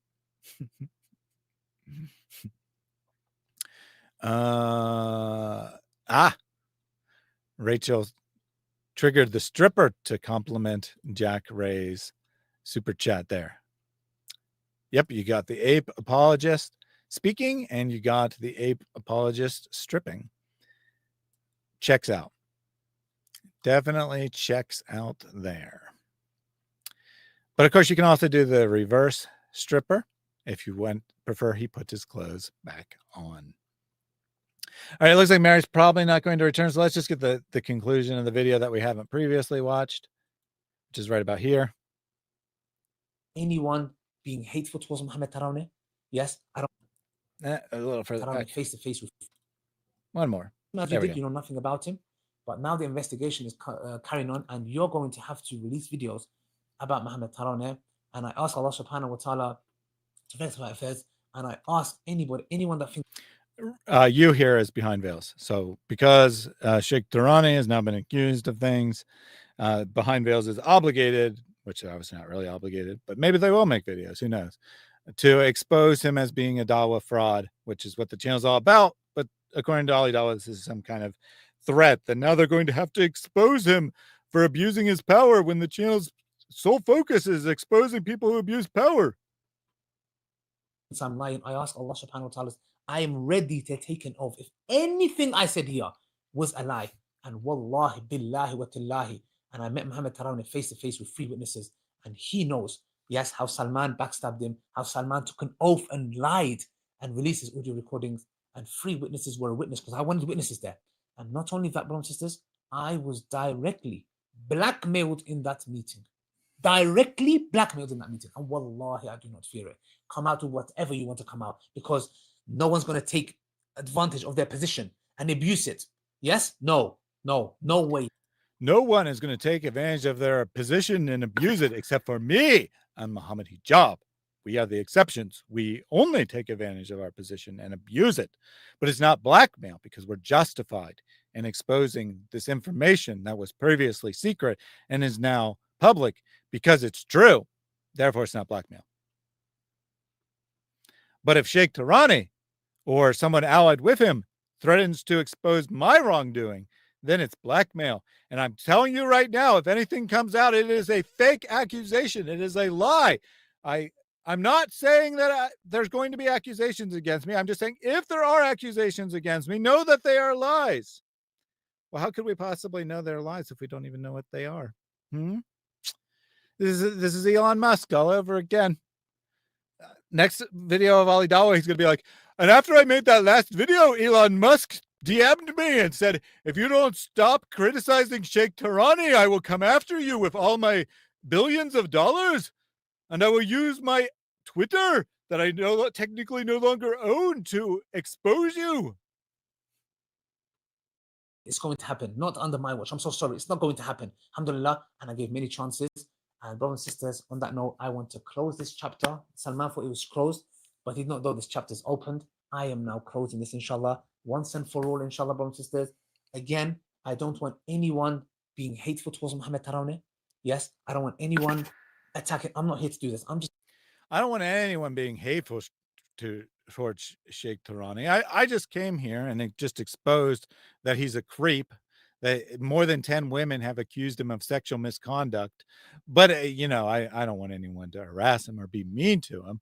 I only want you to harass Salman, because Salman exposed Mohammed Hijab, and Mohammed Hijab's my friend. I don't really care about Sheikh Tarawneh. I threw him under the bus and I backstabbed him as well. Something he said in the video. Doesn't know that I mean the same thing. Because I needed a scapegoat for Mohammed Hijab.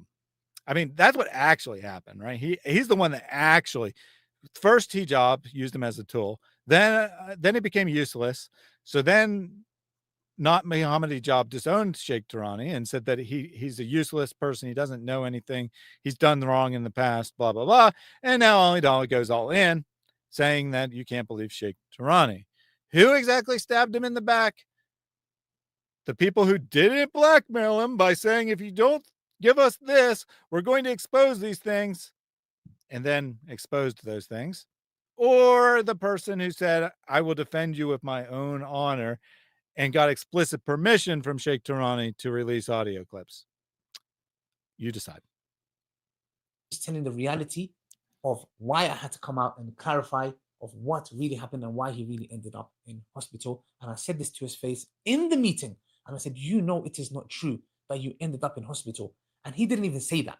As far as I know, he didn't say, he said he's in hospital, but he didn't say because he was blackmailed. As far as I know, Salman made this all up. So guys, when he went to the hospital, when Sheikh Tarawneh went to the hospital out of stress, the day or day after Mohammed Hijab gave him 24 hours to comply, he didn't say that he was being blackmailed. He just said, I'm in the hospital. How many people have ever in the history of humankind say, the reason why I did X, right? We can say went to the hospital, but that's obviously not very common. But, you know, why I did whatever is because someone is blackmailing me with accusations that I don't want exposed. No one, I think, probably. When you're being blackmailed and you're complying with the blackmail, you don't tell anyone you're being blackmailed. Because the reason you're complying with the blackmail is you don't want your secrets exposed. So are you going to go around saying, oh, I'm being blackmailed and I'm complying with all his terms, but also I'm saying that I'm being blackmailed and these are what his terms is?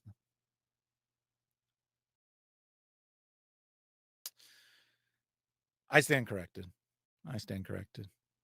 Quran only fans. To be fair, though, Thaddeus, I'm sure Ali Dimwit is throwing in a free box of Viagra and a prayer mat with every blackmail. Oh, you see, that's actually proof. That's actually solid proof that he wasn't blackmailing, right? Because he was giving something in return for what he was receiving. When you blackmail someone, usually it's for money, right? You usually say, if you don't give me $5,000, I'm going to tell your parents what you did. Or I'm going to tell your boss what you did. Or I'm going to tell the public what you did. You know, you hold power over them. You demand something in return, usually money. But you see, Ali Dawa, Mohammed Hijab, whoever actually technically did the blackmailing, which I think is Mohammed Hijab, and I think Ali Dawa repeatedly says, I didn't blackmail, because Mohammed Hijab is the one that sent the blackmailing message. But it could also be because he doesn't understand the definition of blackmail. That's also a possibility. But you see, it wasn't blackmail, because they said, if you don't comply within the next 24 hours, we're going to release material about you. But if you do comply, we'll send you Viagra and a prayer mat. So either way, you win. Either way, you win. It's not blackmail. You have a choice. And you're not even being obligated to give anything financially. Checks out.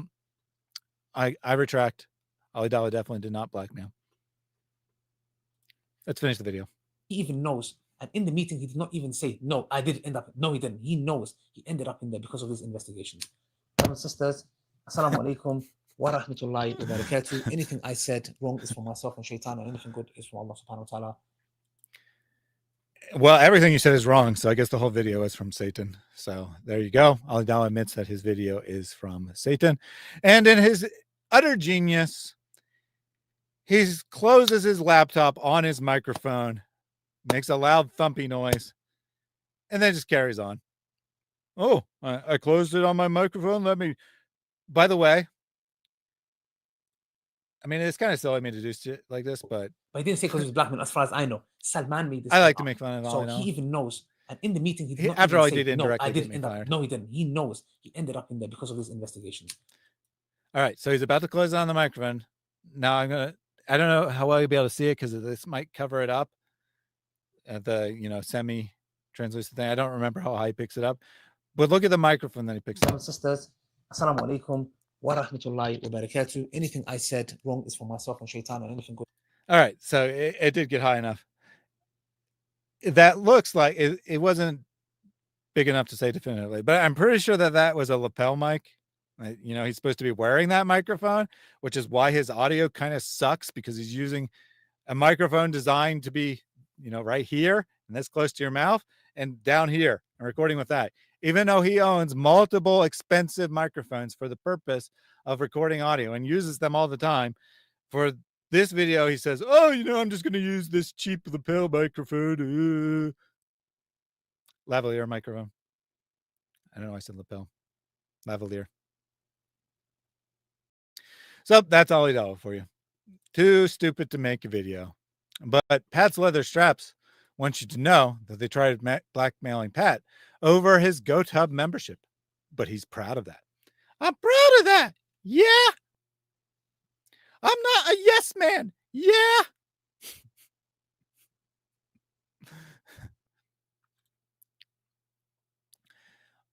My wife didn't say she was abused. As far as I know, she fell down the stairs and hurt herself. She didn't say it, so it didn't happen. And you know why she didn't say that? Because she wrote it on a whiteboard. Yeah.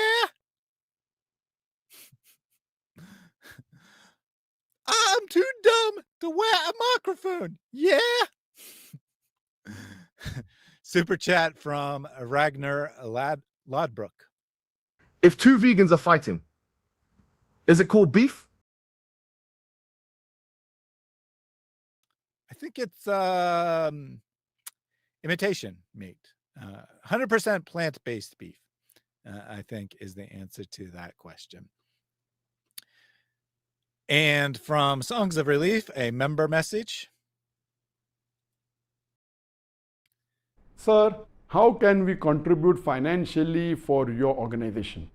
They get in touch with me. And very easy, people know where I am. And once they get in touch with me to contribute without causing problem, to contribute in big amounts.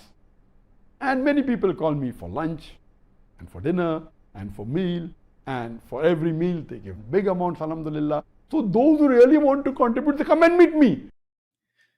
If you want to contribute big amounts, you got to go meet Zakir Naik. But if you want to contribute regular amounts, you can become a YouTube channel member. And I appreciate you, Songs of Relief, for being a member for 4 months, as well as all my channel members. God bless you and your family, and Mary and her family as well. And I'll go ahead and throw in Abdullah and Huda, the friendly ex-Muslims, and their family as well. Just because they're not Christians doesn't mean that we can't pray for their blessings.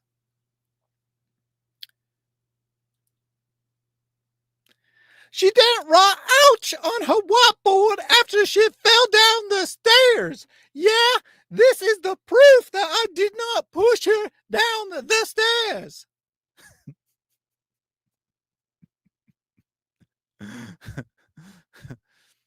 Contribute by sending me your wife. I know it's supposed to be Hufman.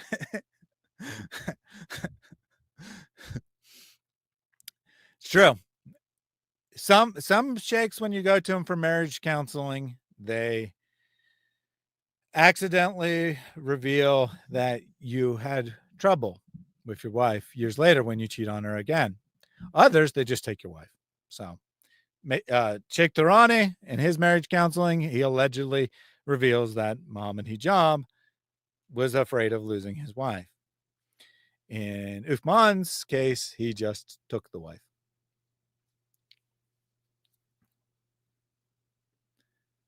English is not a special language, but goodness, if you want to speak it, learn to do so properly. Oh, you mean a golden bullet isn't an English expression? An English expression? Yeah, here we got our golden bullets. They go into our own heads.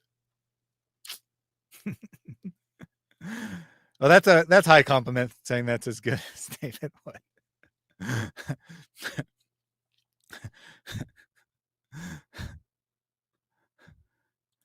Thaddeus' version of Ali Dawa sounds like an old woman from the Southeast U.S. So you're saying that's accurate?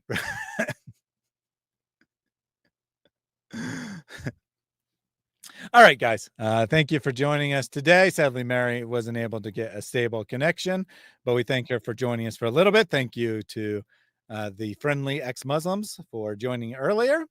Link to their channel is in the video description. If you haven't checked it out, please do so. At the very least, there's several very good videos on the Mohammed Hijab situation. And they also have been putting out some very interesting videos lately looking at people who have converted to Islam and had multiple discussions with Christians as well.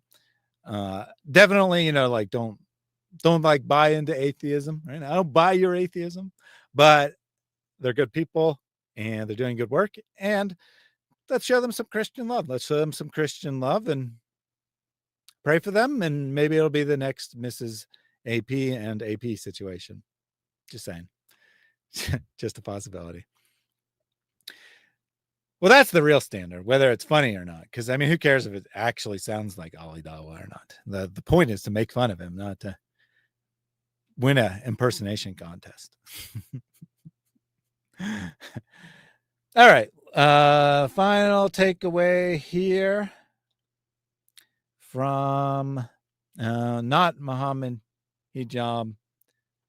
Sometimes a lie reveals more about the liar than the one it's aimed at.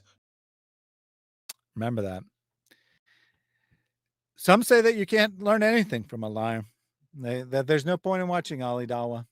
That he just lies and you can't trust him. Yes, but his lies reveal the truth. Right? His lies reveal the truth. What he's not saying tells you a lot more than what he is saying. Fine, I won't log off yet, guys. David says, I heard from Christian Gadfly that having a cat cam makes you a nerd. D-Wood is going to hate you now, Thaddeus. Well, I mean, I've had a cat cam for quite some time. And David Wood has been on streams with the cat cam. At one point on one of the supergroup streams, he even made a comment like, because like some Muslim was saying we were racist or something along those lines. And he's like, what are you talking about? This is like the most racially diverse panel in the world. And he's like, we got women here. We got a black guy here. We got a Hispanic here. And we even have cats. Referencing the cat cam. So David's well aware. And don't tell anyone, but David's a nerd too. From Jack Ray.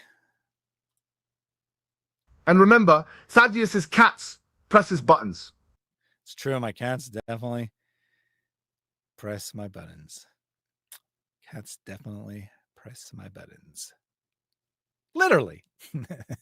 All the time. They press them more often than I do, I think.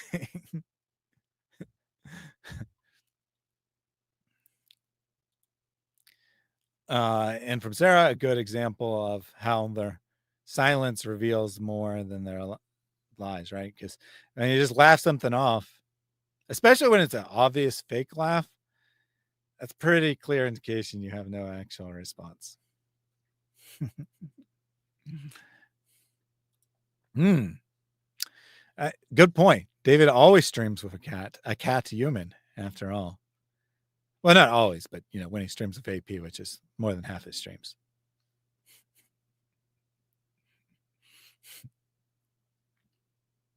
All right. Oh my, I was going to sign off, but Mojab was pressing something else in that hotel. Yeah, not buttons. Definitely not buttons. All right, guys. All right. Let's sign out with a prayer from our good friend, Pastor Jake. Pray this ceaselessly. Lord Jesus Christ, Son of God, have mercy on me. Lord Jesus Christ, Son of God, have mercy on me. Lord Jesus Christ, Son of God, have mercy on me.